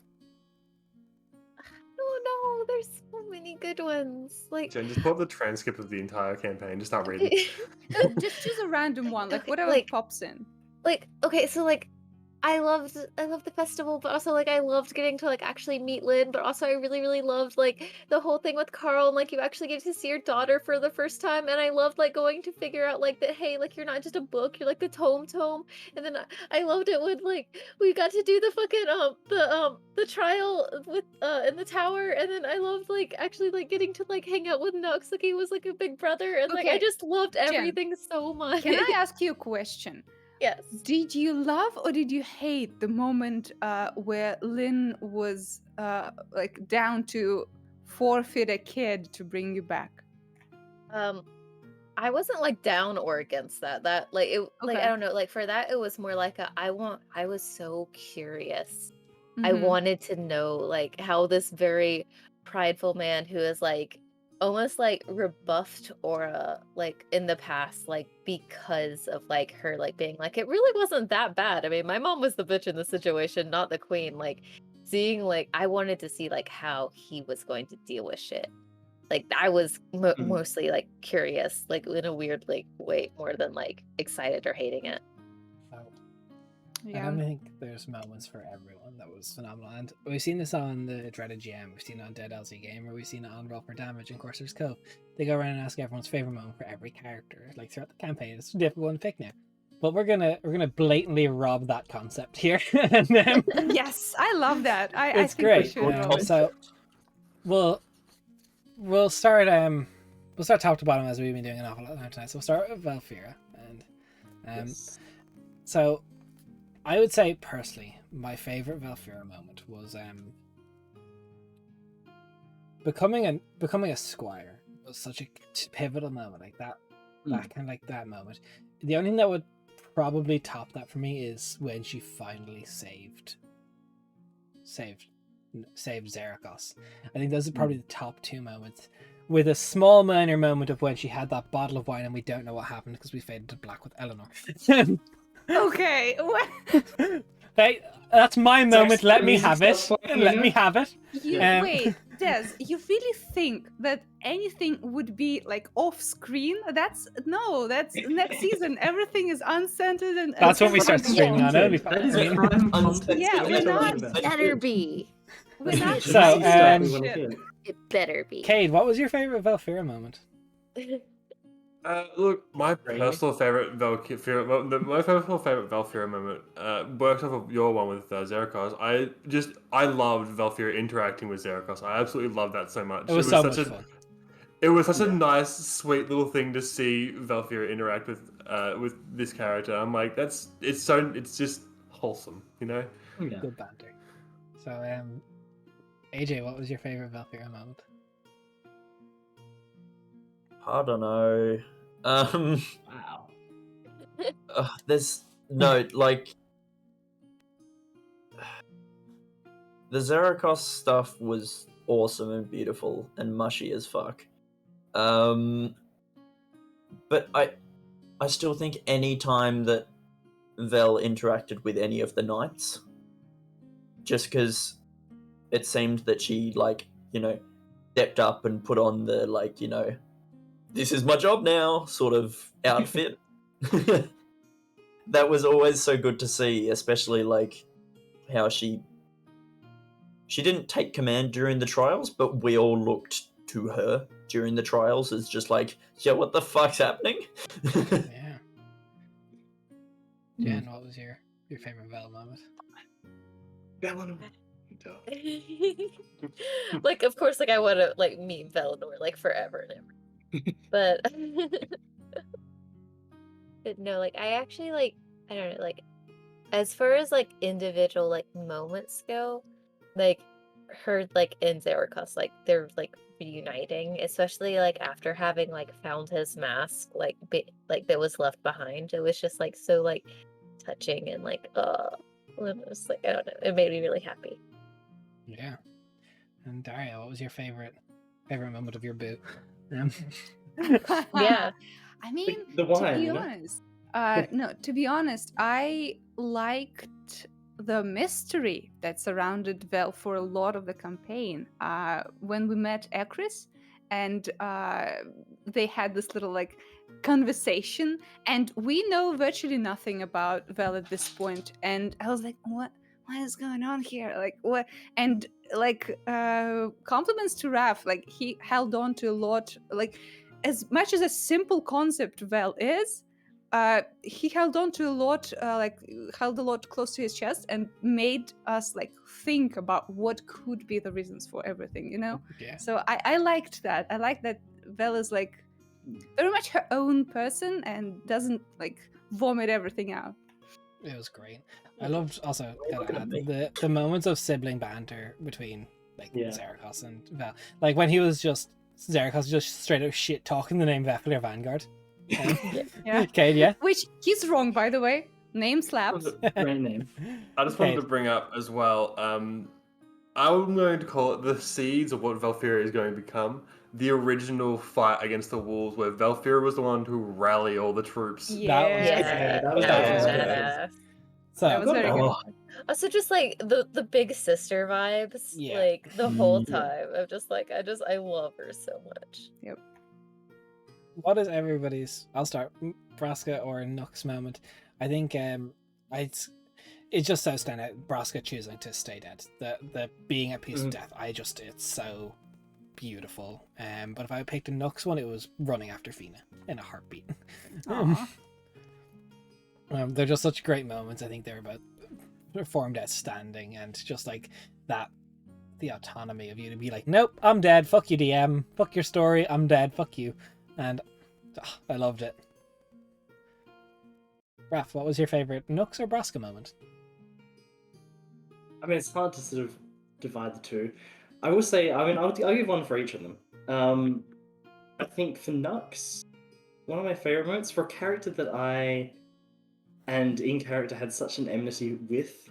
There was such just a natural and obvious, for obvious reasons, such a hostile relationship there.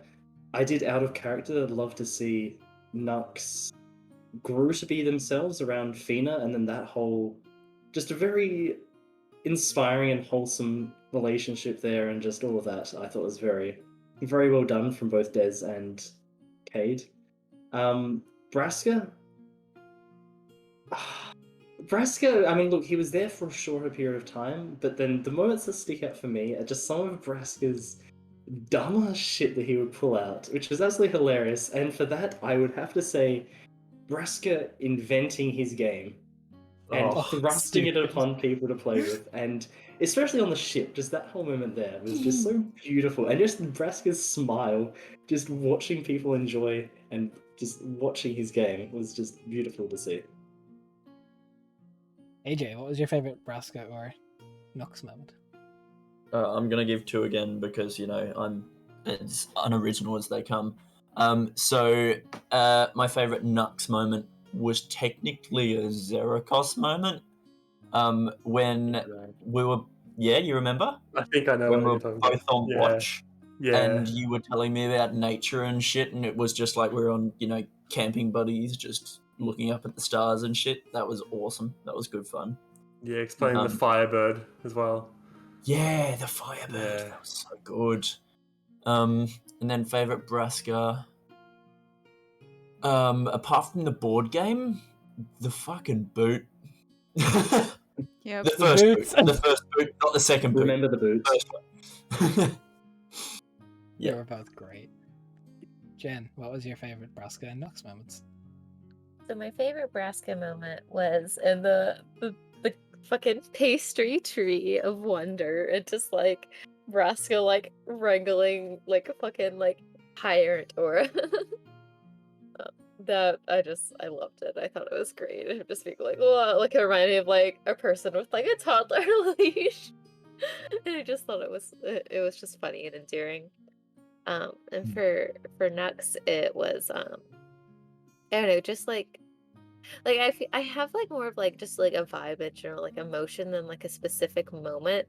Just because like for Aura, like she kind of like, especially like once he like kind of like came out as himself, like yeah, like shit was bad, but especially like considering like how like close like they looked together, like she really like was just like, brother, you're my brother. And just like really like trying to like get him out of his shell, and like the sweet moments that they had together, just like it's, More like gender non-conforming sibling. Hello. yeah, sorry I I just loved the fact that you just farmed siblings. But Yeah. Daria, Yeah, all the siblings, Yeah. please. Daria, what was your favorite Nux and Braska moments? Well, y'all kind of took all the Braska moments, huh? You greedy little jerks. Yes. Since I'm the last in the list, I have to always like think of something real fucking creative. We'll go opposite direction next time, don't worry. Oh no. Okay, that means I have no time to think. Shit. Okay. So for Nux, for sure, the last like confrontation between them and Eleanor, but also I like the dedication of going into the kiln, like against all reasons. Just nope, gotta do it.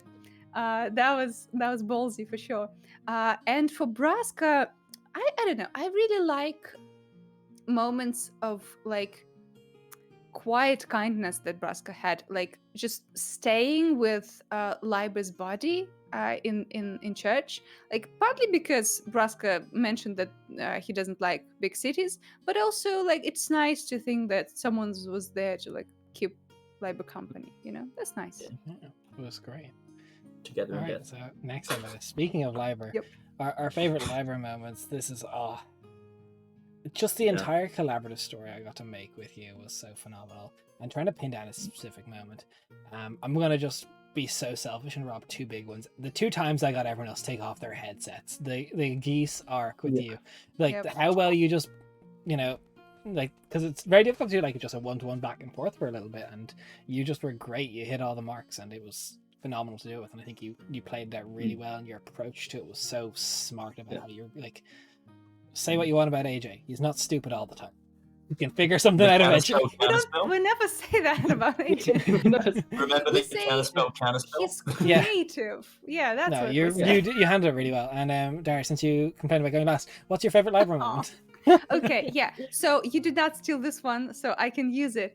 The smart as telepathy strategy, like hands down one of the smartest things in this campaign. Like on par with Cade's blood puppet strategy. Just smart things that I would never think of because I'm dumb stupid.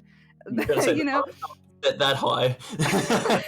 Yeah, no, it's just very good. And in general, just how Yeah. interestingly you portrayed charismatic character, because it's very easy to go like, oh, they are the talker, they are like the charmer, they like do everything and swayed everyone, like, you know, that's kind of stuff.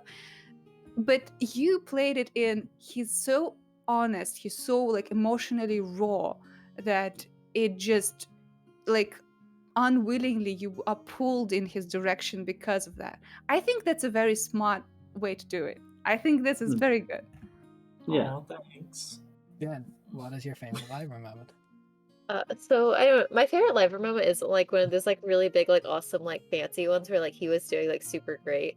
But it's like I don't know, like all of these so far have been like the time like someone did like a really awesome thing. But like mine is get it. like when like our Aura and Lyra kind of like really got to know each other a bit at the very beginning when he came to her and he was like, hey, I think I might be enchanted, and we did the fucking detect magic thing. So Like cool. that was one of my favorite moments so much. Let's try not to be meta. Yeah. Like, It was I great. know, but like it was so great. That was Oh my good. God. Yeah. It made me happy. Hey, That's what good. was your favorite library moment? Yeah, this one hits a lot more personally because of our vampire twins and how we talked about our last names for those characters being the Latin name for something. The reveal of you being a tome and then you being like, oh yeah, Liber is book. I'm like, how the fuck did I not see that coming? Yeah, I was surprised no one picked up on it. I was was very so surprised. frustrated at About it. myself for See, that shit.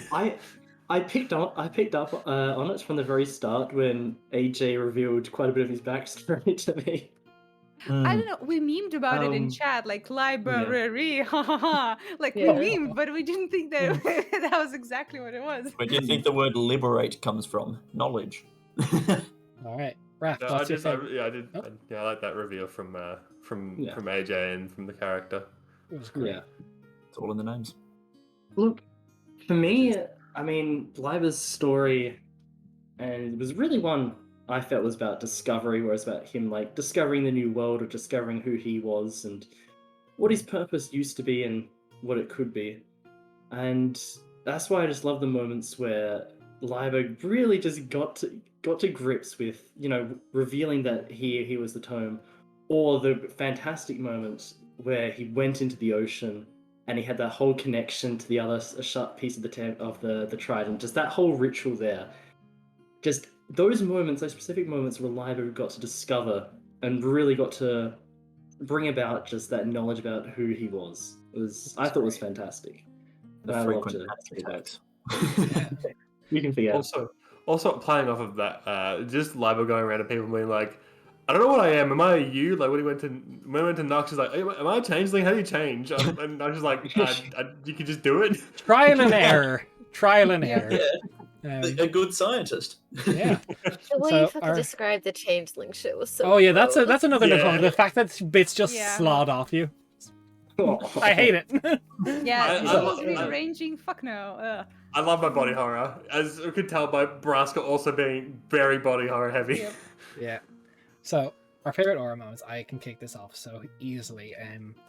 Mhm. As much as I want to go to the Harabel moments, I think the moments of raw family connection between Lynn and Aura as those ones unfolded, like trying to really figure out who they are and like trying to figure out what their dynamic is going to be, and like especially at the start, like the heartache and the way like you just were able to riff off what I said so well and just play into it straight away. I just loved how you, when you just saw the trigger and you knew how to act straight away. I just loved how you played meeting Lynn and the moments that unfolded about figuring out who you were, like when he dropped the painting at your door and you were just like so emotionally torn by it. And then Daria, because you don't want to be left last, what's your favorite? Wait. That painting doesn't exist. No, that painting is disintegrated. It was in my Yeah. spell book. It's gone. So sad. Ugh. Yeah, I know. Good thing Gora has a photographic memory. she can learn to paint and paint She another learns one. and then she can remake it and be fine. Yeah. In a month. For me, Aura, what I really liked. Well, obviously there's a lot of cool moments, and the moment I choose is kind of plays into overall the best thing I think about Aura is after like the big confrontation between all of us and Aura about the hippogriff. Because like we were all under the impression that Aura just wants to cart around a little cute little pet, and we're like, fuck no. And then when like emotions die down and we actually talk about it, Aura once again, as always, shows a lot of like intelligence and emotional intelligence. Like she's not only smart, she understands how people work and how she feels. Like when her conversations with Lynn come up and with others, she understands where emotions come from, and that leads to a lot of like good empathy. And it's very easy to play a new like fish, like what's the idiom? Fish off the boat. Fish out of water. Fish, Fish out yes. of water. Sure, whatever. It's Yeah. it's evening. I'm tired, and like it's very easy to go like, I'm so naive and like gullible and all of that. But Aura is really not. She is smart and she like is very tough, surprisingly tough when it comes down to it. Good resilience. AJ, what's your favorite Aura moment? Yeah, I was going through all the different moments I could think of and then realized that it's very fucking simple. I enjoy chaos. Festival Aura is the best Aura. When the mask drops, it's it's a different fucking hell. energy. But I just The imagine like boxes. if it was like an anime or something like that, I just imagine, you know, Aura just pop up, just It just like in explodes. random places, just everywhere. Mm. How'd she get up on the roof? Who the fuck knows? That's Aura. Yeah, 100%. Kate. It's just gremlin. For me, it goes back a little bit further than a lot of these ones. It is the post-reveal of Nux and how Aura was so comforting and understanding and kind to Nux. That was such a big thing, especially for that character. And for me, it was like, Aura is, and probably realistically still is at this current moment in time, the major glue that holds everyone together in the entirety of Lavoca, I'm pretty sure at this point. The word, let's be honest. I can't imagine what Lavelle would have looked like if she didn't come back. Raph, what's your favorite? And I think my favorite moments are probably ones that have already been said, particularly the moments between her and Lynn, the constant back and forth arguing, and really the showing off, similar to what Dara was saying, of Aura's emotional depth that she had. And not just her intelligence, but the fact that although a lot of people played her off as a child, the fact that she had such an emotional awareness and depth and intelligence to her, and maturity as well. Moments like that where it really got to come out, like against Lynn, were they were fantastic just to watch as a viewer. But I also got to say, on a more personal level, I did love some of the more just sibling type moments between her and Vel that were just sweet and just nice and just very comforting. I thought for the both of them, it was just wholesome. I did enjoy that, and it's good to have that type of Vel's code. yeah. Vel's house. Yeah. Oh yeah. The nest, Aura The nest has in there. in the house. Yeah. Fucking nest. Gotta love that. We have Eleanor moments now. Mine would be, God, you're so many iconic moments of what went through. Like you're just unafraid to stand up to anybody. But I think the end, like, just it's so brilliant. Against the Queen of Night Magic, like an archfey, like literally arguing down an archfey to get something you want would be a big one. Other than that, I gotta say it would be dealing in the court in front of Lord Rindle. Like they're just the moments like dealing with other nobility and stuff that Eleanor thrives in. And it's just like the powerful boss bitch that is Eleanor Morel, just like not willing to back down from anybody. It's just Okay. cool. I'm glad that how it came off, because my ass cheeks were clenched the entire time. I was like, gotta be smart.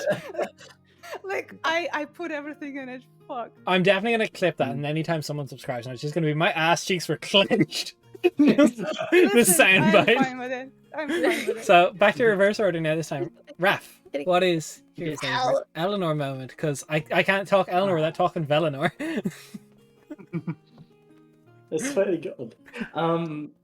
to the No, end. look, Eleanor for me was someone who, as you know, truly embodied the role as the face of the party and that sort of figurehead for us. And with that came a lot of good moments.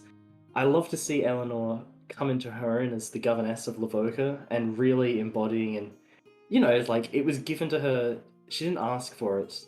I mean, she wasn't even expecting it at that moment. But then just really accepting it and deciding, you know what, fuck it, I'm going to do a fantastic job of this, and no one can tell me otherwise. But I do think that just it's much smaller than that, and less on a grand scale of things. But I did just love seeing her moments with Flora, getting to visit Flora, or just those small little moments of connection, just really helped ground Eleanor as a very sympathetic and deep character in just all aspects of her. So no, I just love those little snippets that we got to see between her and Flora. They were phenomenal. Kate, what was your favorite Eleanor moment? See, Eleanor was an interesting person for me. As a character, I found her frustrating as fuck. But No, you did. I will say that I loved and respected her conviction to her beliefs. Above everything else, the fact that she stuck to them all the way through the end, I love that. I'm curious, what is like the most frustrating thing for you in Eleanor? For me, it's a lot of the things you had said previously about Nux being someone who doesn't work well with the party. Eleanor was exactly that. She was so hard to get along with the party to start with, There and were that two sides that of the whole same thing coin. was so frustrating. Yeah. But obviously, the character development was such an amazing one. I can't really ignore the amazing character development. AJ, what's your favorite Eleanor moment? So, could be a weird one, because it's not a happy moment. So, post-prank Eleanor, with the whole, like, just seeing how raw her emotions were and everything, made both AJ and, you know, Liber through, you know, the bleed of the metagame, to realize that she wasn't just a shallow bitch. Okay, Just to we see... gotta give people some context because Oh yeah, this true. happened It was before not stream, and this kind of jump-started the negative atmosphere between Nux and Eleanor because Eleanor has like very obvious OCD, and she's very like into cleanliness, and when she's nervous, that comes up a lot. And guess what? In the beginning of the campaign, she's real fucking nervous because she does this for the first time. And Eleanor cleaned Nux with prestidigitation at some point without realizing that Nux is complete opposite. It's Whilst Nux completely... was Zeracos, by the way, just for reference. Yeah, Zeracos. And without realizing that it's completely like different for them. And then in the night, Nux/Zeracos came with a bucket of mud to her room and like tried to fling it at her. Which at the time no one knew that she's like survivor of like sexual assault and years of horrible shit. And everyone's like, why the fuck is she like reacting this way, you know? So yeah, some context there. But it was a great moment, like just for development. Jen, what's your favorite Eleanor moment? My favorite Eleanor moment is post arguing with Nux, that last one, because of just how much she just came out and like showed herself, that one. And then also I can't for some reason it's with everything that we've talked about, I'm not able to remember the context, but there was another very similar moment like that where Eleanor was just not okay. It was after I had the tent, and I remember there was a tent time and Eleanor was just not okay, and because me and you needed to switch for watches.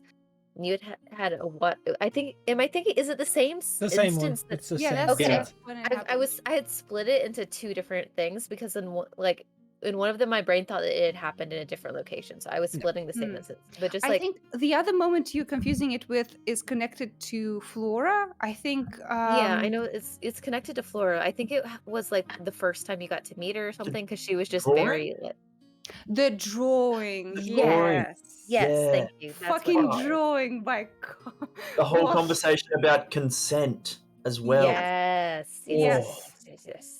And just like those moments where she like just really like showed like her true feelings to Aura, like just because like it made Aura feel so validated, and it like in like the way like she had approached things, and just like getting to know her, and then like getting to know her like also like as a player, like through the context of the story, it just made me really, really happy.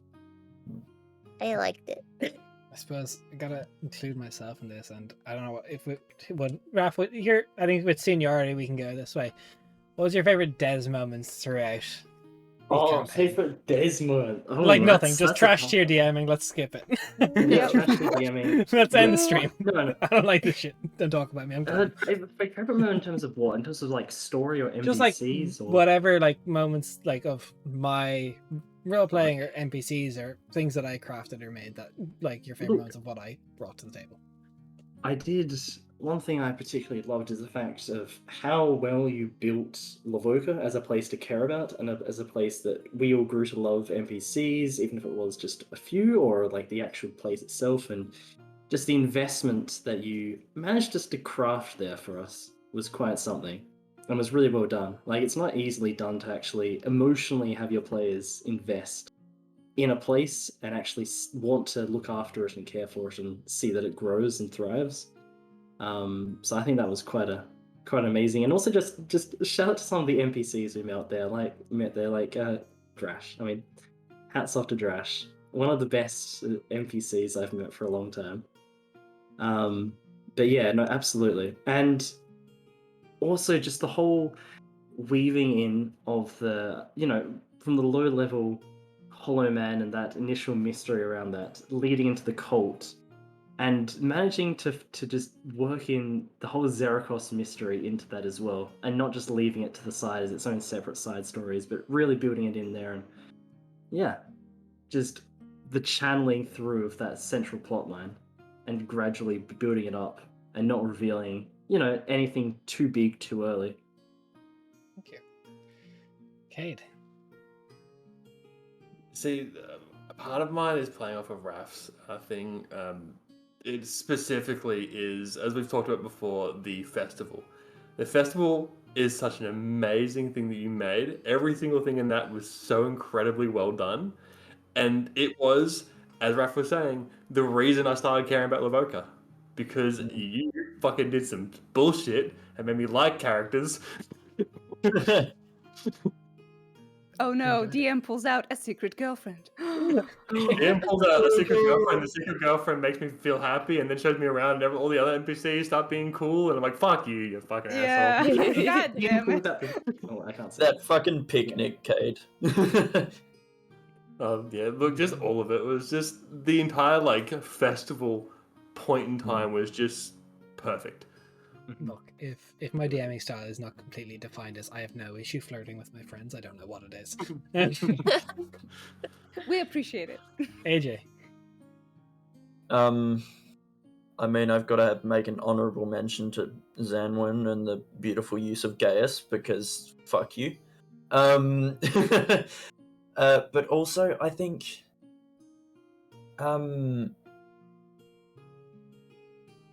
where was I going? I lost my train of thought. Rindleton, with the College of Storms especially.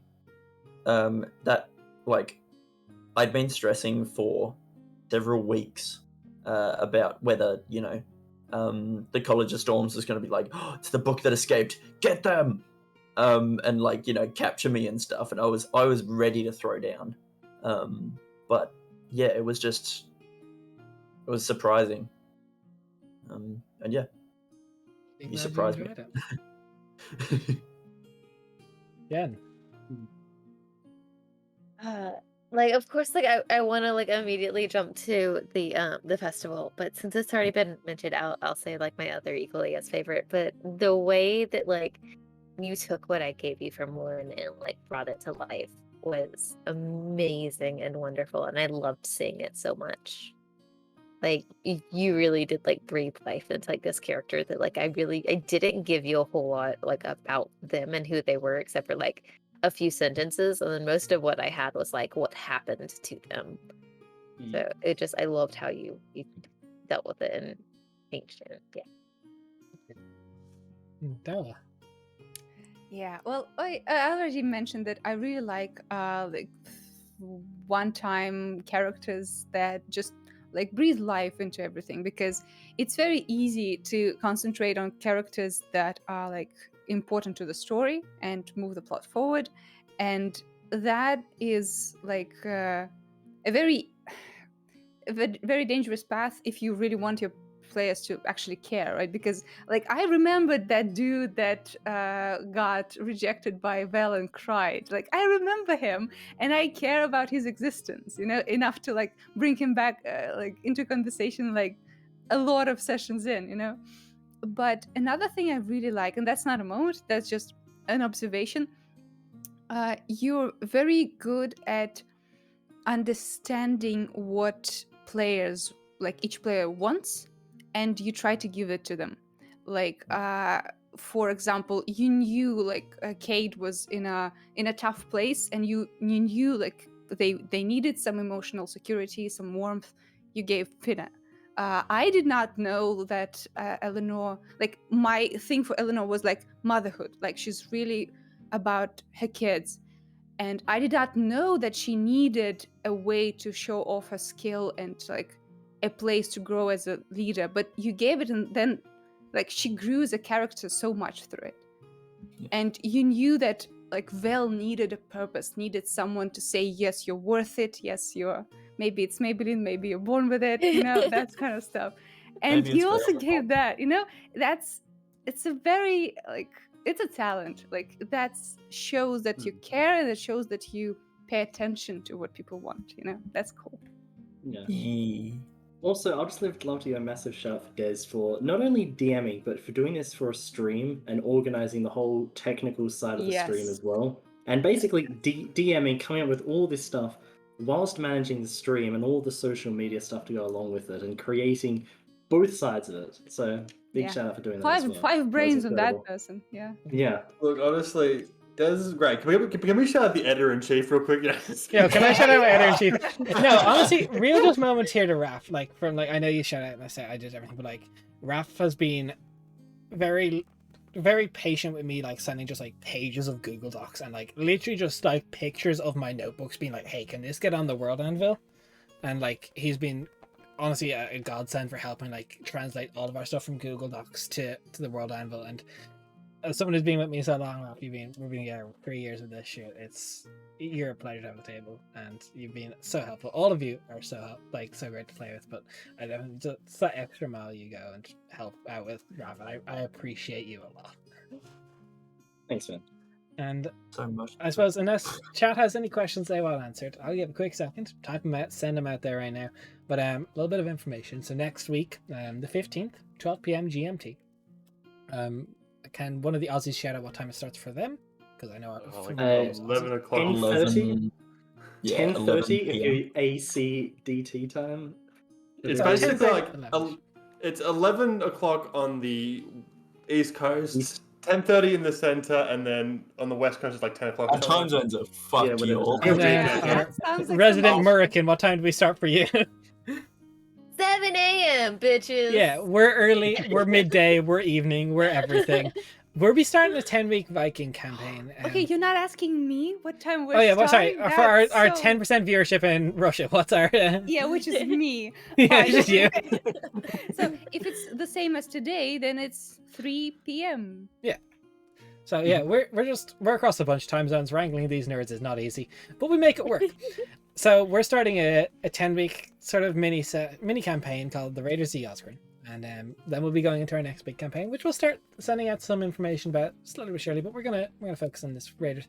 It's starting level 9 and going to, I believe, level 13 or so, and it's going to be a 10-week of conquering the frigid north and passing the Glaverak Sea to hunt down a boreal dragon.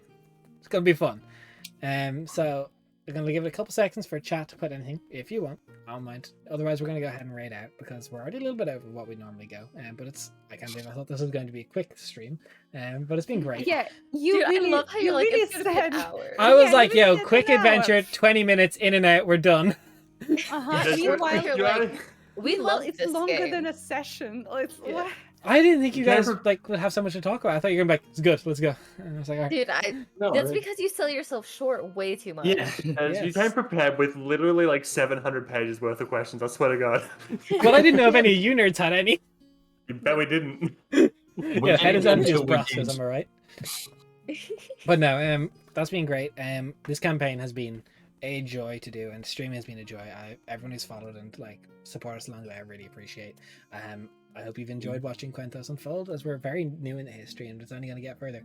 The Raiders of Yalsgreen is set 10 years down the line from this, and probably won't touch too much on Lavoka because it's going to be very self-contained. But in the next one, I think the name is very briefly being mentioned, although we haven't talked much about why, but this, I will confirm the name of campaign 3 is called the Kingslayers, and we'll figure out why that is when we start it. But for now, we have the Raiders of Yalsgreen, and I suppose we'll announce what we're going to be playing in that moment. So, I'm going to be, no, I'm the DM.